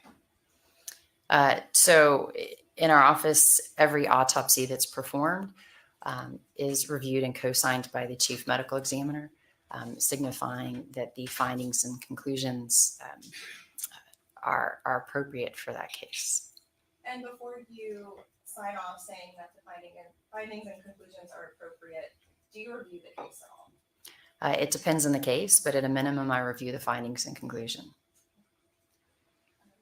What about in the case of Mercedes? In this particular case, I reviewed the entire case. Yes. I'm sorry, was that response? I reviewed the entire case. All right. Can you move closer to the microphone, Doctor? Are you ready to pass? Yes. The witness? All right, in defense? You didn't do the autopsy, there, did you, Doctor? No. I'm sorry, my name is Ruiz. Sorry, Doctor. You didn't do the autopsy. Correct. Did you review the body? I saw the body in the morgue. Yes. Did you review the body? I don't know what the extent of the question. I didn't perform the examination, but I saw the body in the morgue. Yes. In what sense did you see the body? Did you get involved? Did you just see it passing by on the table? What was the context of that? Dr. Keenan called me down to see the body while he was performing the examination, and I reviewed the body during the examination. How long were you there? I don't recall. Did you see the body while it was being opened and parts of it were being displayed, or did you just look at the body and saw it next on the table? To what extent did you actually see the body? Your Honor, I'm going to check this outside the scope of this. I'll allow it. If you can answer the question. I believe that I saw the body before the examination began, before the body was open, and then I was called down again and saw the body when the body was open to look at some of the findings that were present. What findings did you observe? Specifically, I recall I was asked to look at the injuries on the feet. And just the feet? On the feet. I said that's what I recall. That question is outside the scope of the 705 hearing. Ask your next question, counsel.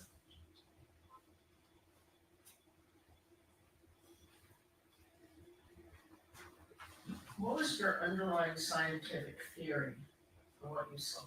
What was the basis of it? At the time? Yes. At the time, I don't know. I had an underlying scientific theory. At the time that we perform an examination, we keep an open mind. We look at all of the facts in front of us. And at the time of the exam, that's only one piece of the information we need. You only looked at the feet of Mercedes. No, I said I recalled being called for that reason. However, you asked when I was in the morgue looking at the body. And again, that is part of what I recall. However, she was open at the time. I don't recall what else I saw.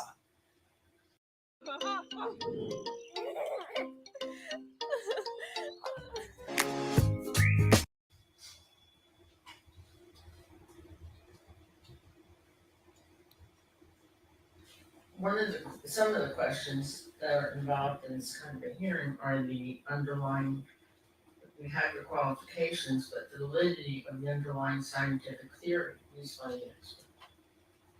And you don't have a theory, is that correct? You asked what theory I had at the time that I was in the morgue. At the time we're in the morgue, we're still examining.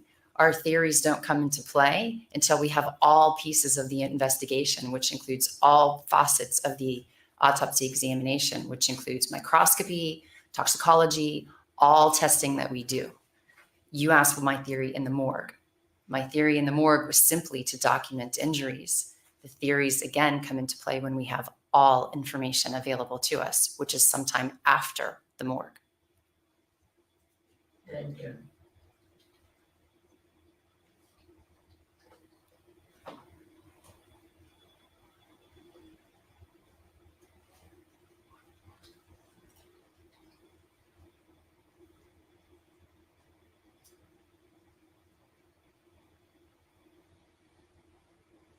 So you actually didn't develop a theory until after everything was completed?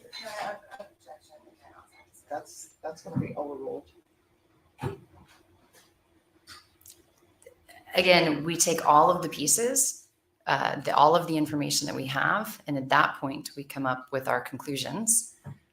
So again, we have to take all of this information, and it's not necessarily in the morgue. What was the total amount of information that you used to make these determinations? So in this particular case, it would have been the autopsy results, the results of the toxicology and chemical testing, the results of microscopy, the results of the radiology. And I'm sorry, just 1 second. For the court reporter, microscopy. Could you spell that, Microscopy, please? MICROSCOPY.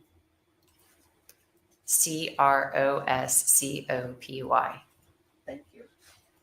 All right, defense, you can continue. You prepared a separate report in context with conversation with District Attorney Mitchell, District Attorney Jalanko, Chief Examiner, Dr. Godborn, DA Victim Advocate Marina Winter, and DA Intern Tony Rojas. Is that what you actually presented, your theory? Your Honor, That'll be overruled. You can answer. I did not prepare a report in this case. You didn't. No. In the the report prepared by your office through Dr. Kane, you said you used police reports and medical records, yes, medical records. Did you review those as well? I apologize. I did not hear the question. In Dr. Kanan's final report, he said that it was all compiled with the contribution of police reports, medical reports from the past of the victim, Dr. Zamora Campos reports. Did you look at those as well? So that information is outlined in our investigative report, which I did review our investigative report, but I did not recall reviewing the police report and the records other than reviewing our investigative report. Your investigative reports included medical reports of the pediatrician, Dr. Zamora Campos, and the police reports were also indicated in the report as part of the compilation. Did you review those? So I don't recall reviewing the police reports or the medical reports myself, other than the summaries that exist in our investigative report. Did you bring records today pursuant to the statement that we prepared? And you're the state's witness right now, but we prepared this statement. Did you bring those records? Your Honor, objection. The Duke's taken was months ago. She had an assistant bring the records. All right, that objection, it's outside the scope. Unless you tie that into this hearing, that's outside the scope. So if you want to tie those records to this hearing and you're able to do that, then the court will hear your question. Ask your next question. Did you review the records that were part of the Duke's Take-Em at any time prior to you coming here? The Duke's Take-Em, as I understand it, was a request for any and all of our records as part of our file. I reviewed our entire file. I have our entire file with me today. So yes, I have reviewed the entire file with this case. And in that, does it include the reports of Dr. Zamora Campos, the pediatrician? No. It doesn't. No. Were you aware that the child, in viewing this record, were aware that the child, were you aware that the child had asthma? Yes. And how did that figure into your medical report? It did not. We ruled out asthma as the cause of death. Dr. Kanan said in your. Object to outside the scope, Your Honor. I hear so. All right. With regards, just 1 second, with regards to hearsay, that will be overruled. With regards to outside the scope of this hearing, that will be sustained. Isn't it true that in your report, you said asthma couldn't be excluded asphyxia, well, excuse me, asphyxia couldn't be excluded. Is that Objection correct? outside the scope, Your Honor. All right, that will be overruled. The report says couldn't exclude it. That's what I'm asking.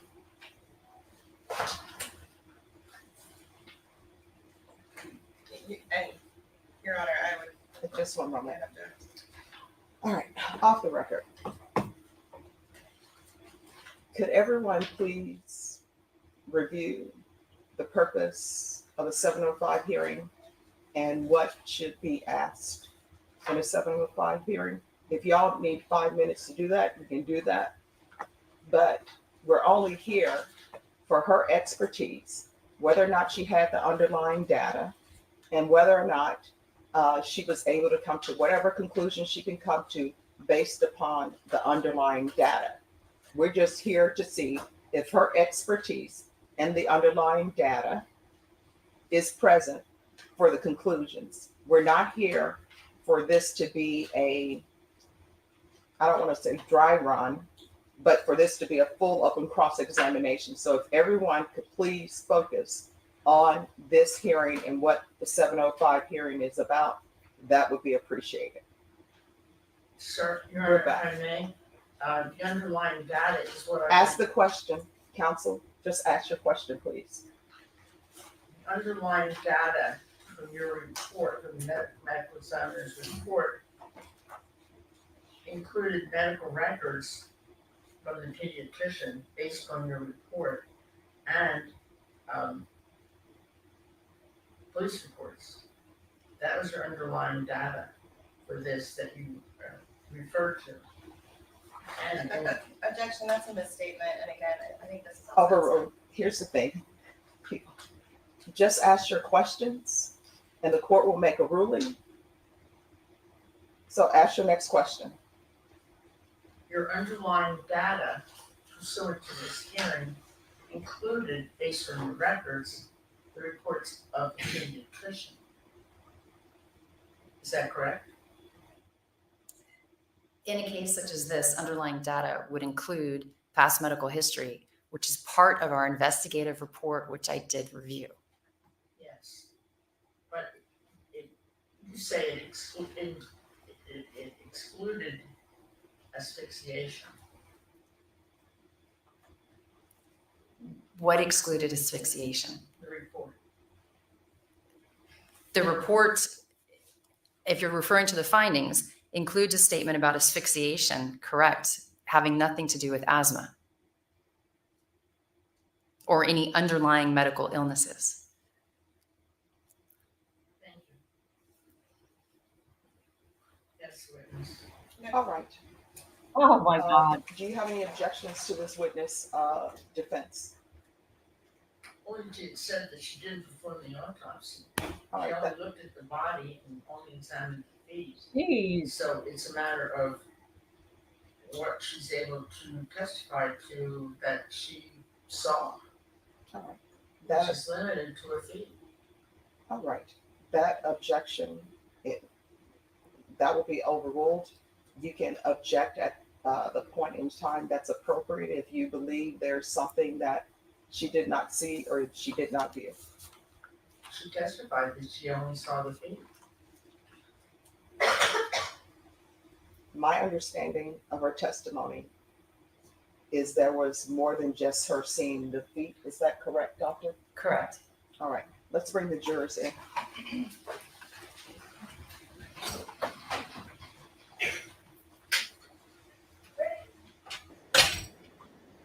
I just think this grandma here just likes to argue. And she's got to be right all the time. State, after this witness, is this your last witness? This is our last witness. All right, so defense, this is going to be their last witness. After this witness testifies, I'll give you all a break to make sure if you have witnesses you want to bring, you'll be able to do that. And just so the court's aware, we do have, they wanted us to recall CPS investigator Rame, and he is here. All right, so I'll give you all a short break and then we'll proceed with your case if there are witnesses you wish to call. Of course, we're going to take a break.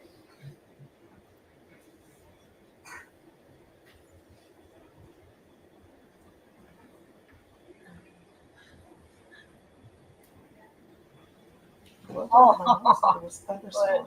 Oh, no. But she's like, it was great for her grass and her plants. So I'm like, Okay. Yeah, this is when something happened here.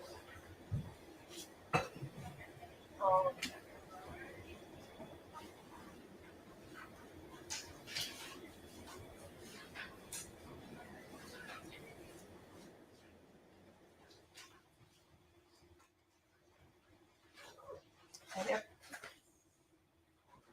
okay, just hold on. And everyone, please remember my previous instructions about no outbursts or anything of that nature. All right, we can bring it. All right, for the jury.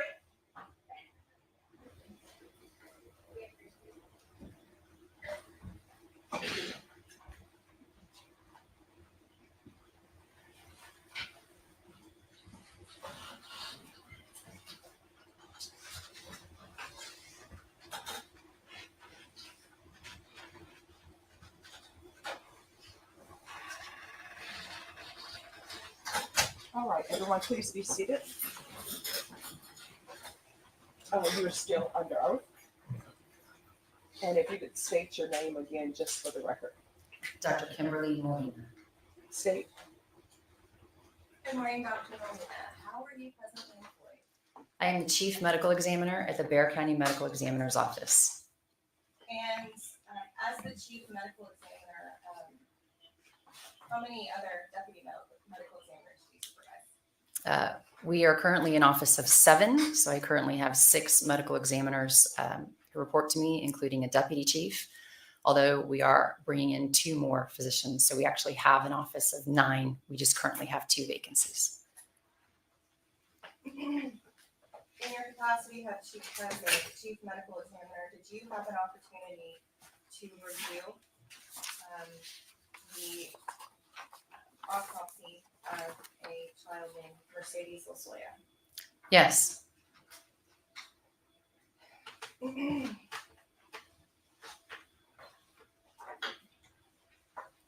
you explain to the jury what the significance of manner of death versus cause of death? So manner of death is an epidemiologic term used on a death certificate to describe the circumstances of how a death came about.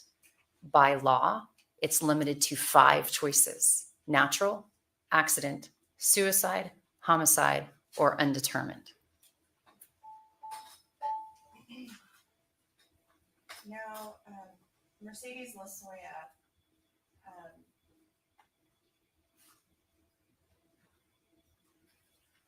can you describe the injuries that were present on her? So the office performed an autopsy on Mercedes Losoya. Autopsies being medical examinations performed by physicians looking for injuries, signs of natural disease, to determine a cause of death or the reason someone passed.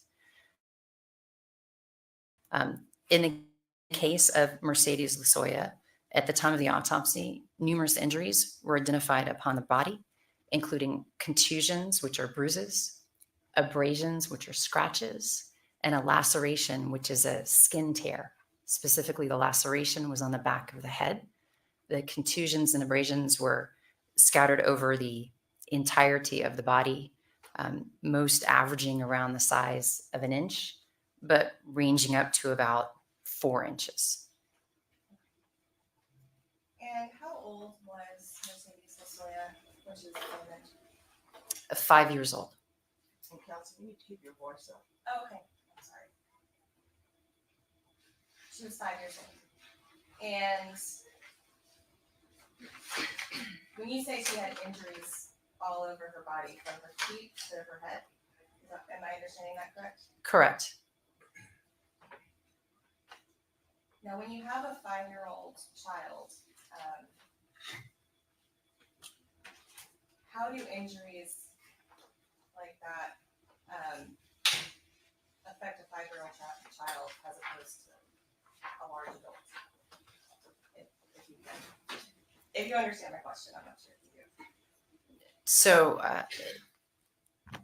as I understand the question to me, having multiple bruises or abrasions, so bruises and scratches on the body affecting a child versus an adult, in both situations, these are usually considered painful injuries. So you may have some limitations of movement or activity, depending on where the injury is, the type of injury, and the severity of the injury.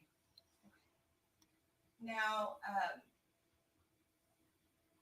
if someone, say an adult male, were to punch, let's say, the arm of an adult 5 to 10 normal sized arm, and leave a bruise the size of their fist, and also have a 5-year-old child of Mercedes height and weight, with her size arms, also hit with the same force and with the same size fist and leave a same size bruise.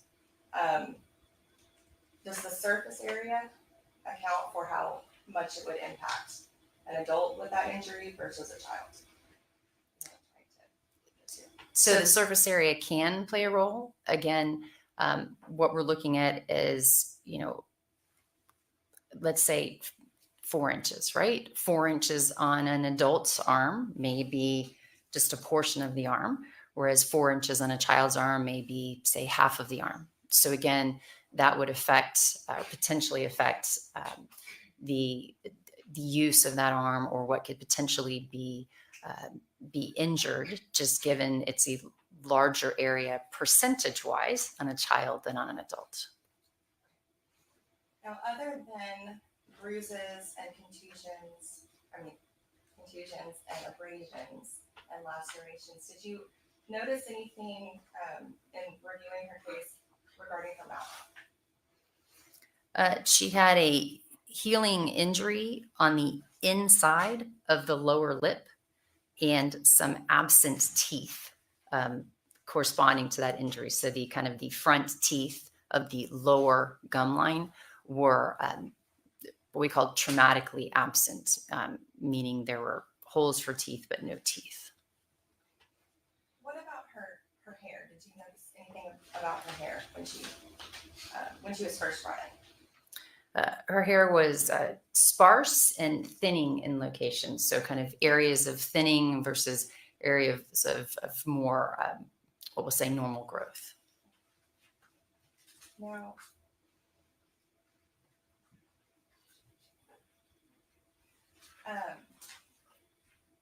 okay. Now, you mentioned there was a laceration to the back of the head. Was as part of the autopsy, did Dr. Cannon in this case perform the autopsy, correct? Correct. This autopsy was performed by Dr. Cannon, one of the deputy medical examiners in the office. And what is the standard practice after a review of the external body? What is standard practice in an autopsy? So in an autopsy, well, the autopsy after the external would be the internal, would be opening the body cavities and looking inside the body. You mentioned the laceration to the head. Was there any internal injury in the head? There was some bruising of the scalp. So underneath that laceration, there's some bruising of the scalp. But inside the head itself, so inside the skull, there were no significant brain injuries identified. Come on, rock me. Rock me. Oh, too quick for you. I'll start from the 3. What about along her spine? Were there any injuries identified there? So on the back of the spine, at about the level of the kind of 4th thoracic. So easiest way to do this is if you kind of feel the bony points on the back of your spine. If you feel the first one and you go down about 4, that bony point on the back of the vertebral body, there was a little fracture of that bony point. And what is significant about that particular part of the spine that there's a fracture? So that is called the spinous process. And that is where some of the ligaments that hold our back together insert.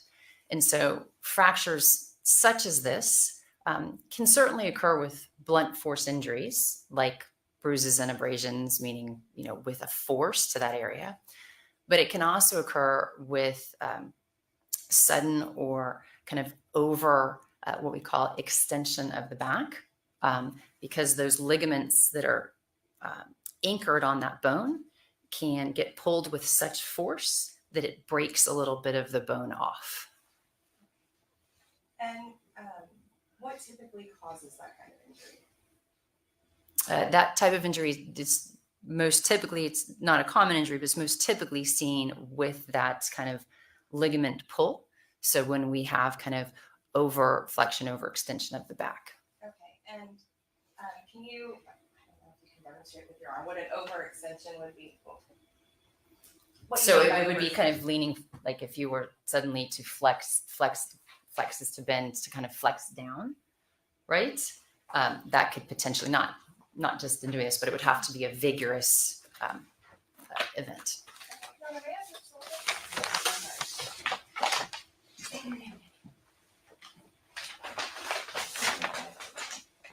I'm going to show you what's been admitted at State's Exhibit 107. It has been identified as a photo of Mercedes Losoya, and it has been identified that this is conduct where her arms had been bound up, and she is on the ground. Would a position like this be consistent with potentially causing that injury? So I'm sorry, just to clarify, her arms are held in this position. Her arms are held. And is there a weight? Or they're just held They're just by held, something and it could above the ground? above the ground. It's possible, yes.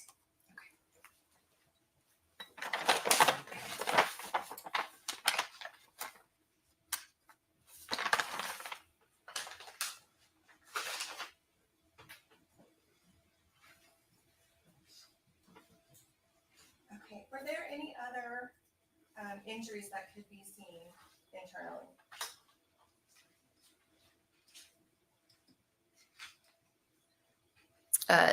Just from the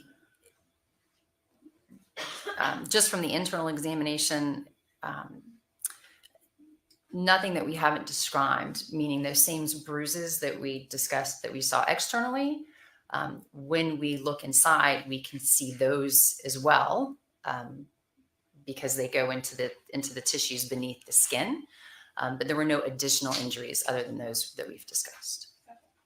Now, after the physical examination of the body, are there samples that are inspected from, or were there samples inspected from Mercedes? Samples are taken at the time of autopsy for additional testing. We take blood, we take vitreous, which is the fluid behind the eye, and we can perform additional testing on that, like chemical testing, toxicology testing. Samples were also taken from the organs at the time of the autopsy to look at under the microscope so that we could see if there was any disease or trauma under the microscope. And which organs were examined under the microscope? We examine what we consider kind of the major organs, so heart, lungs, liver, spleen, thymus, adrenal glands, kidneys, also sections from the skin where the bruises and abrasions were. Yeah, excuse me, could you spell thymus, please? THYMUS. Thank you. Okay. Now, when, well, you said the lungs. Was there anything remarkable about the lungs when they were examined? The lung showed some kind of scattered small areas of foreign material, consistent with what we call aspiration, without a lot of response. There was some early response to this. What that means is that easiest way to describe it, we've probably all done it, is you go to drink your coffee in the morning and it goes down the wrong pipe. right? So it goes in your airway instead of in your esophagus. You cough, you get that out, but some of it goes down into your lungs. If you were to die shortly thereafter, and we looked at lungs under the microscope, we might see that there was some material in the lungs that didn't belong there. Didn't cause the death, but we can still see that it's there, and we can see the body reacting to the fact that it's there. And we saw that in the lungs in this case. Now, in Mercedes' case, you did review her medical history as part of this review. Is that correct? Correct. And in Mercedes' case, there were a lot of reports of vomiting. Is vomiting would that be consistent with possibly aspiration at the time of vomiting? But yes, I mean, that's a concern with vomiting, right? Is that as you vomit, you could potentially kind of inhale some of that into the lungs. It's certainly possible. Now, as the body is dying, does that affect the ability for something to enter the lungs? So yes, we tend to call this terminal aspiration, meaning in the dying process, we no longer have that protective mechanism that keeps our body from, say, swallowing food into the esophagus instead of into the lungs. So it's not uncommon for us to see, again, this aspiration, this foreign material kind of scattered in the lungs. Again, it's not something significant. It's something that we see, and it's not uncommon that we see it occurring right around the time as people are dying terminally. And based on what was seen, was the level of aspiration anything that would have contributed to her death? No.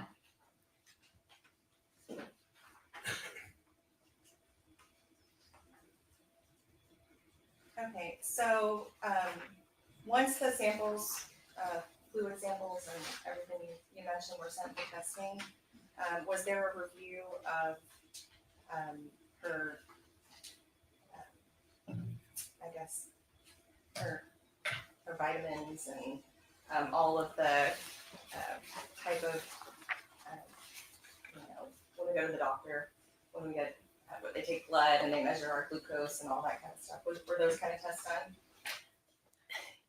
So we performed a toxicology test, which is looking for any sorts of drugs or medications that are in the body at the time of death. And we look for everything from drinking alcohol to aspirin to prescription medications to illicit drugs. Additionally, we perform chemical testing looking at the electrolytes. So specifically like sodium, potassium, glucose.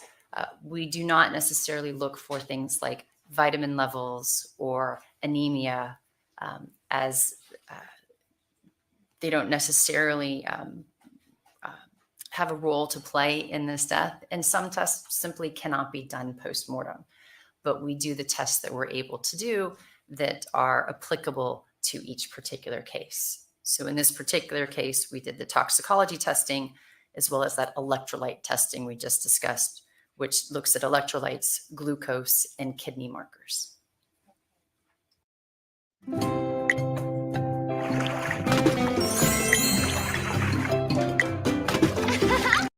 what did that tell you, Dr. Cannon, at the time? Well, all of our toxicology screening was negative. So we didn't find any sort of drugs or medications present. The electrolyte screening was within normal limits for post-mortem, meaning after death. Although the kidney function was one of our markers for kidney function, urea nitrogen, was elevated, telling us that there was an element of kidney failure at the time of death.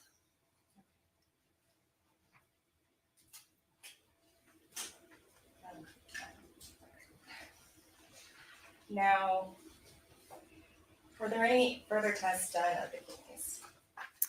So as mentioned before, we did do microscopy, which is looking at the tissues under the microscope.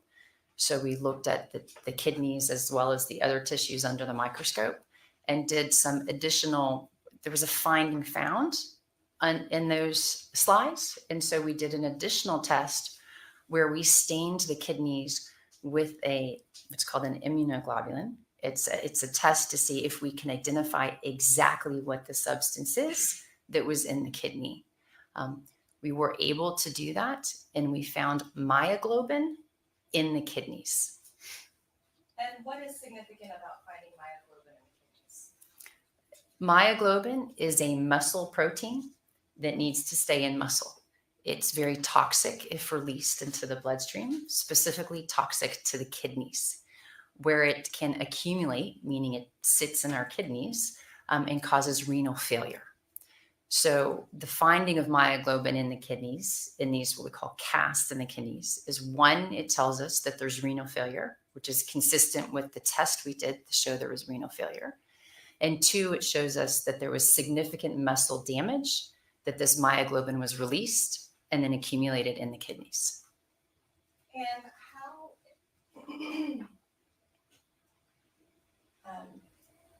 is there a word for that when you find myoglobin that has been released in the body? Is that a diagnosis associated with that? The term we use is rhabdomyolysis. This basically means that the muscles are breaking down, releasing the myoglobin. All right, could you spell that last word? RHABDOMYOLYSIS. Diamond, you spell that correctly. You can ask your next question. And can we refer to that as rhabdo for short? Physicians usually call it rhabdo, yes. And is rhabdo something that can happen to anyone? Yes, it's been shown to occur with trauma being the main cause, but also with exertion. Military recruits the military is well aware of this because it can happen with muscular exertion, as well as with certain drug toxicities and other causes. And you mentioned trauma.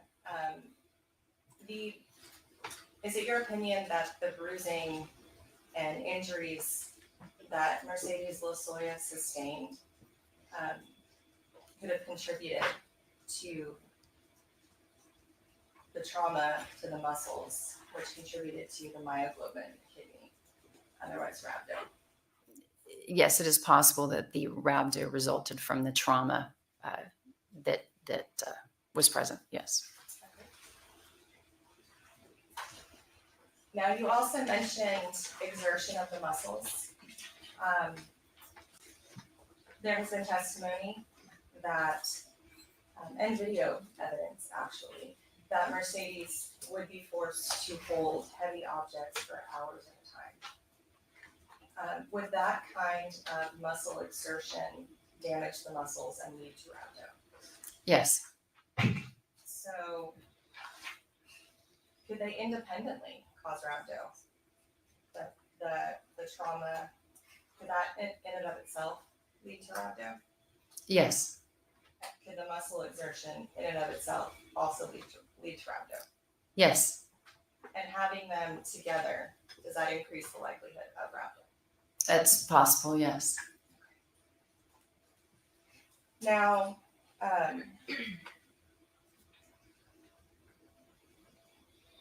other than the rhabdo, what else could lead to kidney damage that might be due to the injuries that Mercedes sustained? So additionally, we have a significant amount of bruises or injuries to the body. And each of those bruises, right, would result in what we call cellular injury. And when our cells are injured, they tend to swell. The way I describe this is think about spraining your ankle. You go out, you sprain your ankle, and your ankle swells, right? When you have that isolated swelling, that fluid has to come from somewhere. And usually that comes from our bloodstream. And it's not a big deal, right? But imagine if you had multiple injuries all over your body. So you had lots of areas of swelling. This could potentially deplete some of the fluid that's in our bloodstream, meaning making it less. We call that hypovolemia. And that can also lead to kidney damage. It's like being dehydrated when you're not dehydrated, right? You're just pulling the fluids out into your tissues instead of having them in your bloodstream.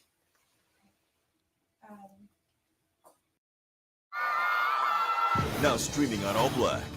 Your little baby is graduating. I'm freaking out. And it's the Can you explain to the jury what hyperkalemia is, and if that was something that was possible? Hyperkalemia is when you have too much potassium in your blood. This can result from tissue injuries. Potassium is essential for us to have to survive, but it lives inside the cells. So when cells get injured and they release their contents into the bloodstream, they're releasing potassium into the bloodstream.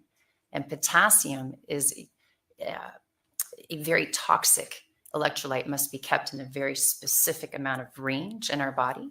If we get too much, it leads to what we call cardiac arrhythmias, abnormal heartbeats, can lead to cardiac arrest. So too high can be lethal.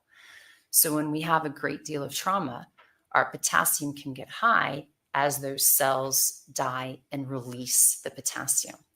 So that could be from all of the different injuries that were present, but also in rhabdomyolysis. Remember, that is where the muscle cells are dying and are releasing their contents into the bloodstream.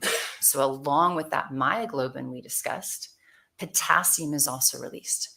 So hyperkalemia, high potassium, is also associated with rhabdomyolysis. Now, is rhabdomyolysis something that, if it were treated promptly, could be recovered from? Yes.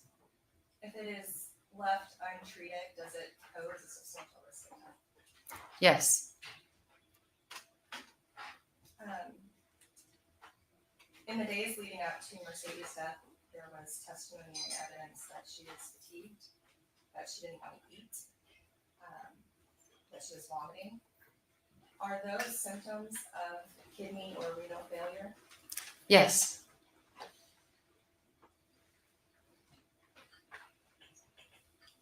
I'll pass the witness, John. Defense. Defense, your witness. Your witness, she's passed the Your witness. Honor, could we have a little break right now? For what purpose? I'm sorry? What purpose? Just a break. My blood sugars are pretty low right now. All right, ladies and gentlemen, I'm going to give you all a 10-minute break. Remember my previous instructions. All rise for the jury.